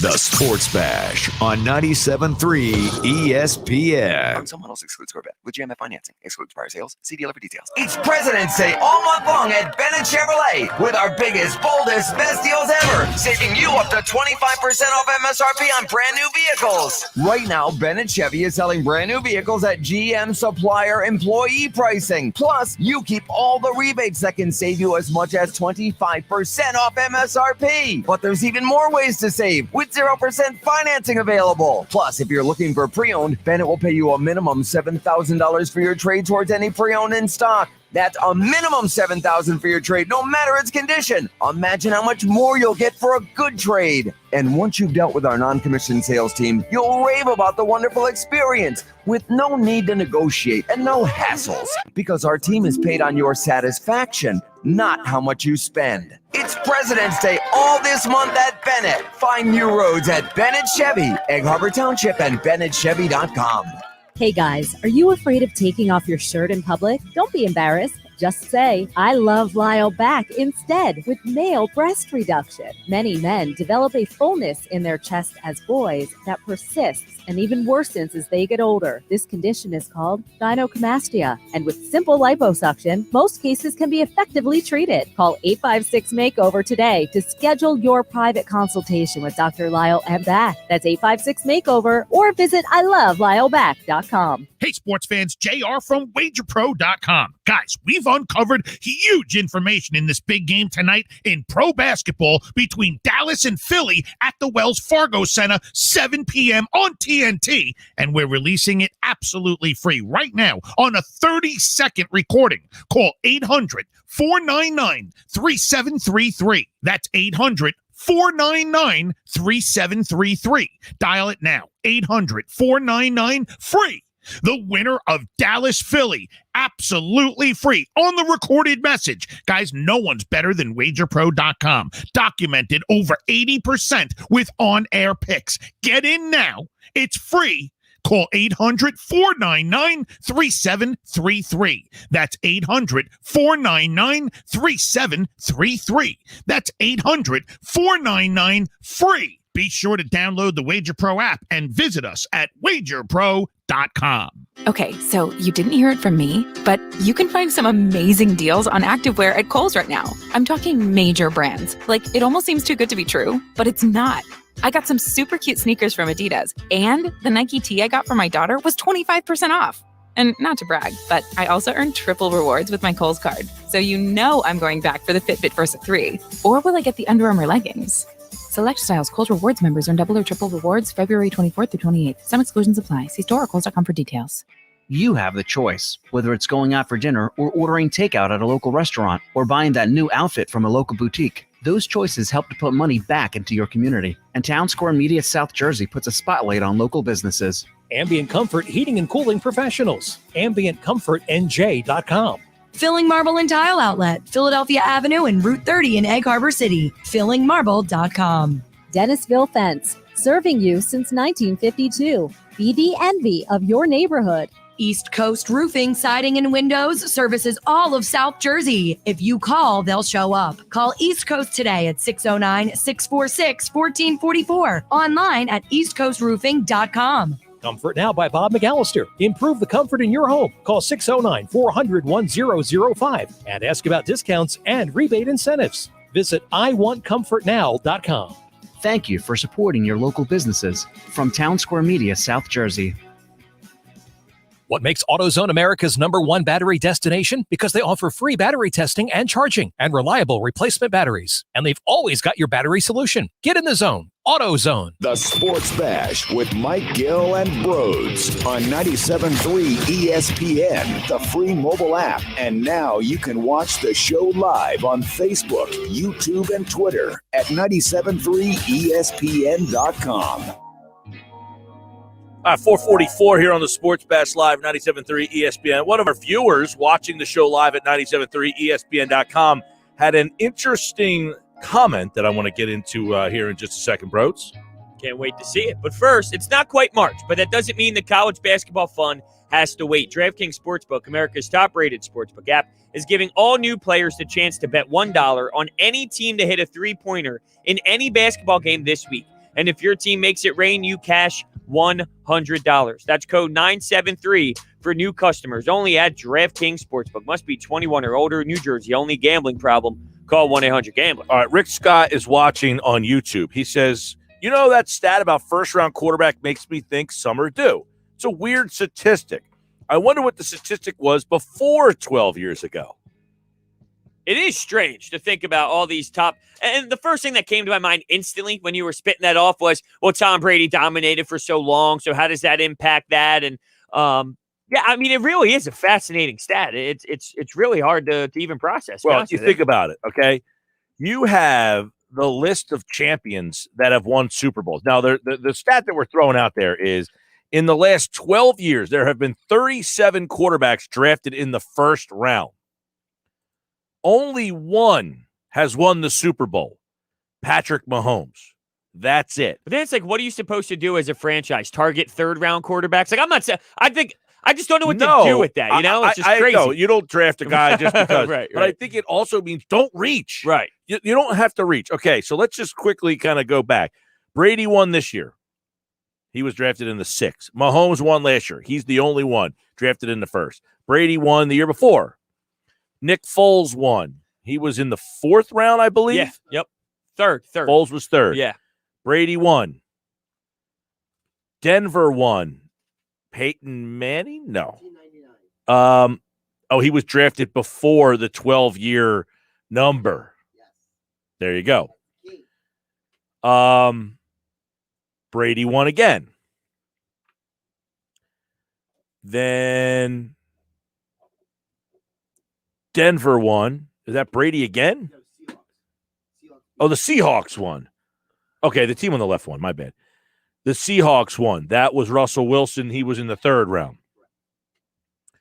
Baltimore won. Joe Flacco was drafted before the 12-year window. The Giants won. Eli Manning was drafted before the 12-year window. The Packers won. So Rodgers was drafted before the 12-year window. The Saints won. Breeze was drafted in the 2nd round. Roethlisberger won. He was drafted before the 12-year window. Eli won again. Peyton Manning won again. Roethlisberger won again. Brady won again. Brady won again. Brad Johnson was drafted in I don't know. He was not a very So as we go back before this 12-year window and taking away Brady, there were some good first-round picks involved in winning the Super Bowl. So it is weird, though. It really is. I'm with you, though. I think the moral of the story, it's not, hey, you don't draft quarterbacks in the first round. It's don't reach. Don't go out there. Don't take a quarterback just to take one. And I think that's where the Eagles would be this year. Well, it would be taking one to take. Okay, a good example here. Let's think of this, Brodes. The 2017 NFL draft, I believe we're looking at here now, okay? If you are the Chicago Bears, you were drafting 3rd. You traded up a first-round pick the next year to move one spot to reach for Mitchell Trubisky. Why not just stay at 3 and you could have got Patrick Mahomes? Did you feel that Trubisky was reachable, that worth it, that you had to reach for him? Well, clearly they did, and they backfired big time. But even if they did sit at 3, I think they just analyzed Mitch Trubisky as the better quarterback. And if everyone thought Mahomes was going to be Mahomes, it's clear that he would have been the first pick in the draft this year, no matter what the Browns did the year before or anything like that. So, there's a reason why he did slip to, what was it, 9? What did he end up going in that first Mahomes round? was 10. 10. Yeah. Now, Kansas City did trade up to get him. Yeah. So, I mean, I think it's more of just not so much reaching to get the quarterback. They just reach for the wrong quarterback. But like, that's the problem. If you can find a Pat Mahomes, then I would say, yeah, obviously reaching for the quarterback is important. It's not about reaching for the position, but it's about the execution on the right guy. Because if you get the Pat Mahomes, then it's worth it, right? Reaching was worth it. If the Bears reached and moved up to get Pat Mahomes, we don't complain that they reached to get him. So it really comes down to just making sure the guy is the right guy when you do package things up to get him. It's the execution part, not so much the mindset of doing it, if that makes sense. Yeah, but it's like if you just stayed at 3 and you were patient and you didn't, again, we just said it's okay to draft a quarterback in the first round, but don't reach for a quarterback in the first round. Now, they didn't think they were reaching. You moved up one spot. Was San Francisco really in that much of a situation to move up? You know what I mean? Like, you moved up one spot. Were they threatening to take Mitch Trubisky that you really had to do that? Right? Like, did you really feel that San Francisco was just oozing to take Mitch Trubisky at number 2, that you had to leapfrog them? And, like, that's to me is like, okay, I'm not going to mortgage everything to get a quarterback in that spot at number 3.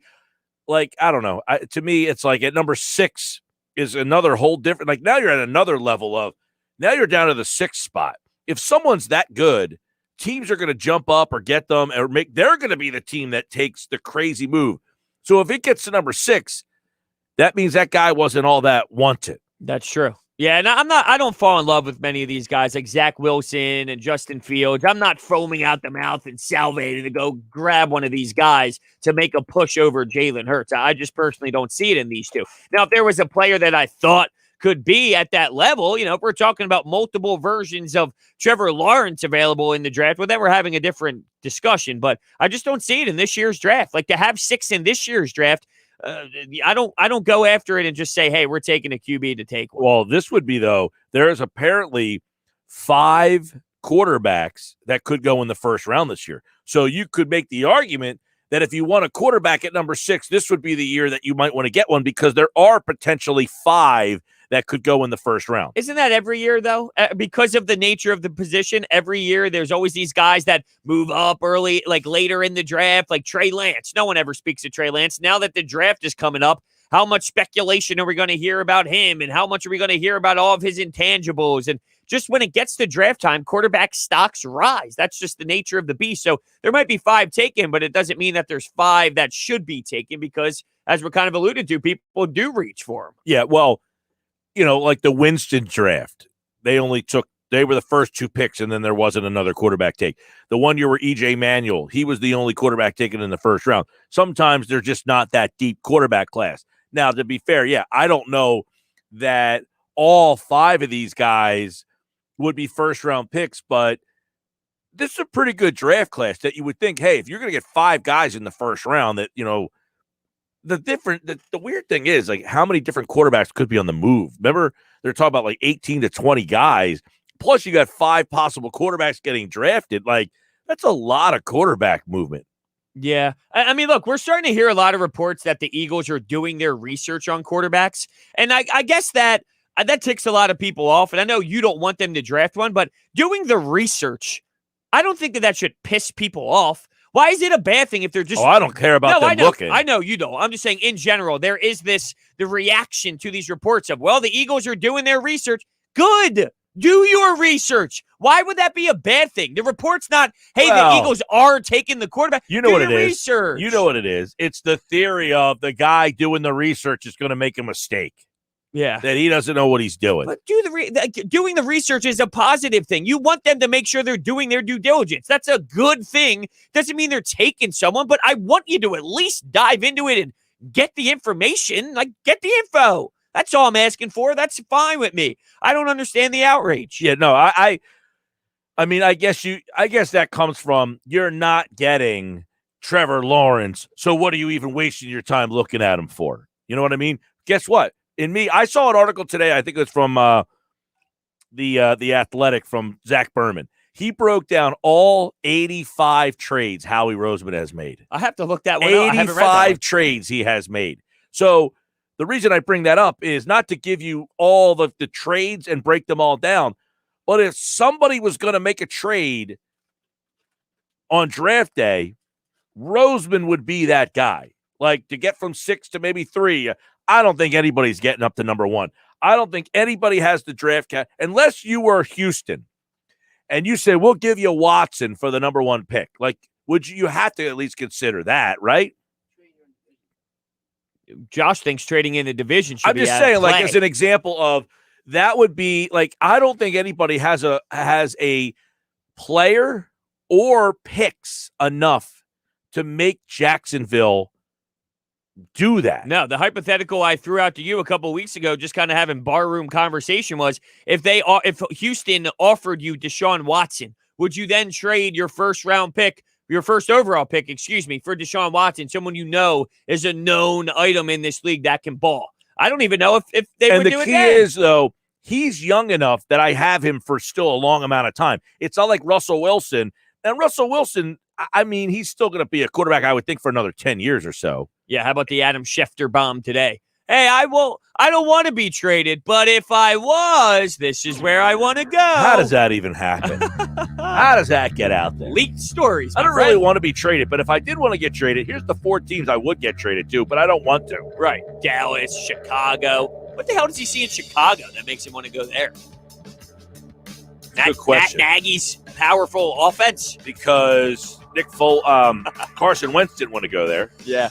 Raiders, Cowboys, Saints, Raiders, Bears. Now, Wilson and Watson both have no trade clauses. So if I'm Watson, I'm probably saying I don't want to get traded to Jacksonville. I blocked that deal. But that's the kind of deal, like, and I don't even know that Jacksonville will be willing to do that. Like, you have to, I don't know that anybody has enough of anything to give. The Eagles certainly don't. What are the Eagles going to give to Jacksonville to get up to number 1? They got no, I mean, unless you're like, hey, you get my next 5 first-round picks. I don't even know if they would do that for Lawrence.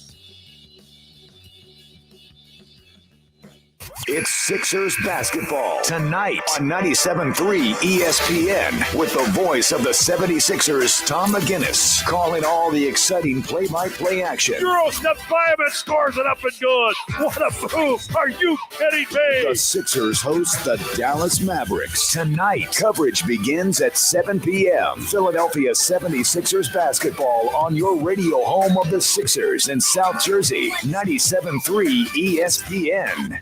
It's a new year and an all-new Matt Blatt Nissan. Matt Blatt Nissan on the Black Horse Pike in Egg Harbor Township next to Home Depot. Help us celebrate when you get out of that old car, truck, or SUV and into a brand new Nissan. 2020 Nissan Kicks. $4,000 off MSRP on in-stock units or get 0% APR financing for 60 months on new in-stock Nissan Kicks, Sentra, or Altima models. Plus, Matt Blatt Nissan has fast-track checkout available online at mattblattnissan.com. Our non-touch delivery and electronic paperwork ensures your safety comes first. We want to help with your credit approval today so you can drive a new Nissan with 0% APR financing. Matt Blatt Nissan on the Black Horse Pike in Egg Harbor Township or online at mattblattnissan.com. Unapproved credit. Negative equity will be refinanced into new vehicle. All factory rebates and incentives to dealer. 0% APR financing based on 1516 per 1,000 borrowed. Offers can't be combined. Call 888-731-5030 for all the details. It's on at Matt Blatt Nissan on the Black Horse Pike, Egg Harbor Township. Oh yeah, it's on at Matt Blatt Nissan. So you think you have unlimited data? Recalculating. Think again. If you have unlimited data on a network you can't trust, your data is limited, and so are you. Set your smartphone free with the unlimited plans from Total Wireless. Get 4 lines with unlimited data on the nation's best network now with 5G, with 100 gigabytes at high speed, then 2G for just $25 a month per line. You have arrived at your destination. Get unlimited and save. Total Wireless. Do amazing. Available at Walmart. See terms and conditions at totalwireless.com. O'Reilly. This is Jesse's O'Reilly Auto Parts story. As a nurse, not making it to work was not an option. But driving through the snow with my wiper blades struggling, I just didn't feel safe. So I pulled into O'Reilly Auto Parts, and before I knew it, an employee was offering to install the wiper blades on my car. I got to stay out of the snow for a moment, and I still made it to work on time. O'Reilly Auto Parts. Hello, Cape May County. This is County Commissioner Len Desiderio, co-chair of the County Recovery Task Force. We know that there are a lot of questions about the COVID vaccination. Please go to capemaycountynj.gov for information and to register in the state system. The beginning of this effort has been very challenging as we wait for the federal and state governments to implement distribution. But we already lead the state in vaccine administration, and we are ready to expand our efforts as soon as the state distributes larger amounts of vaccine to us. Please go to capemaycounty.nj.gov and click to register and check back often for more information. You will then be notified by the state when your turn comes about how to schedule your appointment. Go to capemaycounty.nj.gov and register now. Please go to capemaycounty.nj.gov for information and to register in the state system. Let's vaccinate safely together. Liberty Mutual Insurance Company presents and Doug. Breathe out and repeat after me. Liberty Mutual customizes your car insurance so you only pay for what you need. Liberty Mutual customizes your car insurance so you only pay for what you need. Your bird is eating my candles. Your bird is eating my candles. No, seriously, he's making a mess. No, seriously, he's... Liberty, liberty, liberty, liberty. Get a customized quote at libertymutual.com. You have the choice, whether it's going out for dinner or ordering takeout at a local restaurant or buying that new outfit from a local boutique. Those choices help to put money back into your community. And Town Square Media South Jersey puts a spotlight on local businesses. First Bank of Sea Isle City, Cape May County's community bank. Dr. Lyle M. Back for everything from skincare to cosmetic surgery. Go to ilovelylback.com. Egg Harbor Independent French Leader at Charles Schwab in the Consumer Square Shopping Plaza. Filling Marble and Tile Outlet, Philadelphia Avenue and Route 30 in Egg Harbor City. FillingMarble.com. Intuitive Women's Health in Summers Point, accepting new patients. Schedule an appointment today at intuitivewomenshealth.net.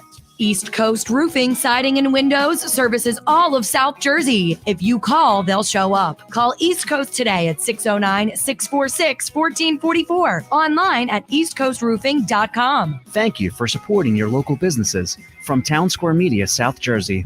Home of the Eagles, Sixers, and Flyers. WENJ, WENJHD, Millville, Atlantic City, 97.3 ESPN. This is the Sports Bash with Mike Gill on 97.3 ESPN. Now, live inside the Matt Black Kia Studios, here's Mike Gill. All right, Sports Bash final hour. Can you believe it's already 5 o'clock? Driving you home from work is, of course, you guys out there. Sports Bash 97.3 ESPN.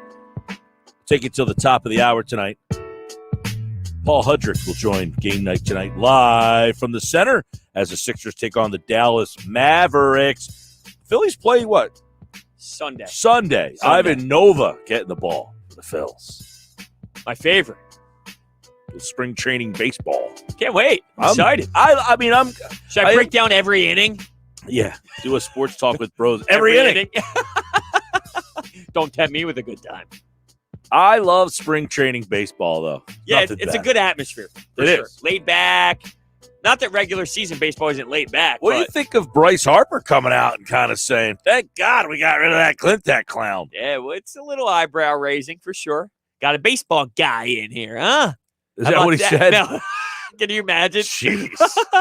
Really happy to have a baseball guy in here. I don't think Bryce Harper would say something like that. Is Bryce Harper a baseball guy? Yeah, but Bryce Harper is a baseball guy, but he's the kind of guy as after his career's over, I probably don't want him making draft choices. I would agree with you on that. I don't think I see him as the GM type. You know how many guys, like, you know, not to go heck down that road, but like, why not? Guys who have played like sports before. You ever have like conversations with some of these guys and they're like, they don't know anything about this. They just happen to be great athletes or they happen to be like great at that particular. You know, I was talking to a guy the other day who ended up playing football. And the conversation, this is a guy who's won a Super Bowl, loves football, talks about football, but says, I didn't even love playing football. I just did it because I ended up being good at it. You know, and it's like, how many guys do you talk to? There's so many times I've come across guys who play in the league and they don't love or know anything about the game that they're playing. They just happen to be good at it. So they just, you know, like Danny Watkins, for instance. I don't like to bang on Danny Watkins, but Danny Watkins would be a football guy, right? He played football. He was a first-round pick. He didn't know who Walter Payton was. Whoa. He got drafted in the first round of the NFL draft. He didn't know who Walter Payton was. That's almost stunning. It's hard to even believe he's that's a true. football guy. Can you imagine if someone said, hey, you played football, Danny Watkins. Why don't you run the organization? Yeah, no, there's a lot of that. And I think a lot of it becomes like, obviously everyone starts out loving the game when they're younger. They play it. It's fun. Not necessarily. You know how many it guys becomes like a business. But I you think know that's how when many people kids are lose. like young kids and they just play because their friends played or their parents made them play. Yeah. And then they end up being good at it. So they just keep playing, even though they don't really like it. And their parents kind of like make them, or because they ended up getting good at it. Like, you know what I'm saying? No, Like, that's true. There's I definitely grew up something to with it. kids who played and they're like, I don't really like doing this. My parents make me do it, but they're like the best player on the team. Yeah, no, that's true. I just think maybe it's just from my personal experience, but I do know a lot of people fall in the category you're mentioning. There's also a lot of people that fall in the category of where I was at too. Is like once it becomes more of a business and there's more politics involved and there's more of this and that, like that's where the love of the game ends. But you can still be good at the game, but the love of the game ends, and that's where you're kind of in this situation where you're just playing because that's what you do. You're just so. I played hockey for 22 years of my life. Like at some point, it's just what I did. It's what I've always done, and that's why it's so hard to walk away afterwards because it's your identity. That's just who you are. And some of these players in the NFL, it's who they are for so long. They don't even love it anymore. They're just going through the motions. They just dominate. Well, and you know how many guys end up like, they played football because they were a bigger guy, but they loved playing basketball. They just didn't have the body type to play basketball. And it's like, I would have loved playing basketball if I had the opportunity to, but I just didn't have the body type to go down that road. Do you think Mike Trout wanted to play in the NBA? If he did, you would have had a nice story there. Double-double. I Unfortunately, mean, how many guys average a double-double? And I don't know. I don't watch much high school basketball, so I really don't know. I got news for you. Not many? Not many are averaging well, guess double-doubles. what? It's a shame he's not in the NBA because your pick doesn't count. I mean, certainly counts. Okay.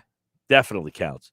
And by the way, somebody, who was it the other day that was texting in that was like, I can't even remember what ended up. We were having the conversation and it came up, but yeah, Mike Trout counts. Definitely counts. All right. Moral of the story. I'll hold that forever is that I get to say I saw the MVP of baseball dominate on the basketball. It's a shame court. we'll never see him actually play in a playoff series, though, anytime soon. Oh, for the Angels? Yeah. Probably not. All right, Sports Bash Live, 97.3 ESPN. So I want to play this audio here from we were talking about this earlier with Jason Avant. And what did I do with that little audio clip? Did I get rid of it? It should be on John Clark's Twitter. I know. What did I do with my Twitter page? How did I lose the whole thing? My guess is you had 10,000 tabs up and then maybe exited I out. did, but I mean, that one I was just playing during the break so that I was ready to play it. So, all right, I'll have to bring it back up. But so we were talking earlier about what Jason Avant had to say about when things kind of went off the beaten path for Carson Wentz. And I find this to be a whole interesting story that I don't think gets brought up a whole heck of a lot when you really like break it back down and think about like where kind of the disconnect came from Wentz and the organization. And so this is what Jason Avant had to say about like where Wentz kind of maybe lost trust in the Eagles organization. This is 2018 is where the mindset of Carson, to me, with the organization changed. Here's why. They were not going to the playoffs. Carson was dealing with the back issue, and he was playing through injury. Carson wanted to play. The organization chose, against Carson's wishes, to play Nick Foles. Nick Foles revives the season. Interesting. So I don't know anybody has brought that avenue up. Is in 2018, he's saying that Carson kind of looked at that as a benching. That's the first time I heard that. And that's why I was saying, like, before we were talking about this, like, there's so much that's happened that we as the common public and the common people just don't know about. And this is almost one of them. The fact that is a huge part to this story. That Carson Wentz looked at it as a benching. The organization might have too. I mean, who knows? But the problem is, we don't know how bad that back was. Did Carson want to play through this? But it was seriously, Carson, like you can't play through this. Your back is done. Was he trying to be too much of a hero? Or was the organization like, hey, his back's not that bad, but we want to get Nick Foles in here? Which one is it? Because I think it matters which one it is. Well, two things. One, only Carson knows how bad the back was bothering him. Like you could say, I see this on the x-rays or whatever. Probably shouldn't be playing. And Carson's saying, no, I feel like I can keep playing. The problem was that team, they got to a point where I think they lost faith in him and benched him almost. Like that's how he's kind of looking at it as, you know what I'm saying? So like, they're like, look, the team's not playing well. He's hurting. He wants to keep playing, but really, we don't really want to play him anymore. And they go back to Foles. Now, here's the one disconnect I have with that. I wouldn't say that that's off base at all. But in 2019 is when I say I think he kind of popped out of all of the 17 Super Bowl, the 18 Foles takes him back to the playoffs. He's struggling in the 19, and then he gets hot and takes this vagabond team to the playoffs. And it was like he won people back over. I agree with you. 2019, it's almost like what happened in 2018 is somewhat irrelevant because Nick Foles is no longer there. He had the city behind him. He took these no names to the playoffs. So it's almost as if it's old news. But I guess my disconnect, and I kind of just alluded to it, is was he seriously really injured? And Carson wanting to play, was that show off base to the point where they're just saying, like, Carson, you cannot play. You can't play. You are injured. Was it that, or was it they just wanted Nick Foles in there? Because that it depends on how it played out. That I would feel differently based off of both of those circumstances. The problem is I won't know the information. Okay, here's a question for you.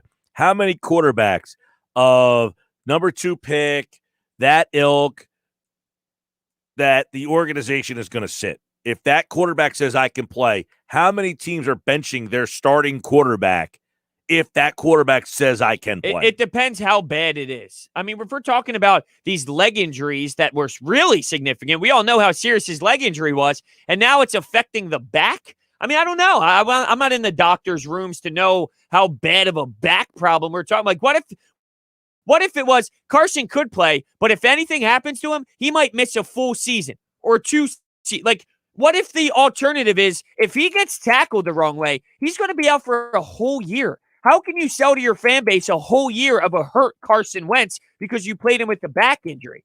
I don't know.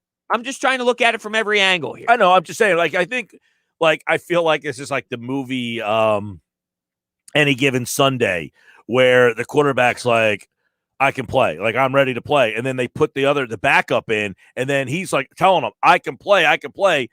And they don't want to play him because now they end up playing him, and he's like, I can't even actually play. Right. But because they wanted to get hit, when the starting quarterback says I can play, you acquiesce to him and say, if you say you can play, you can play. And here is, Dennis Quaid and Jamie Foxx is the backup.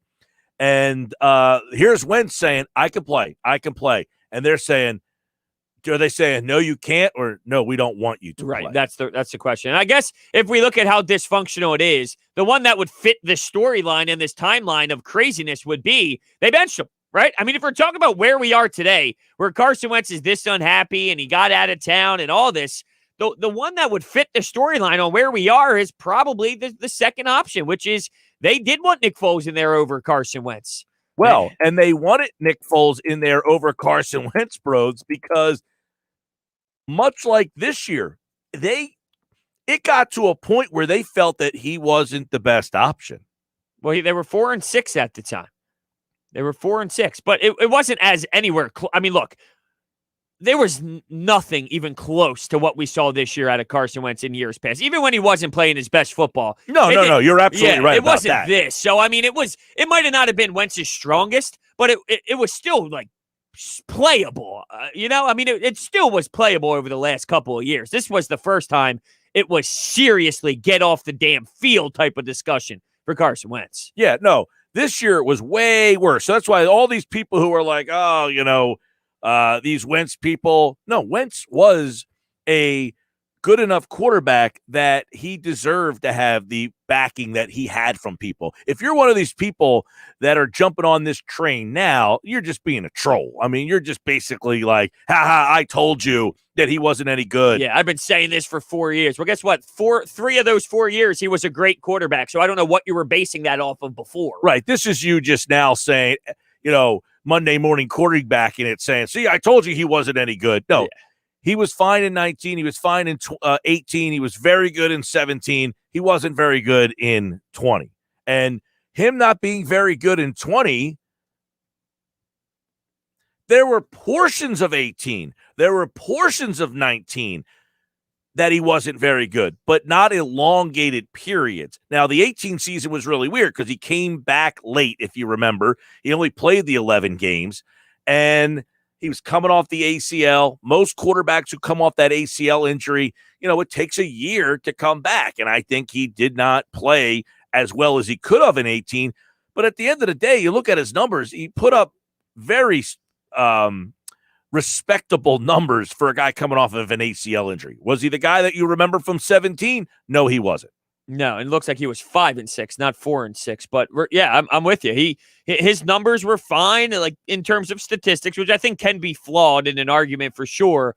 But the Carson Wentz thing is crazy, and this just adds another element that no one has really talked about yet. No one really knew about it, and it adds another layer. We talked about where did it go wrong, and we bring up Jalen Hurts. Well, guess what? It looks like where did it go wrong started 2 years prior to Jalen Hurts. Something that probably sits with Carson Wentz so negatively for so many years, no matter what happened in 2019. So then how come this is what would be odd to me then? Yeah, I'm not saying it's right, by the way. I'm just saying it's probably how he felt at the time. Yeah, I'm just saying, how come then we haven't heard about his unhappiness for 2 years? Maybe because it didn't reach that intensity. Maybe the Jalen Hurts pick was where it really cracked. Maybe there was some button heads, but not so much a hatred. But then when the Jalen Hurts pick, maybe that's what somewhat took it over the edge a little bit. So I'm sure that there was boiling frustration, but a reasonable level of frustration that you can keep it in-house. As it continues to happen and snowball into more and more, at some point it just blows up in your face, and that's what we got this season. But maybe it was dysfunction, but not this crazy level of dysfunction, normal level, because there's dysfunction all around, this butting heads and all, which is standard. But maybe it just reached that next level once we started getting into the Jalen Hurts controversy. Yeah, the Hurts thing, I definitely think put the wheels in motion, but 2 years of this kind of being pent up inside to me seems a little odd. I know. Well, Ramadi did say that there have been a lot of unreported issues that have occurred. True. And I just wonder, is this one of those? This is one. Maybe there's 5, 6, 7 other situations like this that Carson felt betrayed. And look, here's the thing. They could have made the right decision.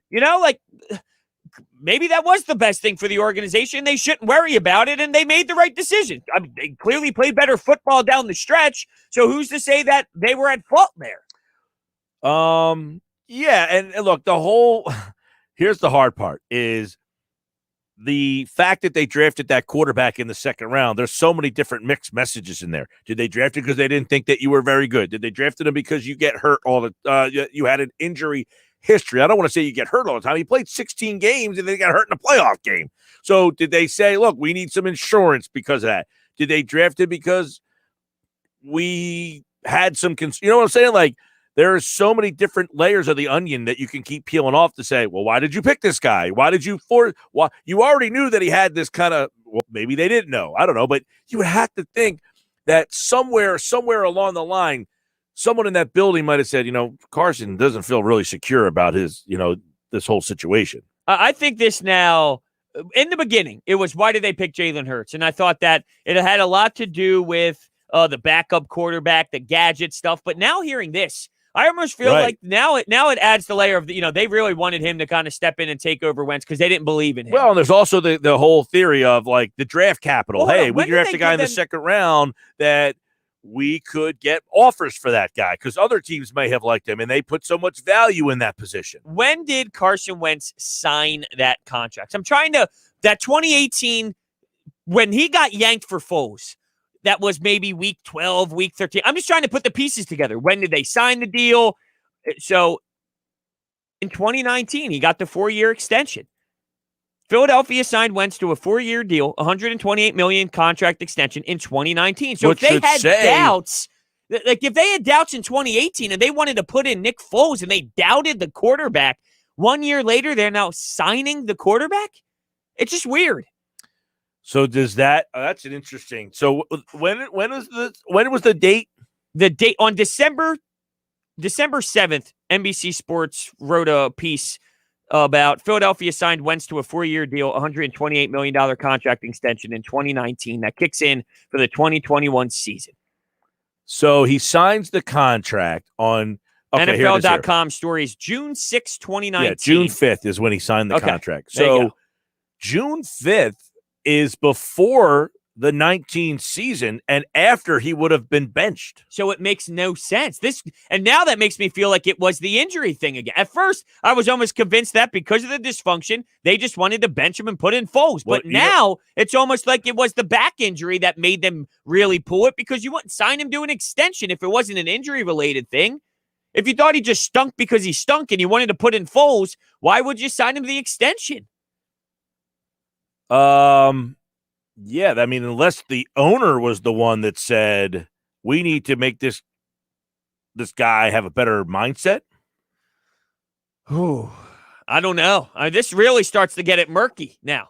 Now this adds another layer to it. So you went out and signed him after you were upset with them at 5 and 6 and you thought the back injury. And that's why I think the disconnect is the organization viewed it as, Carson, you're too hurt. And Carson looked at it as, I'm not hurt, I want to play. And they both had different thoughts on it. And so now you're saying you don't think it was a benching. It was, we don't want to, we think of you that much that we don't want to hurt you long term. Yeah. I think weird timing for that contract. It is. It really adds this weird kick to it. Because, right, he signs a 4-year extension. Now, the only thing I can think of is this is where the Eagles do what they do, and is, hey, we like this guy. We want to sign him now to get him below market value so that at the end of that deal, he's not making all that much money, and that's going to help our cap situation because we're going to have a quarterback for under market value. If he has a big year in 19, because they coming off the injury with the ACL, then he's got the back problem. If he comes back in 19 and has this MVP type of season again, what's to say he says, I want 30 million, I want 35 million. So they're saying we're going to jump out in front of that and we'll give him a deal for under market value so that in year 3, 4, 5 of that deal, we have a quarterback making only 25 million. He wasn't, his annual value by the end of that deal would have had him at the back end of quarterbacks. Yeah, no doubt about it. That's absolutely what they tried to do. It's just weird that if you felt that he wasn't the guy and you had to bring in Nick Foles for a second straight year, why are you giving him the money? Like, clearly there's a disconnect where you win the Super Bowl with Foles. You have Carson Wentz in there who goes 5 and 6, and you're sitting in for Foles. Then you sign him? Like, it's clear that they wanted to beat market value, but you clearly didn't value him enough to play him. Yeah, but do you think that they ever thought it would get to the point where they were just going to just trade him? Well, if you're That's the benching weird him for part. Foles without there being a serious injury and you just really wanted to use Foles, I don't know how you can justify paying him. At that point, you don't think he's the guy, which is crazy. That's where this is man, just hearing that today from Avant and then seeing the date of the contract and then hearing him say, well, in 2018, he ends up getting benched and yada, yada. And then I'm thinking, well, why would you sign him then in the summer of 19? Yeah, maybe Lowry was like, I don't care what you all think, right. We're signing him. Well, that's where I go back to how much Lowry influences look, I don't care. I want this guy. We drafted him number 2. We're not going through this whole rigmarole with quarterbacks again. I want him signed. There's definitely that involved for sure. But then I wonder, was he the one that was in the conversation to yank Wentz due to the injury or the air quotes injury, whatever? Like, was he in part of the conversation of, hey, we got to get Foles in there. We got to tell Wentz he can't play because he's back. We got to get Foles in there. Was Lowry a part of that too and a part of the contract? Or was that maybe a Howie or a Doug decision to move on from Wentz that year? At no point in any time that I have done this job, have I ever thought that Lowry was a meddling owner. Like, never before have I ever felt like Jeff Lowry's a meddling guy and he's a problem. And I'm not necessarily feeling that he's a massive problem, but I definitely feel now that Lowry meddles more than I ever envisioned. It's a shame he never played football because then we wouldn't be in a bad situation. True. There's no place like your home. And if you have a leak or need a new roof, call Dorothy Gale Roofing, 877-97-KEVIN, or visit them online at DorothyGale.com. This is the Sports Bash Live on 97.3 ESPN. Don't forget, you can go to our website now and sign up for the $1 Million Bracket Challenge. The bracket with the most correct will win a $500 golden getaway in Atlantic City, thanks to our friends at GoldenNuggetSports.com. The top 20 brackets will receive a free bet at GoldenNuggetSports.com. You must be 21 or older to play and place a bet. Only available in New Jersey. Free bets are for online sportsbook only. Please see the website for terms and conditions. That's the $1 Million Bracket Challenge now at 97.3 ESPN.com. All right, when we come back, our buddy Keith Smith, we're going to look at this Eastern Conference. Kyle Lowry wants to play where? For details, go to our website, 97.3 ESPN.com. It's Philadelphia Flyers hockey Saturday afternoon on 97.3 ESPN and the free mobile app with Tim Saunders and Steve Coates calling all the play-by-play action. The Flyers are in Buffalo to face the Sabres Saturday afternoon. Coverage begins at 1 p.m. It's Philadelphia Flyers hockey on the radio home of the Flyers in South Jersey, 97.3 ESPN, and listen live on the free mobile app. It's a new year and an all-new Matt Blatt Nissan. Matt Blatt Nissan on the Black Horse Pike in Egg Harbor Township next to Home Depot. Help us celebrate when you get out of that old car, truck, or SUV and into a brand new Nissan. 2020 Nissan Kicks. $4,000 off MSRP on in-stock units, or get 0% APR financing for 60 months on new in-stock Nissan Kicks, Sentra, or Altima models. Plus, Matt Blatt Nissan has fast-track checkout available online at mattblattnissan.com. Our non-touch delivery and electronic paperwork ensures your safety comes first. We want to help with your credit approval today so you can drive a new Nissan with 0% APR financing. Matt Blatt Nissan on the Black Horse Pike in Egg Harbor Township, or online at mattblattnissan.com. Unapproved credit. Negative equity will be refinanced into new vehicle. All factory rebates and incentives to dealer. 0% APR financing based on 1516 for 1,000 borrowed. Offers can't be combined. Call 888-731-5030 for all the details. It's on at Matt Blatt Nissan on the Black Horse Pike, Egg Harbor Township. Oh yeah, it's on at Matt Blatt Nissan. Chrissy is refinancing her home, so she shopped around for the lowest rate and found it at Amerisave.com, setting her up for a lifetime of savings. It's one decision she'll never regret, unlike wearing tap shoes to a surprise party. Sorry, guys. Just trying to find the perfect hiding place. Pretty regrettable, Chrissy. Unlike finding that low mortgage rate at Amerisave.com that's got you on your way to a lifetime of savings. Amerisave's rates won't be this low forever, so go to Amerisave.com now. Lower mortgage rates mean higher savings. Call 866-514-SAVE or visit Amerisave.com/licensing for cost information, terms, and conditions. Equal housing lender. Licensed in all states except New York. NMLS number 1168. Are you one of the millions of Americans who experience occasional bloating, gas, or abdominal discomfort? Join the Align Healthy Gut Team Up and see how healthy your gut can feel. Align contains a quality probiotic strain developed by gastroenterologists. It adds more good bacteria to your gut to naturally help soothe your occasional digestive upsets with continued daily usage. This is the time to join the Align Healthy Gut Team Up from the #1 doctor-recommended probiotic brand. Sign up at AlignProbiotics.com. Progressive Motorcycle presents Road Wisdom from the Motor. Half man, half motorcycle. Ride confidently in the direction of your dreams. Unless it's a bad dream, then turn around. Go the other way. Progressive Motorcycle also presents basic policy starting at $79 a year. Progressive Motorcycle, for those who were born to ride. Progressive Casualty Insurance Company and affiliates. Annual premium for basic liability policy is not available in all states. The Capital One Quicksilver Card Show. Cut! The Capital One Quicksilver Card is simple. No need for a whole song and dance. Don't be sad. With Quicksilver, you earn unlimited 1.5% cash back on every purchase everywhere. That's the spirit. The Capital One Quicksilver Card is simple, unlimited 1.5% cash back. What's in your wallet? Terms apply. Capital One Bank, USA, N.A. If you're a first-time buyer, finding your first real home can feel like this. Hot property. Not going to last long. Multiple offers. 30 or 50. We need earnest money. But a realtor has the expertise to strip away all the noise and focus on what really matters to you. You're going to love this place. Great neighborhood. School is walkable. It even has a huge yard so Henry can practice his penalty kicks. Finding the right place starts with you and a realtor with the expertise to make sure your voice is the only voice that matters. Realtors are members of the National Association of Realtors. That's who we are. We know you're spending a lot of time at home, and maybe that home could use a little TLC. Since going to a home show isn't really a thing right now, 97.3 ESPN FM is bringing the home show to you. Local exhibitors have been setting up in a virtual show featuring the latest products and services for your home. Go to 973ESPN.com to find great articles on home improvement tips and trends. Thanks to our friends at Broadley's Plumbing, Heating, and Air Conditioning, Broadleys.net, your trusted source for 3 generations.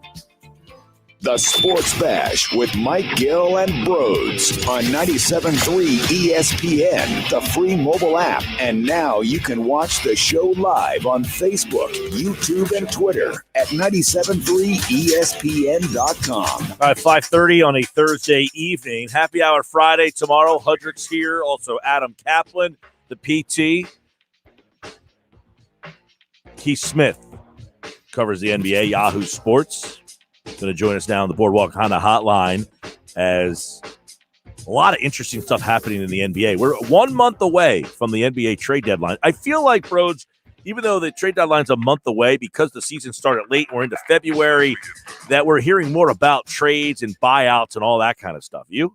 Yeah, I think so. And I was thinking maybe it has to do with the shortened season, but it's only shortened by 10 games. It's not like it was insanely shortened. So, yeah, I agree with you. It does seem like it's just kind of really getting heavily discussed there. Well, we'll get into that and some more. Keith Smith is going to join us now here on the Boardwalk Honda Hotline as this NBA season is about to hit the halfway point, Keith. And I know last night a lot of people tweeting away about the Celtics and what's happening with them. But first, before we get to that situation, I want to get your take on how well a Kyle Lowry trade would fit for the Philadelphia 76ers. It was reported today by Keith Pompey. We had him on earlier. He's reporting that Lowry would like to come back to Philly. He obviously has roots there. He played at Villanova, and that's a spot that he said that, yes, he would like to come back to. So what does a Lowry deal do for Philly if they were able to make that deal?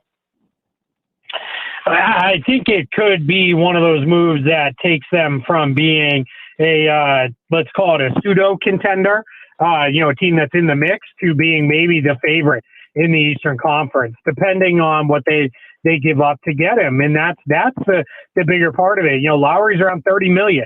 To get to that number, you're going to have to give up quite a lot of stuff to match salary on that. And that makes it tricky, because that means you're sending out probably somewhere between 2 and 4 key rotation guys if you're Philadelphia, and that starts to get a little bit rich. It's almost like the same conversation with the James Harden trade talks earlier this year. Yeah, I know you just hit on something that if they're to get Lowry, they would have to send a minimum of 4 pieces out the door, maybe even 5, just to make the salaries match. So I guess the question would be, is getting Lowry worth it if it's going to make you have to give away 4 or 5 pieces? Not that they're these great pieces, but like a Matisse Thybulle would probably be included, or a Maxey, or a Shake Milton. Yeah, and that's where it gets really hard. And if it was just those guys, that wouldn't be so bad, but it's the bigger salaries where it gets a little harder. Are you moving on from Ben Simmons? Are you going to trade a Danny Green in a deal like this? How is this coming together? Or are you going the route of, hey, Toronto, here's 7 guys for 1, and those things almost never happen in the regular season because they're virtually impossible because of the roster size just isn't there. And this is one year where I think most teams are going to be really conscientious of making sure that they have enough depth. Even if teams feel, hey, we're past the worst of the COVID situation, there are still a lot of basketball games getting crammed in to the final stretch here. I want to say most teams are going to play between 35 and 40 games in about 68 days in the season's second half. And that's you need depth to get through that. So I think you're going to see a lot of them be very leery of trading away multiple players for one, unless they really feel that guy's lifting them to the title. How much easier of a decision is it for the Sixers if they can find a way to keep him after the expiring contract ends? He's 34, will be 35, from Philly, chance to win here. If this is more than just a half of the season push and you can bring him back, would that make it easier for you? Yeah, it definitely makes it easier. I think you almost have to have at least a, really good feeling, you're 75, 80% that he's going to return after this one season, because you can't go down the road of trading for a guy and then watching him turn around and leave again after you gave up a whole lot to get him. That just becomes something that becomes really hard. And then you're stuck sitting there with no cap space and very little ability to refresh out your team the following off season. You would trade that if that gets you one title, right? I think most teams would do that. That was what the Raptors did a couple years ago. But it does become a challenge to make that kind of trade unless you're really certain you've got a great chance at retaining the player. Yeah, and I know that the one interesting thing is the Sixers have probably definitively a defensive advantage over Brooklyn right now. But if you give away some of these pieces like Matisse Thybulle, maybe if he's in there, Danny Green, not that he's playing great defense, you're weakening your defense. Does Lowry give you enough firepower to kind of outscore the Brooklyn Nets? Yeah, that's tricky, because for all that, Kyle Lowry's a pretty good offensive player. I'm not sure how much he lifts the offense to versus what would be offset with the defense, because the challenge really becomes on the defensive side. You will have given up so much versatility in a deal like this. And what you really need against the Nets, which I think gives Philadelphia a good chance, is you already have a massive advantage at the 5, because Embiid is better than anybody Brooklyn is ever going to throw out at the 5. But what you really need is a whole bunch of different guys, 4 or 5 different guys, which they have, that you can throw at Durant, Irving, and Harden. And Philadelphia has that right now. They're one of the very few teams that does. You're not going to stop them, but I think your better opportunity is, all right, if we can slow them down when we get into a playoff series, which I think you're kind of maybe starting to look ahead to just a little bit, and that's okay, is that's how we got to think about this thing, is how do we match up with them on that end of the floor? Because it's going to be hard to outscore them with just adding, a guy like Kyle Lowry. The last couple of games against Toronto really made it tough for Joel Embiid. Is there now a blueprint out because of Nick Nurse? I just feel so many teams try and double Joel. So many teams try and bring so many different looks to him, but it never works to the efficient rate that Nick Nurse has it. What do you see in that matchup that gives Joel so much trouble compared to other teams? Yeah, it's weird. I always think about, I go back to, I don't know if you guys remember, but they asked Shaquille O'Neal who the guy who gave him the most trouble was. And he always talked about Bryant Big Country Reeves back in the day. Now, that should have been one of those things, excuse me, where you look at it and think, wow, that should be a mismatch. And it just wasn't. And Aaron Baines, for whatever reason, gives Joel Embiid some problems. So between Nick Nurse throwing kind of all of his funky, gimmicky defenses where he goes zones and then he'll play zone off ball, but 2 on the ball and all sorts of different things. And then Baines, that's why I think Embiid has a little bit of trouble, because it almost can vary trip to trip what kind of look they're throwing at him. And I think that's why they do a little bit better against him than a lot of other teams. Keith Smith, Yahoo Sports, covers the NBA. Let's look at the East, where right now, Keith, the Boston Celtics would be out of the playoffs if they started today. What is happening up there? You're very close to that situation.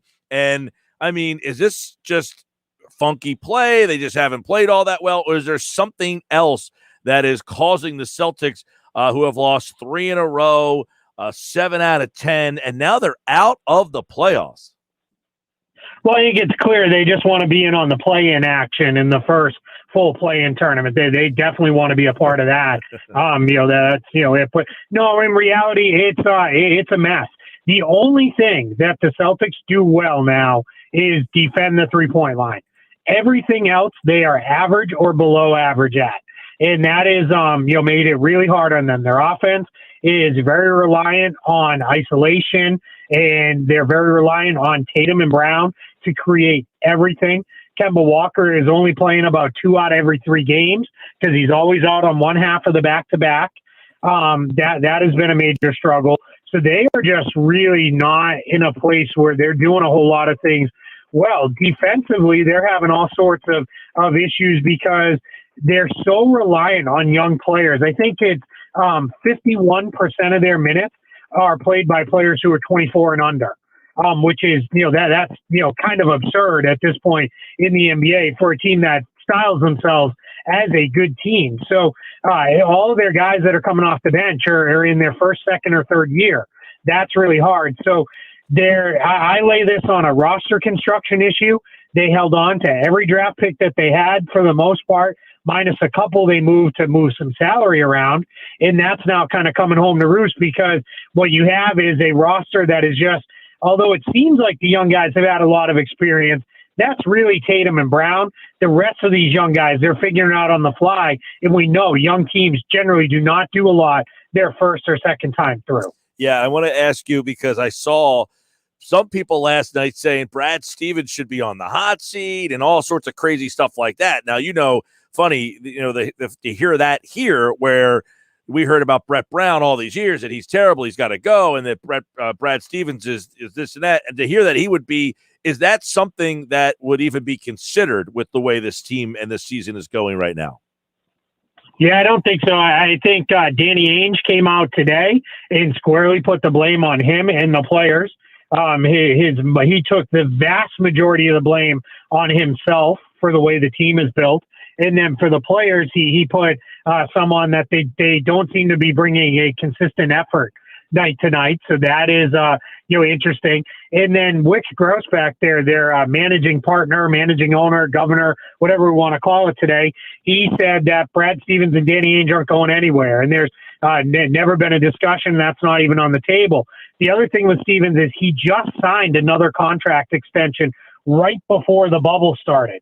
So I think what we're looking at there is that's one of those things we all know. Ownership groups are really loath to pay somebody to not coach for them.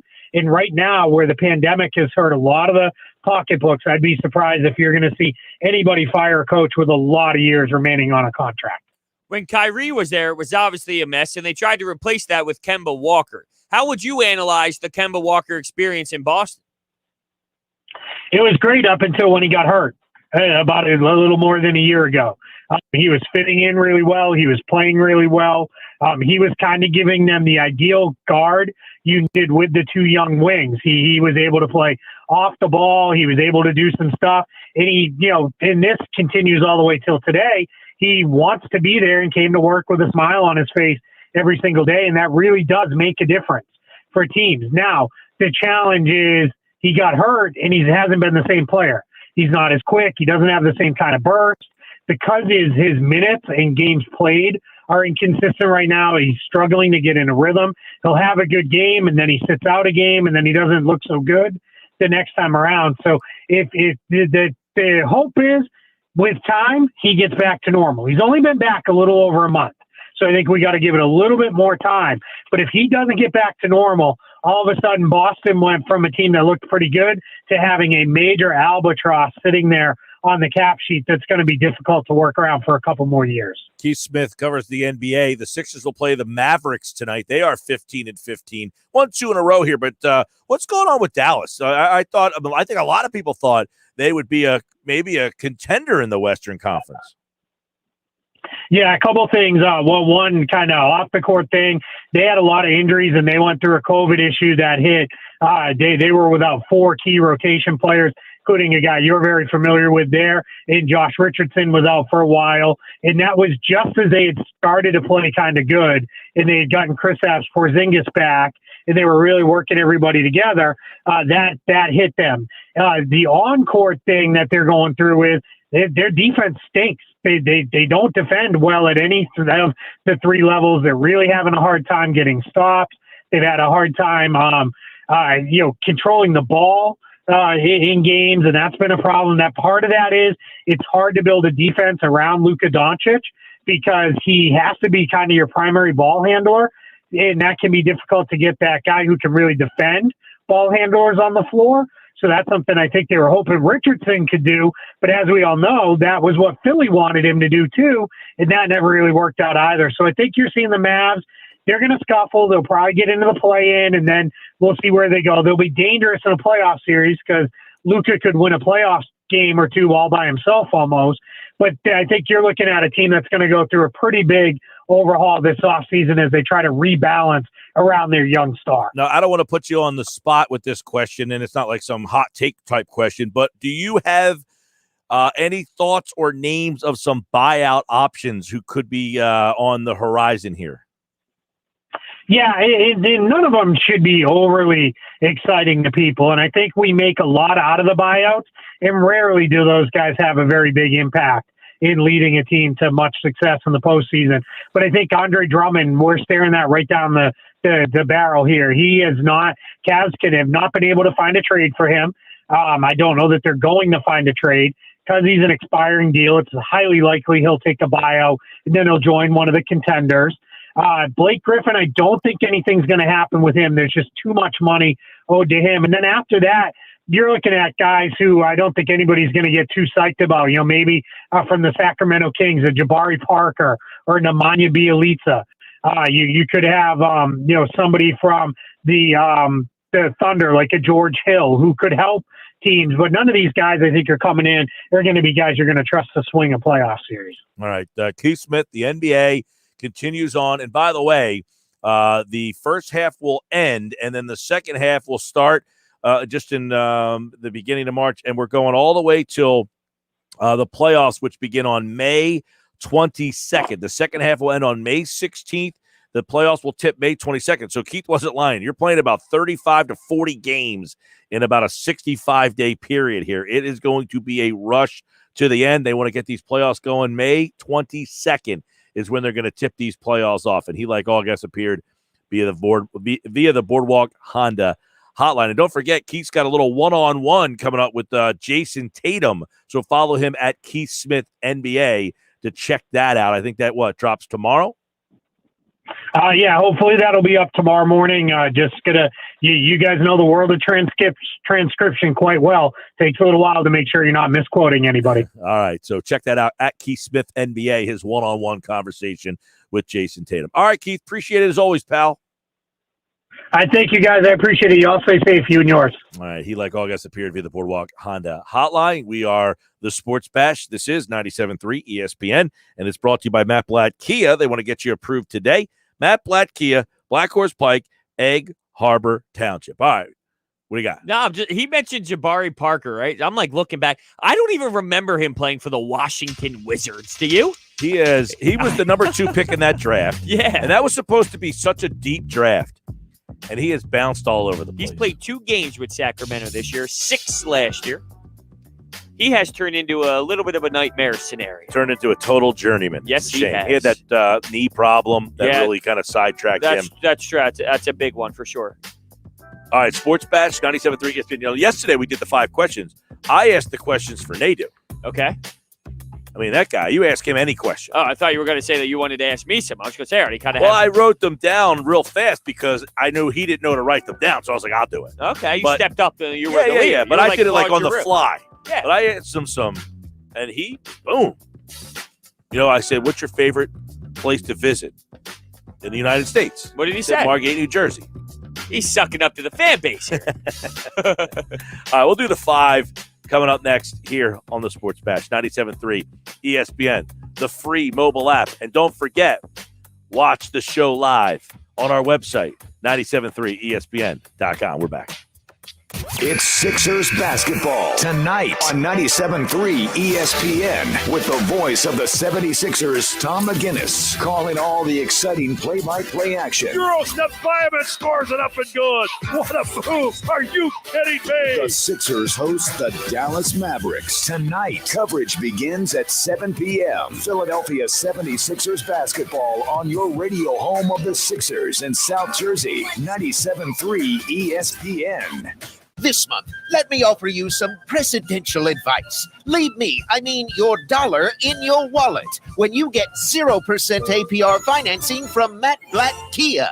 Matt Blatt Kia wants to get you out of that old car you hate. Come in today or visit us online and get the credit you deserve. 0% APR financing available for up to 60 months on new 2021 Kia Sportage, K5, and Forte models. Or take $4,000 off MSRP on new 2020 Kia Niros in stock. Plus Matt Blatt Kia in Toms River and Egg Harbor Township wants your trade, even if you owe thousands more than it's worth. Don't forget, you can't make a mistake with our 4-day love it or leave it return policy. It's gotta be a Matt Blatt Kia. Offers for Tier 1 and 2 credit for Kia Motors Finance. Not all will qualify. 0% based on 1516 for 1,000 par. 4,000 all 2020 euros with 2,500 Kia Motors factory rebate to dealer. 1,500 Matt Blatt Kia discount. Go to mattblattkianj.com for complete details. Expires 3/4/2021. Matt Blatt Kia, 6211 Black Horse Pike, Egg Harbor Township. And now on Route 37 in Toms River. If you're struggling with a drug or alcohol addiction, now is the time to take action and get professional help. Call Recovery Centers of America at 1-888-RECOVERY today. You are worthy of recovery from your addiction, and calling RCA will be your first step in getting the help you need. Recovery Centers of America answers the phone and admits patients 24/7. And because safety is a top priority, all patients and staff are routinely tested for COVID-19. RCA's expert team of physicians and medical professionals will treat you with compassion and dignity and provide an evidence-based treatment plan that is custom-tailored to your specific needs. Recovery Centers of America at Devon and Lighthouse are local and in-network with insurance providers, so they're best-in-class inpatient and outpatient care, offered both in-person and via teletherapy, is affordable and accessible. Make this the year you conquer your addiction. Call today, 1-888-RECOVERY. That's 1-888-RECOVERY. So you think you have unlimited data?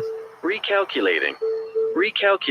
Think again. If you have unlimited data on a network you can't trust, your data is limited, and so are you. Set your smartphone free with the unlimited plans from Total Wireless. Get 4 lines with unlimited data on the nation's best network now with 5G, with 100 gigabytes at high speed, then 2G for just $25 a month per line. You have arrived at your destination. Get unlimited and save. Total Wireless. Do amazing. Available at authorized dealers. See terms and conditions at totalwireless.com. Hey, sports fans, JR from WagerPro.com. Guys, we've uncovered huge information in this big game tonight in pro basketball between Dallas and Philly at the Wells Fargo Center, 7 p.m. on TNT, and we're releasing it absolutely free right now on a 30-second recording. Call 800-499-3733. That's 800-499-3733. Dial it now. 800-499-FREE. The winner of Dallas Philly, absolutely free on the recorded message. Guys, no one's better than WagerPro.com. Documented over 80% with on-air picks. Get in now. It's free. Call 800-499-3733. That's 800-499-3733. That's 800-499-FREE. Be sure to download the Wager Pro app and visit us at WagerPro.com. DQ presents How to Find Meal Fulfillment. First, order the delicious new rotisserie-style chicken bites from DQ. Then feast your eyes on these unbreaded, tender, juicy 100% white meat beauties. Next, take a bite of the bite. Realize that unbreaded chicken loaded with flavor is finally possible. And last, call your boss and ask for that promotion. You may have started last week, but hey, if chicken this good is possible, anything is possible. New rotisserie-style chicken bites are now at DQ. Happy tastes good. You ready for competition? It's time for 5 questions. 3 ain't enough, man. I need 5. Number 5 will always love. 5 times. Now can you think? All right, time for 5 questions to get ready to wrap. Edge of the bubble guy. Some guys are going to get in, some guys aren't. He's one of the guys that's on the bubble. There wasn't a guy that I could say egregiously made it over him. Yeah, I agree with you. I agree completely. He's on the edge kind of guy. And, no doubt. And he didn't make it. So be it. I don't care. I don't want any of these guys to play in the All-Star game. I don't want Ben Simmons to play. I don't want Joel Embiid to play. I'm not going to watch. Don't play. I don't want you to get hurt. You're not going to watch. The All-Star game? Yeah. Haven't watched an All-Star game in some time. Oh, wow. I have it on. I'm not telling you I'm dissecting each play here, but I mean, background noise for sure. I don't even know when it is. When is it? Sunday. This Sunday? No, following Sunday. 6th, okay.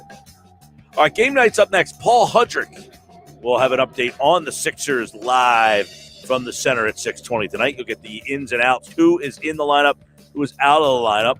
That's all coming up with Paul Hudrick during game night tonight. We're back tomorrow. Have a great night, everybody.